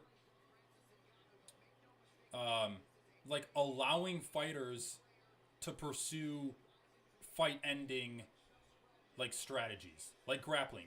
Because think of it this way: if we are only scoring ground and pound and submission attempts, and a guy gets hit with like a pretty big shot, he doesn't get wobbled or dropped or anything, and then he grapples the other guy for 4 minutes, is continuously chasing positional changes, ends up in like side control or something, lands a few ground and pound shots, but it's nothing close to the shot that he was hit with, right? Because you just cannot generate that kind of power. I would like to reward the round to the guy who just out-grappled his opponent for that amount of time. Why? That's retarded. I mean, if the guy is going towards an end and he gets interrupted by the bell, I feel like we should reward that more than a single strike. No, but you never said he's going towards an end. You just said he landed some bad shots. If he's progressing his positions, I would reward that. Like if he ends up in mount or something and he's landing some ground and pound, or if he takes the back. You have to weigh the ground and pound against the strike on the feet that wobbled the guy. I know I am weighing the ground and pound, but I would also weigh the successful execution of positions that's not supported in these rules. Which tell me, impact, dominance, duration, which of these categories would that fall under? Dude, this is my personal scoring criteria, which... I don't give a fuck about your personal scoring criteria, dude. You're the one who was citing the rules. You're the one who said, based on the rules, we have based on the rules, grappling's not scored at all. At least the rules I was looking at. Perfect. Fucking great. But grappling doesn't need to be scored. There's nothing that says I have to score grappling. Grappling gives fighters advantages because they can get to positions that are really good for them. And that makes it part of the sport. But I don't have to score it. I don't have to score it if they got almost knocked out before and then they out-grapple the guy for 4 minutes. What does that matter? You almost got knocked out. You lost the round. But I mean, now we get into the question of like what's actually winning a fight, right? Okay, so that's why I'm telling you, what part of impact, dominance, or duration does simply out-grappling a guy, not doing anything with it, just simply out-grappling a guy and winning positions in the rules that I just linked you, a part of? Well, that's why I was asking you. The establishment of an attack from the use of the takedown. These rules aren't complete, bro. These rules are like quite literally a third of the size of these official rules that I sent you that are updated in 2018. No, I agree, and I just haven't read these rules yet. All bouts will be evaluated and scored by a minimum of 3 judges. Okay, so this is just talking about it. Man? What the fuck is this shit? Judges shall evaluate mixed martial art techniques such as... This is John McCarthy's website. I'm reading the website that you just sent me. Rules. Dude, I'm literally reading it right now. Judges shall evaluate... read that one and explain to me what part it would fall under. Okay. MMA techniques such as effective striking, grappling, effective aggressiveness. Evaluations shall be made in the specific order in which the techniques appear. Okay. Effective striking is judged by determining the impact/effective legal strikes landed by contestants solely based on the results of such legal strikes. That's interesting. That's better defined than in the other rules. Based on the results of the legal strikes. Effective grappling is assessed by the successful execution and impactful/effective results coming from takedown, submission attempts, achieving an advantageous position, and reversals. So from this, it's pretty clear to me that you can score takedowns, but You because can score takedowns, yes. it wasn't very impactful, they get scored less than they would have if he had taken Turner down and just stayed in his guard. Right. And that's why I said, it's not like I was ignoring the takedown. I evaluated I used the exact rulings wording. I said I evaluated the impact of the takedown and landed on there was basically zero impact. There was zero impact.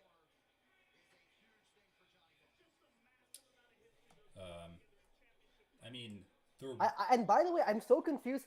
I thought you were looking at these rules the whole time because you were the one who was talking to me about lacerations for like no, making dude, a these big deal rules about have, that. like, And copy these and rules pasted. are the only place where I saw lacerations. No, about, there are some under copy and impact. pasted spots.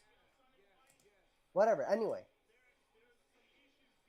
So, Yeah, like, dude, I mean- do you disagree that, like, yeah, if you get a takedown and you don't really do anything with it, the impact is extremely low?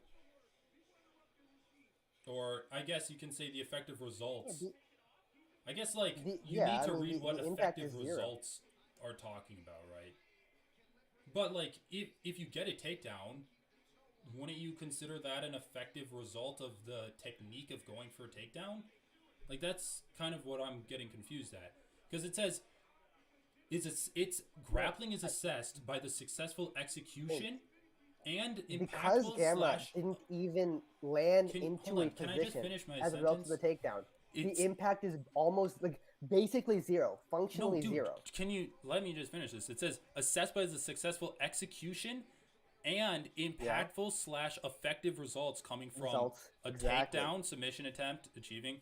So, Tell me the impactful and effective result coming I from mean, the takedown. if you go for a takedown attempt and you get it, wouldn't you say that was an effective result?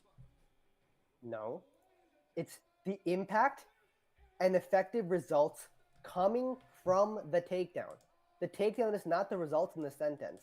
It's what's coming from the takedown. By the successful executions and impactful slash effective results coming from the takedown, submission takedown. attempts, achieving an advantageous position, and reversals. This is why I've been saying I looked at the impact of that takedown. But it was zero. I mean, there you was zero cannot impact of that ignore takedown. it that it says it's assessed by the successful executions and the impactful effective results. So even if the impactful slash effective result, which I still need to look up the definition for what it says in here, is low, he still got the successful execution of it, right? Which it says it's scored by that and the effective result of it. Sure. So you have to But score takedowns. clearly- That's all I'm arguing. Oh my God, James, what do you mean score takedowns? Like when this? Okay, can I explain what I mean? Some So, things amount can I to explain almost what I mean zero. so we're on the same because page? You're being scored in comparison to everything else the opponent has done. But Summit, can I explain what I mean so we're Yeah, on the same sure. page? What I mean when I say score takedowns is if someone takes down their opponent like 7 times in one round, no other strikes are landed, you score the round for the guy that took Okay, him down. no. That was a really important thing. That was a really important thing you just said. Because the opponent did so little in this scenario that, yes, even the extremely marginal impact of 7 takedowns where nothing resulted from them won the round. Okay, yeah. That's all I'm arguing. And you were saying, no, why would I sure. score that at all? James, I said basically zero. The effect. No, you've been moving the goalposts. Like, first you said, I'm not going to score any positional changes. You said, why should I score someone getting to side control if they're not going to do any ground and No, pound or because in your submissions? scenario, the guy had wobbled the guy in Okay, the forehand. I guess we're just talking past each other because you feel like, or I guess I did bring up that one scenario, but I was any also fight where nothing else before I has brought happened, up that scenario. Of course, I will. Any fight where nothing else has happened, the only thing that happened in the round is one guy took the other guy down, passed his guard, got to side control. Yeah, Right. of course, the guy who took the other guy down and passed side control is the guy who won. But that's quite literally the only thing to score. That's all these rules are getting at. These rules are pretty clearly. I mean, I'll read these rules more later, but the impact, when you look at an impact, it's pretty clearly the damage coming from these techniques. Yeah, and I'll read these later, but I'm just... It gives room for other things. Like, it gives room for diminishing opponents' energy and confidence. I think we agree on this, right? Because we're saying, like, you can score them on the same level of strikes. The problem is Jalen Turner's strikes were more impactful by a large margin than the wrestling was. And so you're saying it's I effectively quite literally think a single jab would win over like the takedown attempts that Garbrandt happened, assuming nothing else happened in the round. Just like one jab from Jalen Turner versus I would say like I would say that a takedown didn't attempt even land in the position. is how I would score it. I would say a successful takedown, and there is gradients to it, is equivalent to like a few light strikes. But I agree, I don't rate it that much. But let's just watch this fight. We can talk about this later. This fight's actually really good. Okay, yeah, we gotta watch this fight. We gotta watch this fight. Dude, I can't believe Shevchenko lost. How come you weren't reacting to that?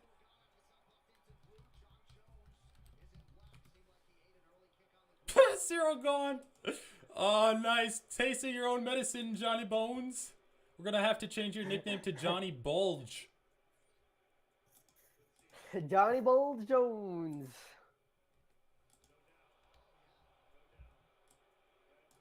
Oh, man. Waited 3 years to come back and get kicked in the nuts. And now he's mad. He's going to Hulk out. Now he's mad. Man, dude, he's got that nice gray in the beard. I respect that. Yeah, I respect that too. Go gray or go gay. That's what I always say. What the fuck? Nice right straight from John. Oh, fuck. I forgot to bet on Ciryl, but it's fine. Fine. All right. What's your official prediction? I lost. think we've talked about this before. Jamon Jones. I'll say- Round 4 TKO. I'll say Ciryl 3 TKO. Really? Ciryl 3? I thought you were going to say Ciryl by decision. I think that's the best bet for Ciryl. Possibly, but I just feel like Cyryl's been working on, like, beating his opponents down more. John is doing the classic thing where he's, like, pacing forward slowly. Honestly, dude, maybe Curtis Blades would be a better matchup for John Jones. Oh, no. Took the back of Oh, Ciryl no. Gane. What did I say? 2 takedowns and he's good? 3, he's fucked. Damn, Jones looks way bigger. Jones looks way bigger in this fight. Holy shit. Yeah, he's Yeah, got I Ciryl in know. a good position, though. He's He trying does to look bigger. take hand, control the hand, get rid of the post. Going for the back. John Bones Jones. See, dude, zero effectiveness with that takedown. What? I mean, he did nothing with that takedown. Now he's in a good spot. What do you say? Oh, can you hear me? Can you hear Yeah. me? John Jones did nothing with that yeah, takedown over Ciryl. Yeah, now I can. John Jones did nothing with that takedown over Ciryl. Right? Do you agree or not? I mean, now he's doing stuff. Yeah, no. Submission Yeah, I agree. time. My thing is fucked right now. My Oh. screen is... Oh, there you go. No, well. There you go. I'm back. Oh, fuck! It's over, dude. Dude, well, good thing you didn't bet on Ciryl. What did I fucking tell you, dude? John Jones. Dude, you why never the fuck said did you bet that. against You him? didn't say anything like that. Wait, I've been predicting John Jones consistently. I haven't predicted John Jones, even predicting Ciryl Gane. You didn't say anything that would happen. I mean, takedown granted. You said that would happen. Oh, come but on. I agreed. said he would take him down. Said he would take him down. Round 1 finish, dude. Dude, Ciryl got literally, fucked. like, nothing happened in that fight. I basically missed all of it. Fucking hell, I gotta watch him now again. They haven't showed Stipe at all in the crowd.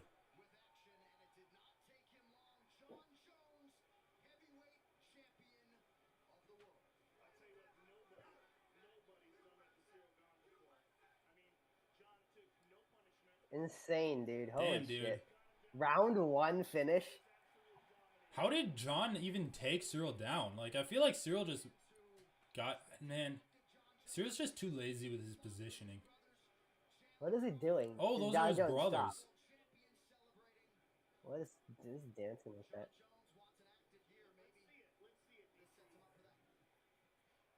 So jab, John Jones just slipped What? it. His brothers are Super Bowl champions? I don't know. just ducked under a punch and fucked him up, dude. Yeah. Literally just easy. Literally the first Dude, guy that holy he... shit. Literally the first Dude, guy... you're saying his footwork is gonna save him from takedowns? Ridiculous. Hey, I thought he would be more diligent about keeping distance. Yeah, no, I don't know. Anyway, whatever. I mean, honestly, even I didn't think it was gonna be that easy. Yeah, I know. I mean, he's just got such a good position. Well, you know what's kind of funny? It's like, what did we say? What did we talk about like earlier today? We're like, what heavyweight goes for takedowns in the UFC? Even Curtis Blades doesn't go for that many takedowns. And then John Jones just comes in and he's like, I'm gonna fight like a light heavyweight. We just never saw Ciryl even like defend a takedown in his fucking UFC career. We've quite literally never seen it. I know. Like that's the thing. Like yeah, but I mean whatever. I don't blame people for betting on Ciryl just because like there were so many unknowns. I know. There's so many unknowns. But at the same time, yeah, Ciryl like. Damn, dude. Yeah, well, there were a lot of unknowns. There are a lot of unknowns, but the problem is, yeah, like I didn't think Jones had like great takedowns at light heavyweight, but Ciryl has quite literally defended none of them. Yeah, you're Like, right. he hadn't defended a takedown. I mean, I guess I just, overestimated. What the fuck? Oh, I overestimated Cyryl's takedown defense. Having a moment with his wife. Fiance. His dude. wife's just happy. He's like, none of these fucking what, they fighters aren't get married yet? I respect that actually, dude. No, but dude, why? Girlfriend is fine. Fiance, the eternal fiance. It's just like, Dude, you gotta keep her locked down, but you gotta keep her out of your money. Keep it locked down, but at arm's distance. Dude, the wife's just happy she's not getting beat up tonight. Holy shit. Yeah. Oh, yeah. He didn't beat up his wife. He beat up the mother of his kids. That's probably even worse. Well, he looks happy.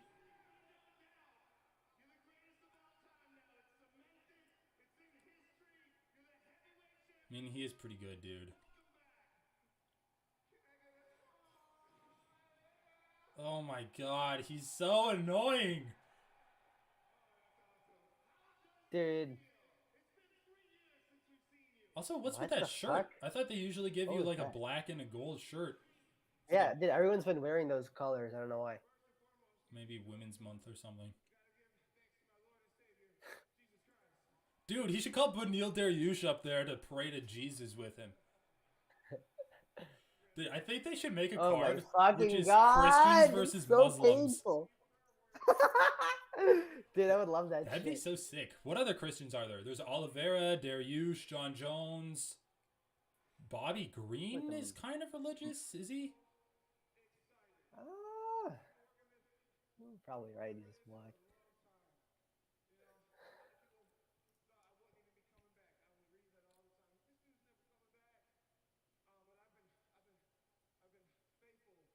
What, 3 years to be heavyweight champion? It's not that much, dude.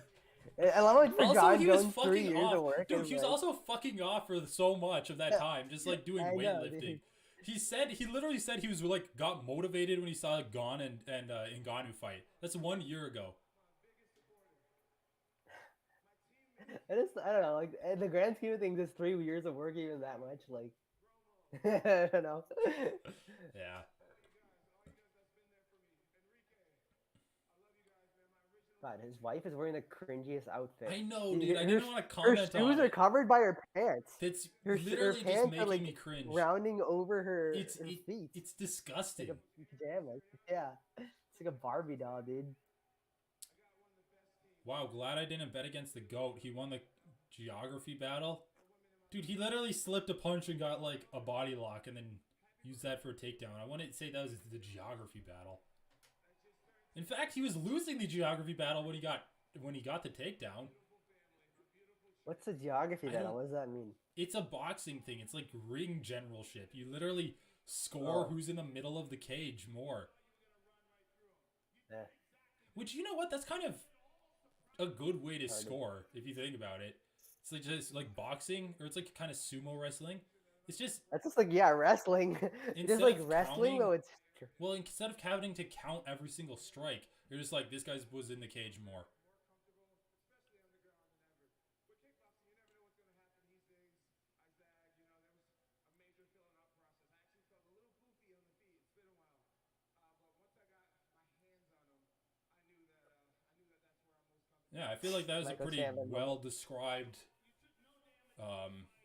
or a good description of the fight there. Like, striking, honestly, didn't seem anything special. I mean, Seemed dude, the same as he was we at light just didn't heavyweight. see any. We just didn't see anything, dude. Man, I really like. I was predicting this would happen like Get round Stipe in 4 the after cage. several takedowns. Yeah, exactly. Yeah, Me I get too. Stipe is a hard fight. Get him in the cage. Goat Yeah, versus Stipe doesn't. heavyweight. Go. Let's go. Stipe doesn't do that shit. Nah. And there's no way John would ever call him to get in the cage too. Dude, Stipe's done a great job of cementing his spot. Like, I have to give him credit. For a guy that doesn't market himself, he's been all over UFC and ESPN this week. Yeah, this week, yeah, he's really. But that's because they knew that Stipe was fighting next, dude. They were True. setting it up the whole time. Yeah, you're right. It's kind of... I don't know what it is about this woman, but she's kind of gross. It's like the Well, it's pink... just so gross because you know the backstory of him like beating her up, but then she's like so happy That's right not now. her. I don't know. He beat up his baby mama. He beat up the mother of his kids. Apparently they're What do not you mean? married. Who's her? Who's that? I thought... Wait, is she not the mother of his kids? She's just... I don't think so, bro. I think that's someone else. No, dude, I'm pretty sure. Let me look it up. What do you mean? Who's? First of all, I would still not be like. It's still strange, dude. Well, it's it's still still gross. weird knowing the guy who's your fiance like beat up women and like at any point the heavyweight goat could come like give you a fucking few fucking smacks, dude. What? What is this Yeah, article? I'm This pretty article is sure. confusing me even more. John Dude, Jones' I wife. feel like I've seen her. I just feel like I've seen her before in relation to some of those like wife beating articles or not wife beating articles, I guess. Oh, maybe that is his wife. I'm pretty sure. I mean, whatever, wife or I don't know if he's married or not. It's the mother of his children, like you said. Or, yeah, fiance, whatever. Wait, but this headline makes no sense, even if that is his wife. John Jones' wife, after fiance's controversial split, Jones reveals wife, in quotations, has joined him for UFC 285. Who cares? Who cares? Anyway, Who cares? Anyway, dude, that was brutal, man. Yeah, Ciryl Gane, he's got to work on some stuff. And the problem is, like, you know, in France, apparently he's lazy.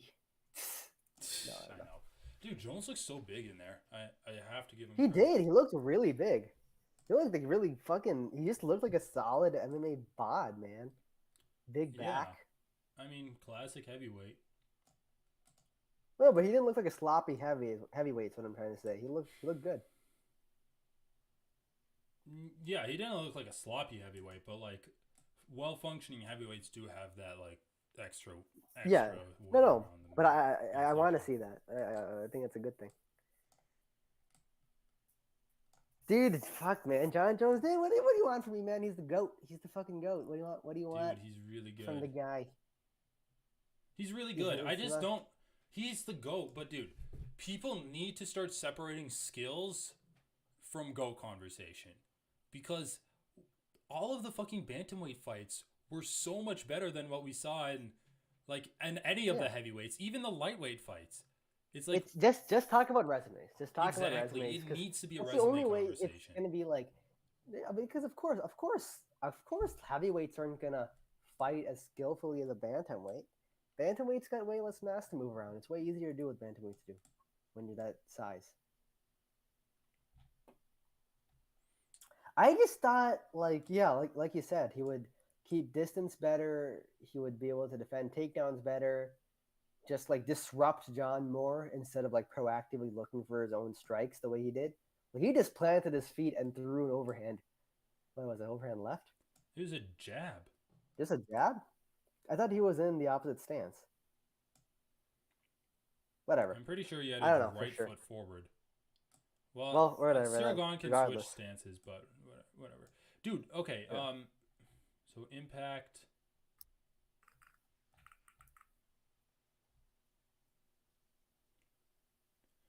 So I guess like I don't really.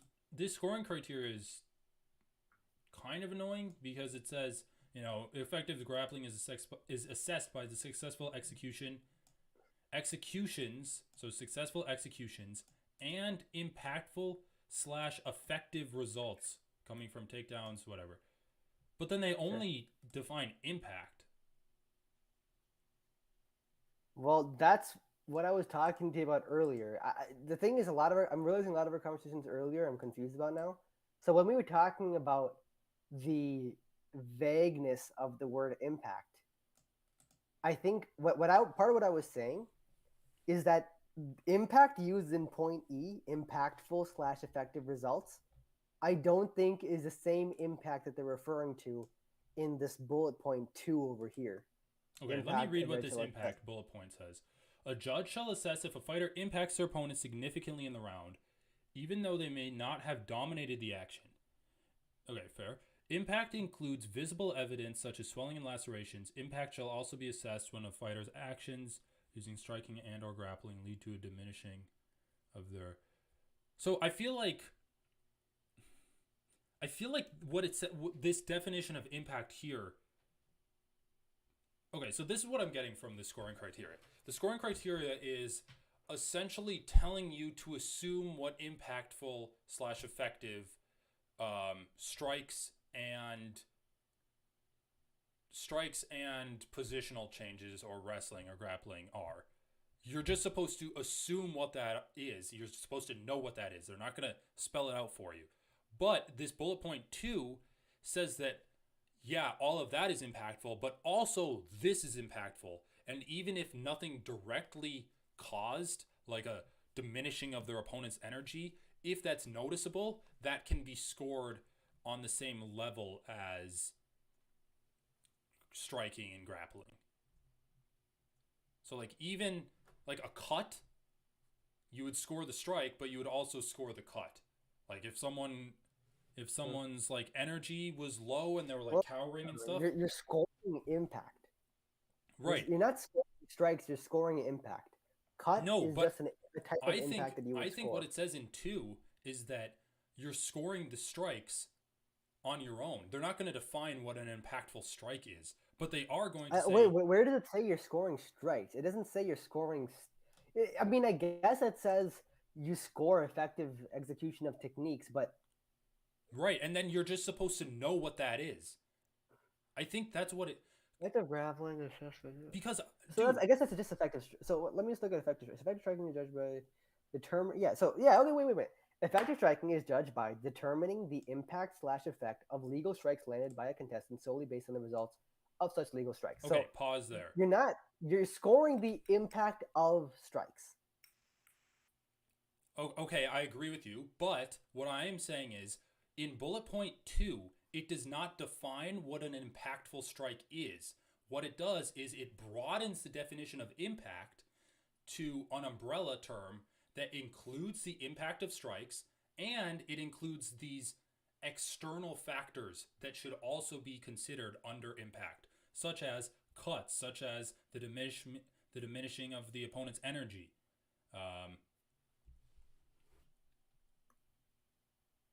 Yep. No, I agree. This is what I was talking about earlier. Bullet point 2 is not a mutually exhaustive an exclusive definition of what impact is. It is merely just saying impact includes these things. Right. Among other things that are not listed here. I just don't think that anywhere in this document it literally describes what an impactful strike or impactful grappling is. You're just supposed to know. Yes, that is pretty much true. I mean, I think it gives you strong indications, but yeah, sure. The best it does is it gives you strong indications that we should be looking at. I mean, damage, really. Like when I read the impact category, what I'm seeing is like we're not just tallying up strikes. We're trying to think about the result of the strikes, the damage dealt to the opponent. I wish it would be more explicit about it, but like that's the in practice, if I'm trying to take these rules and apply it to scoring a fight, that's what I take away from it. I think it's pretty much hard to take away anything else. But I think this kind of gets into like McCarthy was saying he didn't want to say damage because they wanted to sanitize it a bit.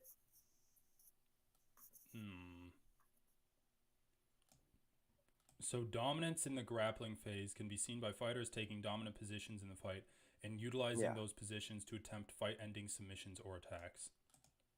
And even under the dominance category, which would likely, you can assume would be most kind of beneficial for grapplers, it specifically says the dominance is assessed by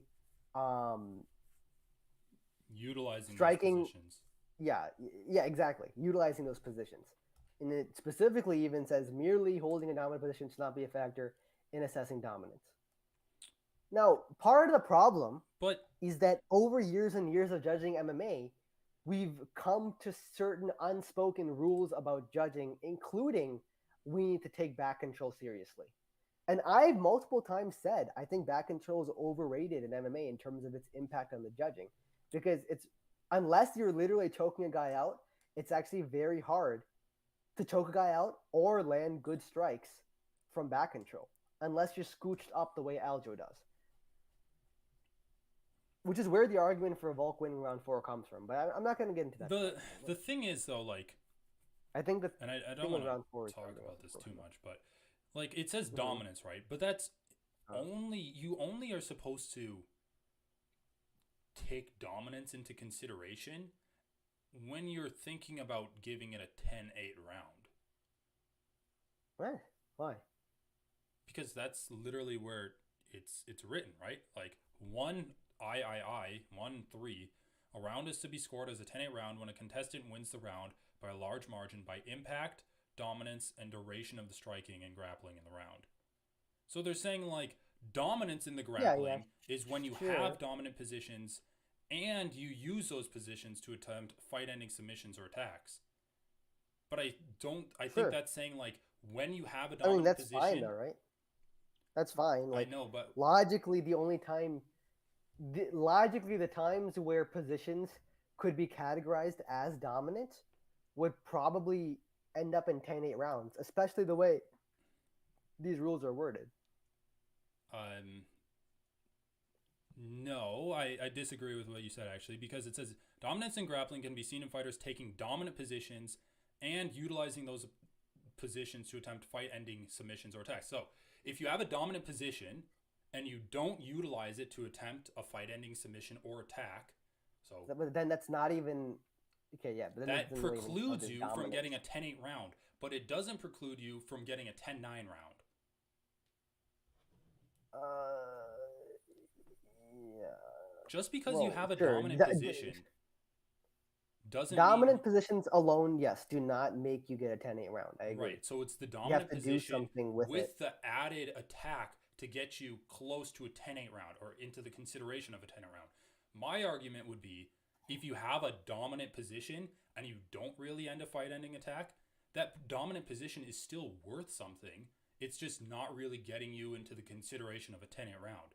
But you could still score I just it. don't. The dominant position, even if you don't do anything, can still be scored in your favor. Under what criteria here? Well, I mean, that's the thing. It doesn't define what effective grappling is, right? Yeah, it does.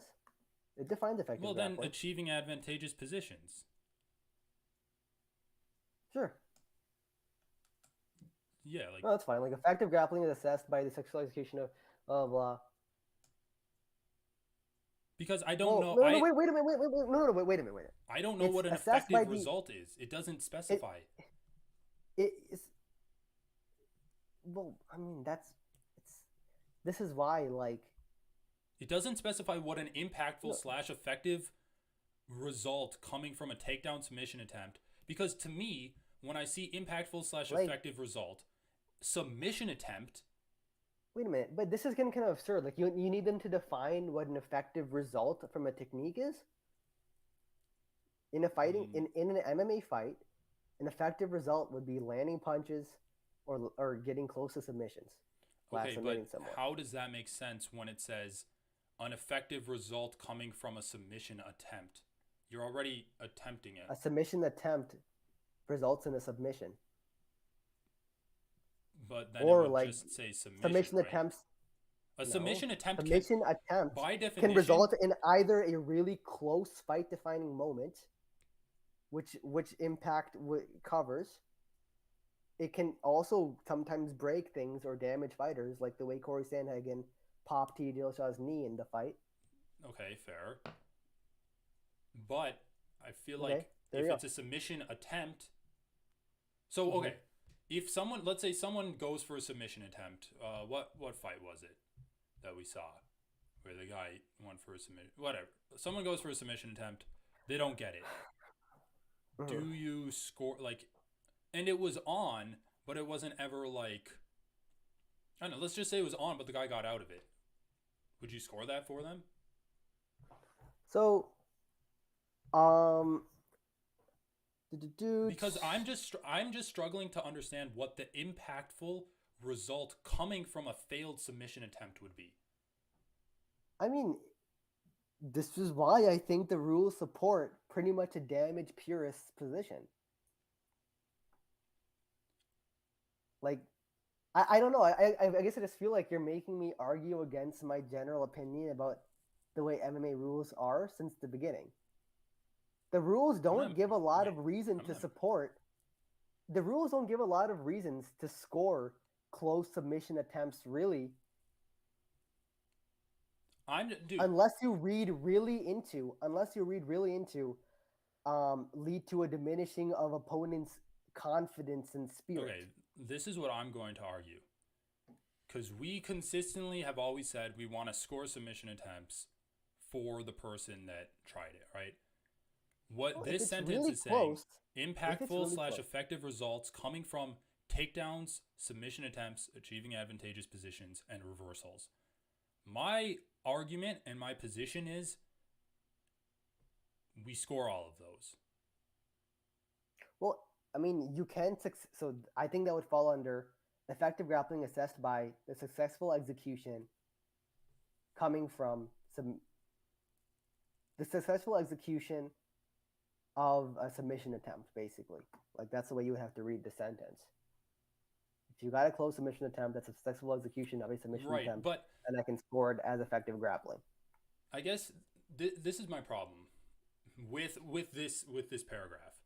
My problem with this paragraph is I agree with you. It says impactful slash effective results coming from these things, but it includes submission attempts in the same categories as takedowns and achieving advantage as just grappling, right? It includes submission attempts in that same category as grappling. So if we're going to say that, no, we don't score grappling, but we score submission attempts, that just goes against the rules. So what I'm seeing in these rules is we either score takedowns, sub attempts, and just general grappling, all the same, all on the same playing field. Obviously, they can have different like scoring weight to them, takedowns, depending on the context. Or we don't score. Wait, takedown and you're not being precise. Takedown and sub attempts are subsets of effective grappling. I don't know what you mean when you say score takedown, submission attempts, and effective grappling on the same playing field. The first two are subsets of the third thing you just said. Right. They're subsets, but just like we either score takedowns, sub attempts, achieving advantageous positions, and reversals all at the same level, or we scrap it all and just say it's ground and pound. I think if we're going to take paragraph E at its word, that's What do we you mean need to score at the same level? What do you mean by score at the same level? I feel like I've made this clear. You score it at the same level of striking, similar to how you'd score a jab at the same level as like an uppercut. You just put more weight on the uppercut because it landed harder than the jab. But that So like a close submission attempt would probably be scored more than a takedown, but you would first look to all of the grappling, and then you would look to things such as like cage control and effective aggressiveness. I mean that's fine. That's fine. But what I'm saying is that in order to score grappling, like in order to score passing guard and submission attempts that fail, we've always had to read into the rules in a pretty specific way, including just like this one line here that says effective grappling is assessed by successful execution of these four things. But I feel like that's pretty word for word what it says, right? Because the only reason successful executions is in here is because of the submission attempts part of this list. What are you talking? That's the reality. Isn't that the reality. opposite? You cannot execute a submission attempt.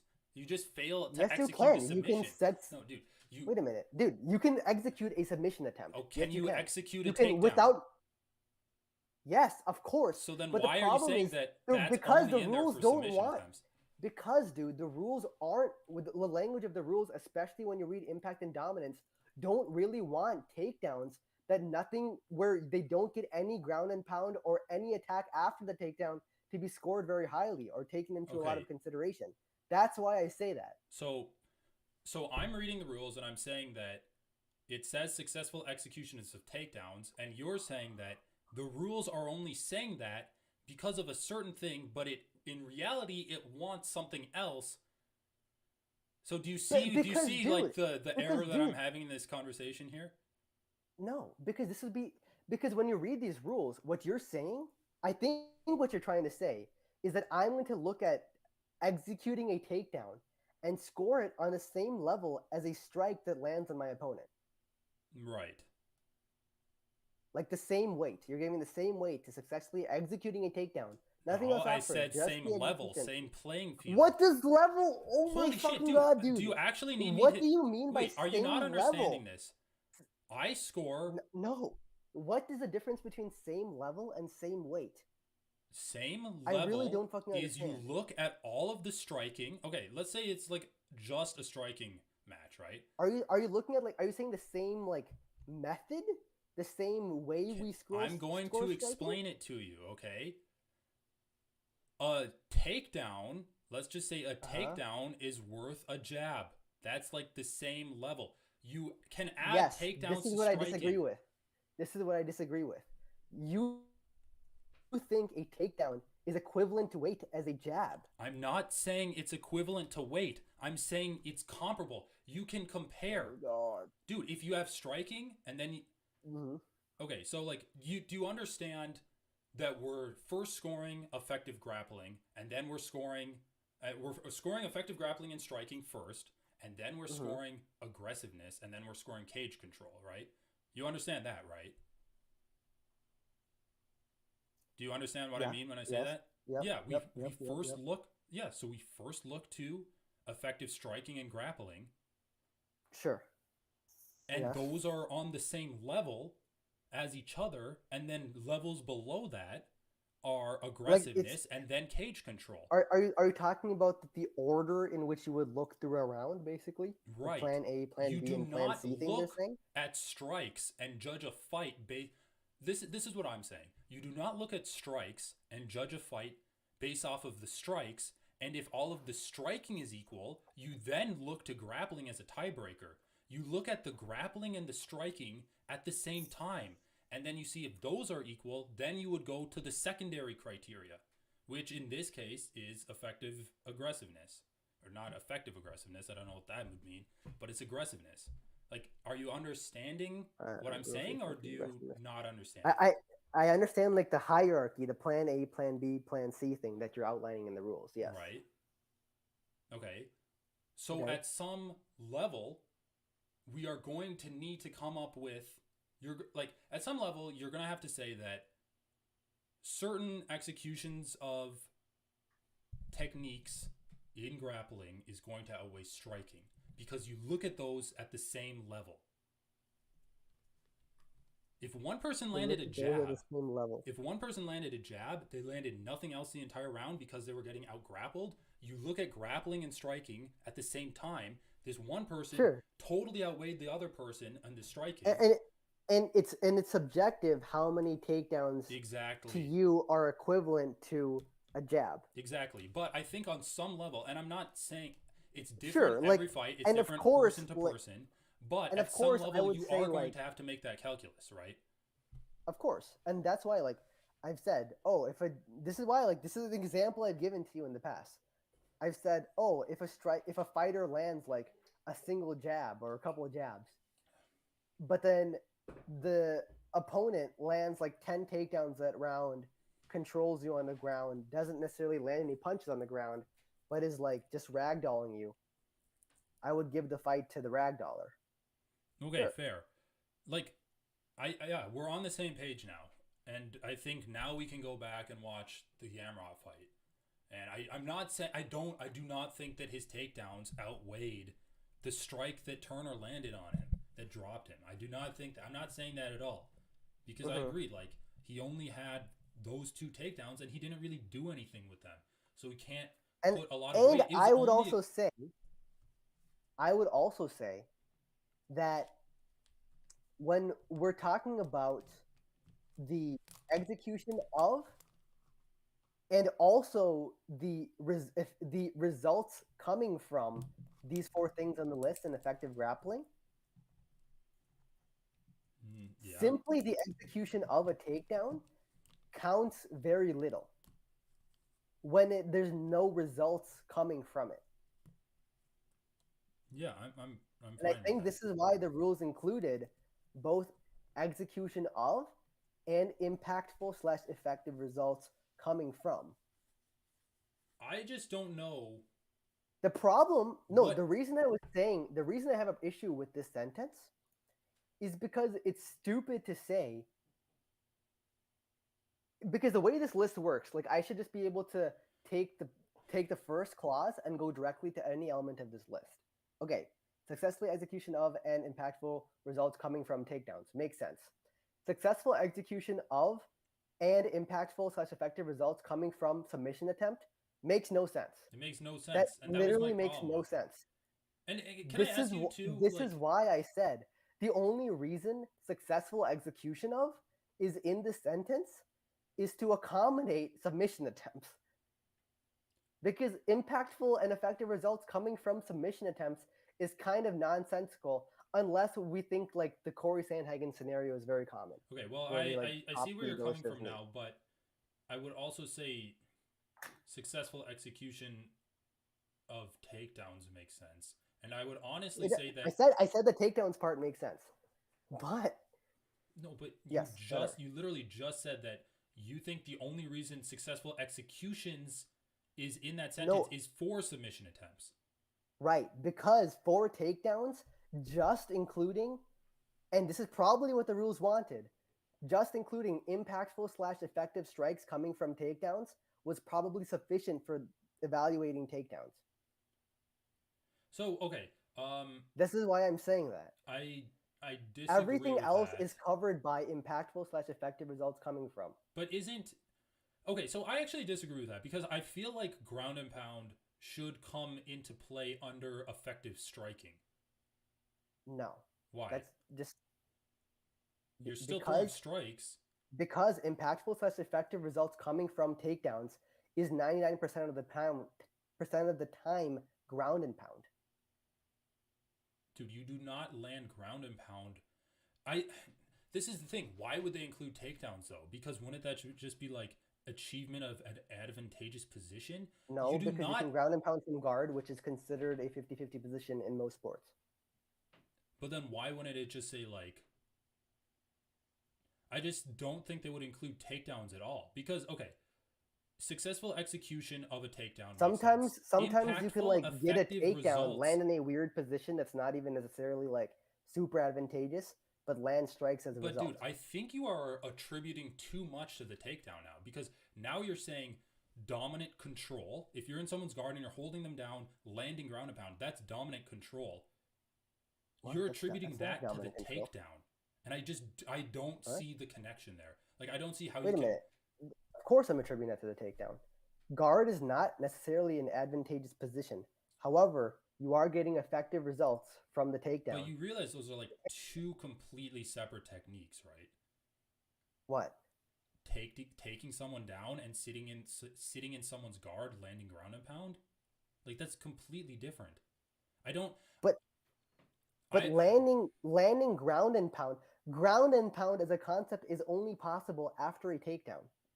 I mean, dude, it just says literally nothing about that in the rules.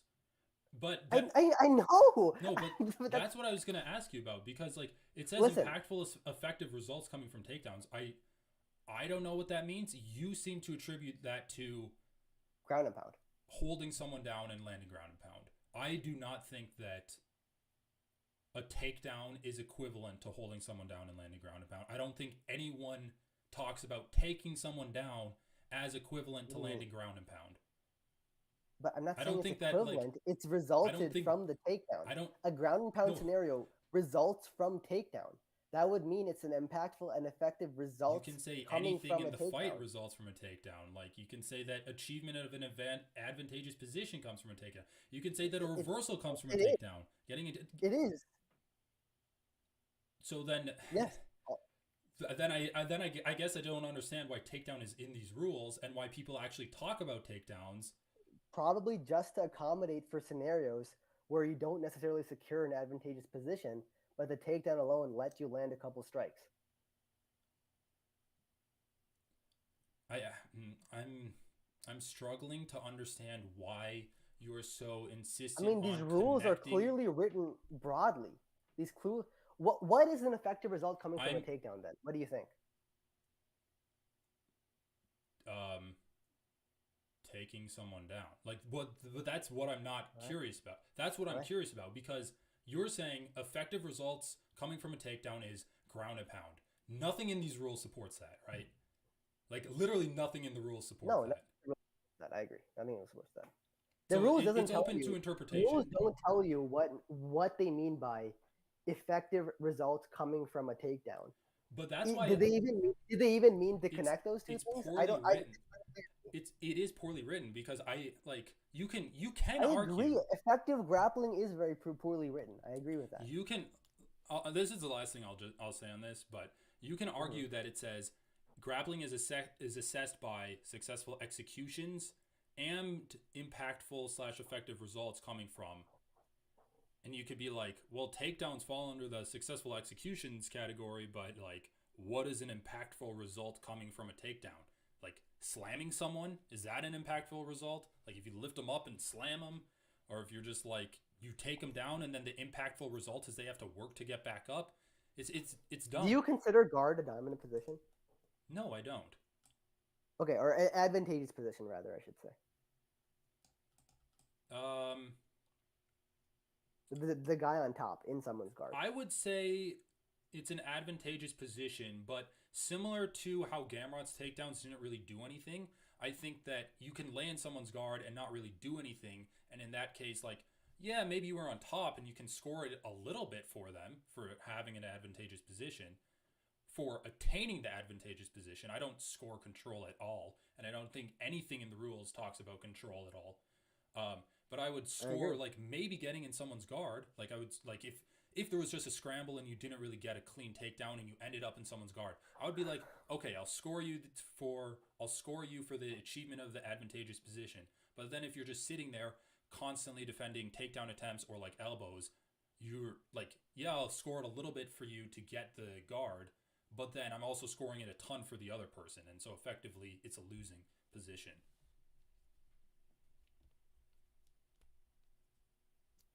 Okay. So then sitting in someone's guard is not necessarily an advantageous position then. I think inherently it is, but there are ways that you can it can't inherently be an advantageous position, but then also sometimes not be in an advantageous position. I mean, That would undermine it the gives you word benefits, inherently. but you can get submitted from side control, like when you're on top. You can get submitted from like being in I mean, it's mount, pretty fucking rare. like there are. I think inherently in jiu-jitsu there are positions that are better than other positions. Well, okay, not jiu-jitsu, MMA, grappling. There are positions that are better than other positions, but you need to like just because it's a better position doesn't mean you're going to do better. Like, can you agree with that? You still need. Okay, sure, It's sure. like taking I can agree with that. I steroids. can agree Like with that. one Hey, person. you can be in an advantageous position, but then still get the worst of it. Sure, I would that's fine. like give I agree you with it. I agree with that. the attainment of getting in full guard because I think it is better to be on top. You Okay, just have so in more that choices. in that case,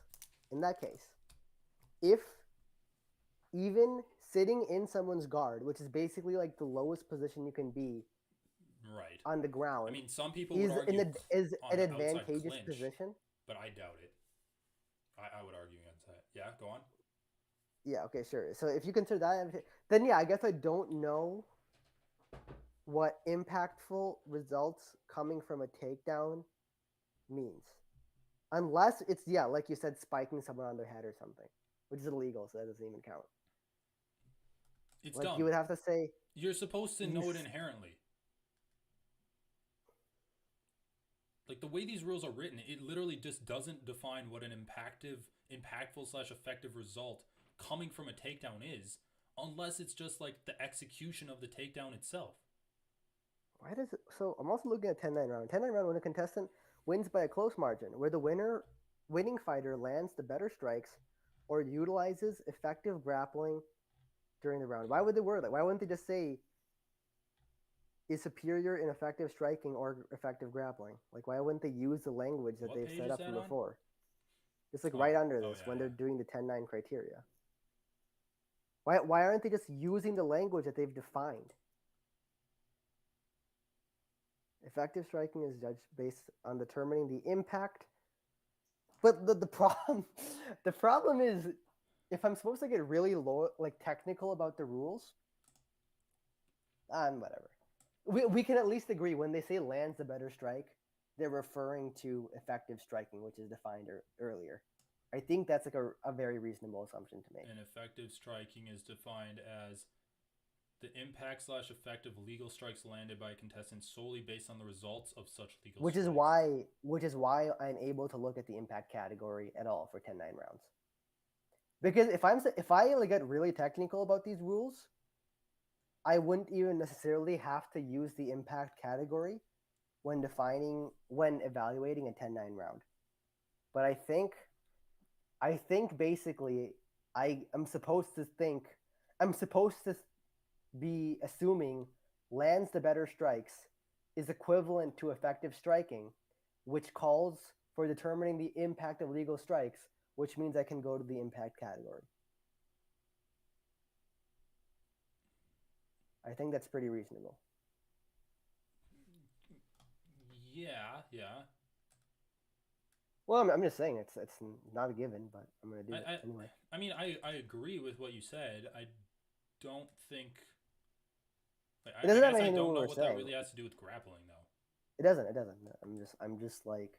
I'm just making sure I'm allowed to use impact when looking the definition of impact when I'm thinking about a 10-9 round. Yeah. As a direct result of impact. Dude, so it's like all of these aren't impact, but they come as a direct result of impact. That's what it literally says under the impact section. Like lacerations diminishing of an opponent's energy isn't impact, but it comes as a result of impact. It can be used to assess impact, yes. I think impact literally just means like the closest thing I can think of when it comes to impact is like the force imparted on the other person using a punch. Because that's like, and then they're saying like swelling and lacerations are a result of that force. When a fighter is impacted, dude, they just like include seemingly unnecessary sentences that like Well, confuse me dude, more. they never actually say what impact is. They just include a bunch of That's what I'm saying. side note They things that expect you- impact includes. They expect you to know what the crazy. impactful striking and grappling is. They just expect you to know that, and it's never defined in the rules. But dude, like, listen to this last It's sentence absurd, on the dude. Holy impact fuck. category. When a fighter is impacted by strikes, by lack of control and or ability, this can create defining moments in the round and shall be assessed with great value. Which I just read as a fighter got rocked. That's what I read that as.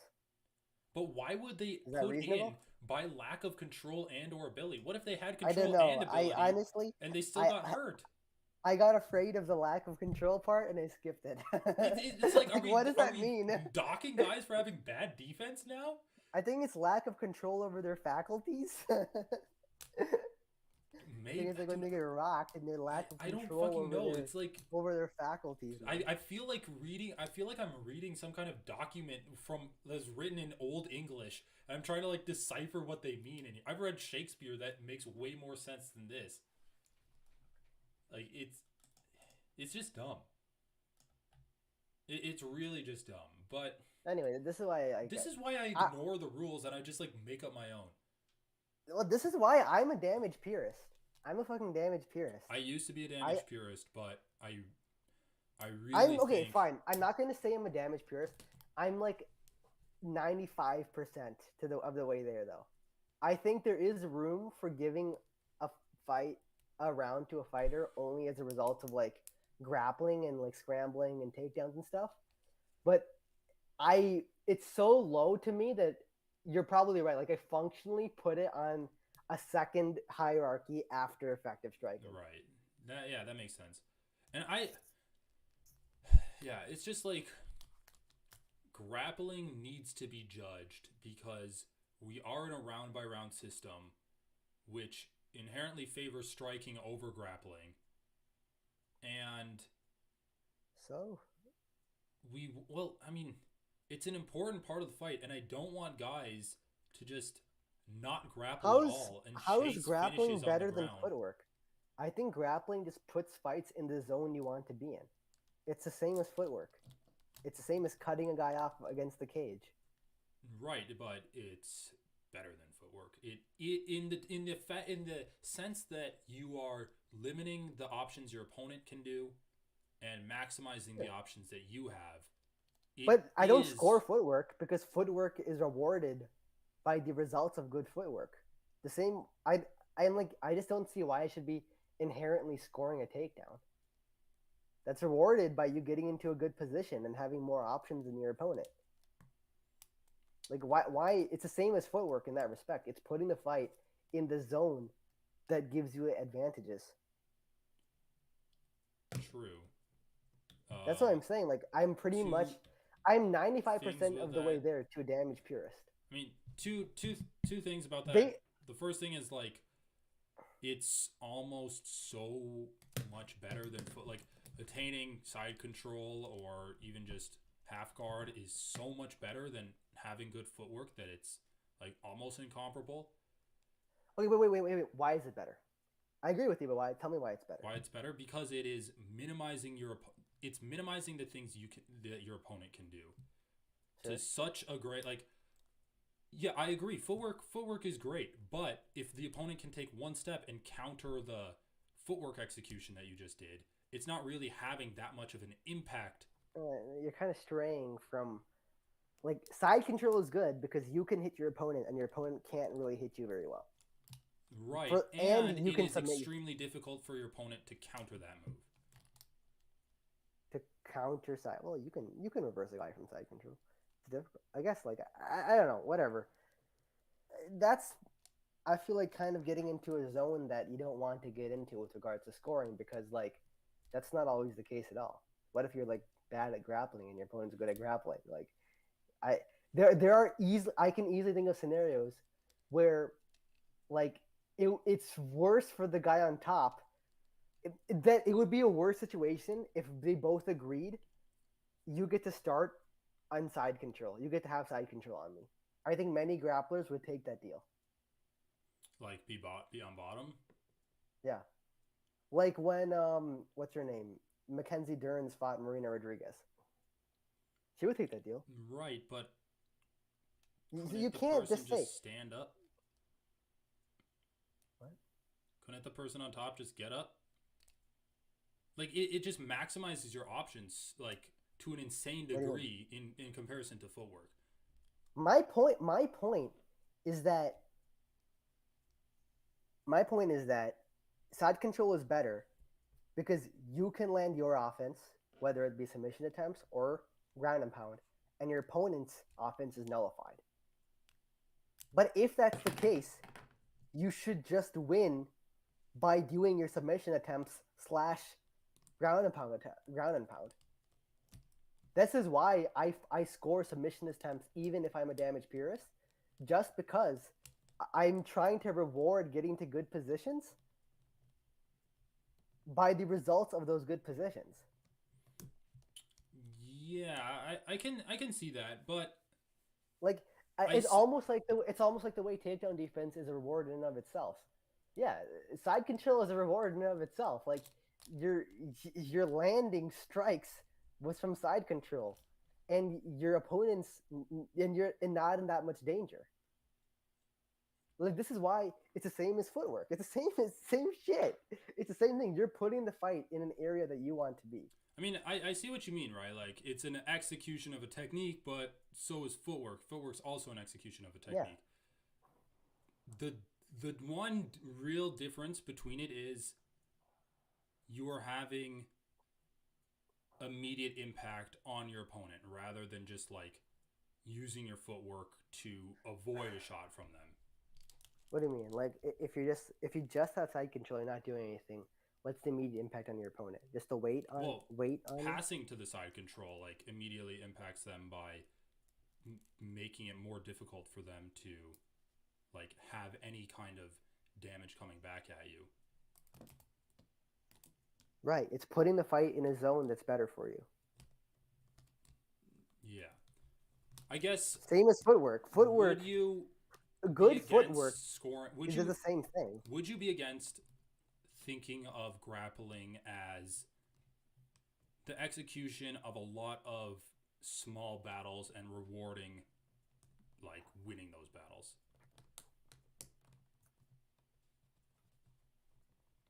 Because that's the way I kind of look at it, right? If like if This you isn't go a for a grappling takedown, match. This isn't a grappling match.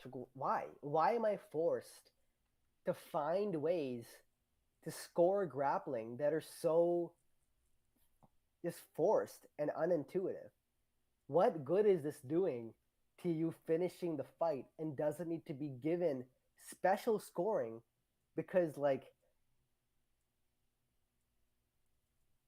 well, I mean, what good yeah, is I it guess I just doing to don't get it. I finishing the don't get fight? it. It's arguably it's No, what encouraging good is it doing? grapplers to go for fight ending positions and submissions, right? But it's not. If you're just gonna score getting to side control, then it's not doing And that. honestly, It's dude, just scoring getting to side control. It's not scoring actually doing anything from side control that would progress the fight and get it to a finish. to be honest, man, like I feel like the round by round aspect of MMA almost necessitates the scoring of grappling because it is so difficult to grind your opponent down, pass to a dominant position, and then start doing damage. If you're digging, like, can you agree with me on this? Like, you It is can difficult. land over the court. Like, let's say the fight's just 15 minutes straight, and it takes you 5 minutes to get to a dominant position, but you got like hit a couple of times. Only Yeah. then can you really start landing good damage to try to work yourself back up Work out of yourself that back up. hole. Yep. And then the No, I round agree would with have been that. over. But this is what we're functionally saying. Like you're saying Like I've always said that you're you should saying score I need to grappling. correct for the structure of the sport because I want grappling to be represented well. Whereas my perspective is the structure of MMA may just be that grappling isn't that useful. The structure of MMA may just be it's mostly a striking sport. Okay, I can see And your point, but I just think like if that's the way the sports rules are, tough luck. That's the way the sports rules are. The sport's the sport. I'm not gonna like over accommodate the scoring criteria just to make it so your grappling arts are represented in it. I can see your point with that, but I guess you can always just counter with, well, why is damage scored or like strikes scored more Because than it's a fight. grappling? Because it's a fight, and the goal of fight is to damage your opponent. I mean, again, like now we're That's the getting goal into of martial philosophy. arts. Well, okay, I mean that's the goal of martial arts. That is like Yeah, but fundamentally like, the whole dude, fucking you point. don't separate rounds in like a fight. In real martial arts, there's not like a guy that's I like, agree. okay, There take a there are break now. constraints on the sport. There are constraints on the sport that we implement to make it so it can be a structured sport that's televised, that is sanctioned, all that stuff.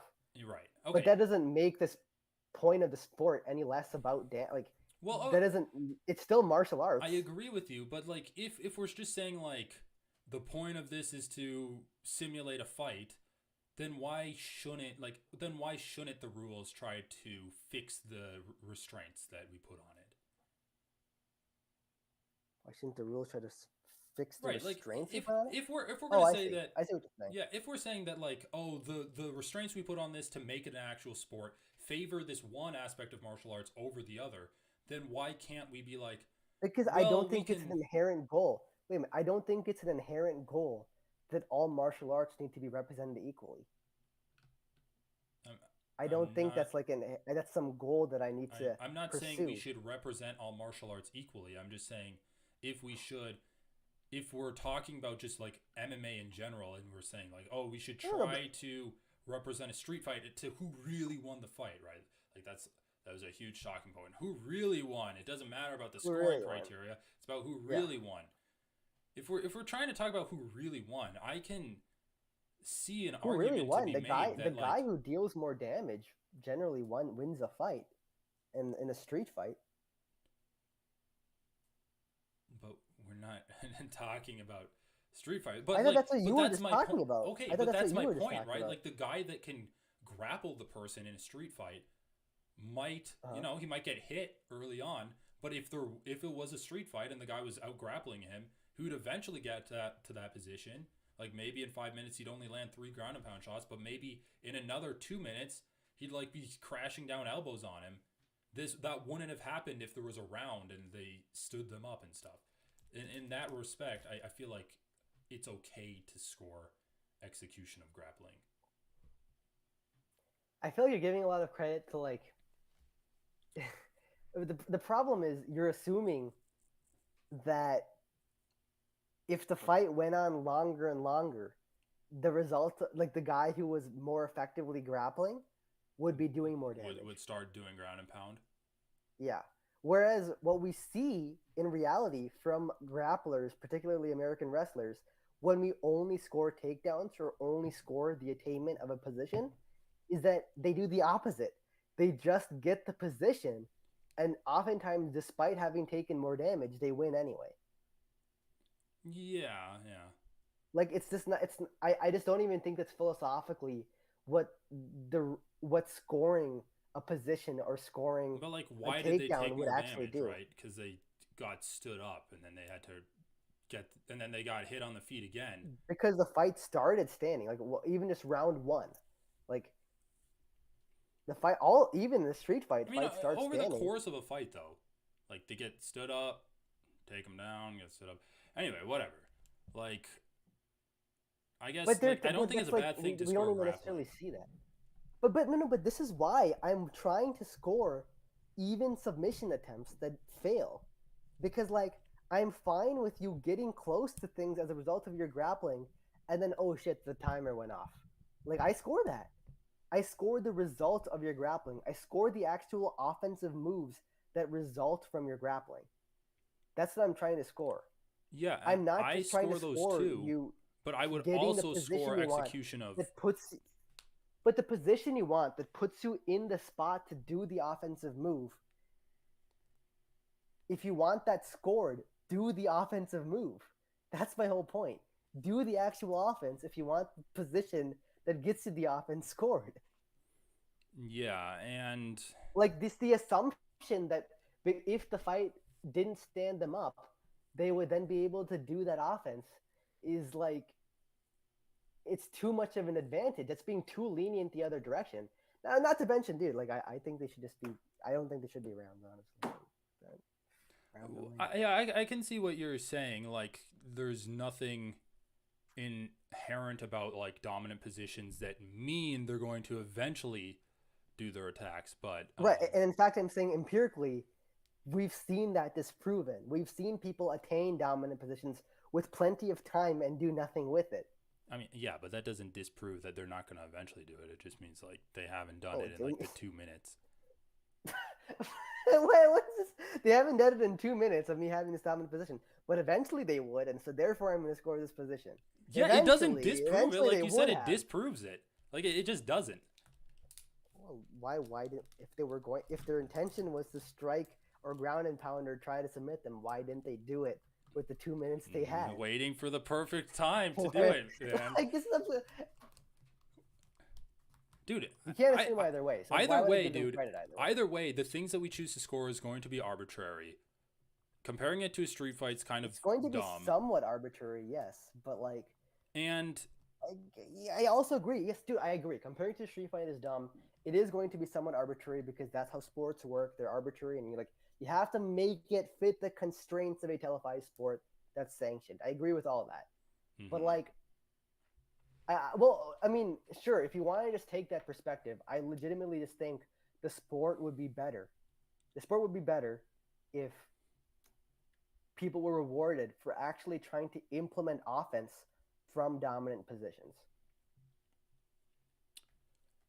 Instead of just getting the dominant position. If we're talking about, man, and I got to go to bed soon, but if we're going to talk about the sport being better, could you not say that implementing like honestly I feel like if we were going to write the judging criteria to try to improve the sport's consumptive like how visually appealing it is, I honestly feel like giving more credence to the execution or to like the changing of positions would make the sport better. It would lead to less people sitting on top trying to go for like the measly little ground and pound that we see like a lot of people do. Like even in the clinch, they're like, oh, I gotta get my numbers up. I'm like landing little shitty arm strikes.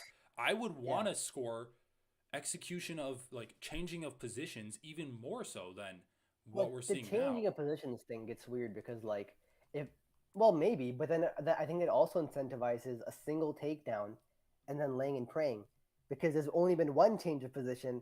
I got the change of position, and so therefore I won. I agree, yeah, but that's what we have now, except instead of a change of position, it's about control. We have that now because we reward control time for being control time, which I'm against as a damage purist.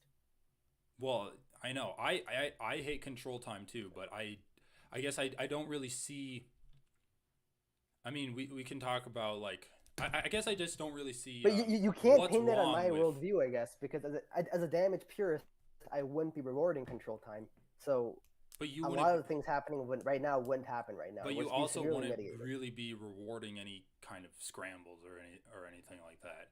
Like if a person got taken down and then there would be more incentive to scramble. There would be less incentive because if the person got taken down, they're just like, I need to land one more strike than my opponent does, and then I win this round.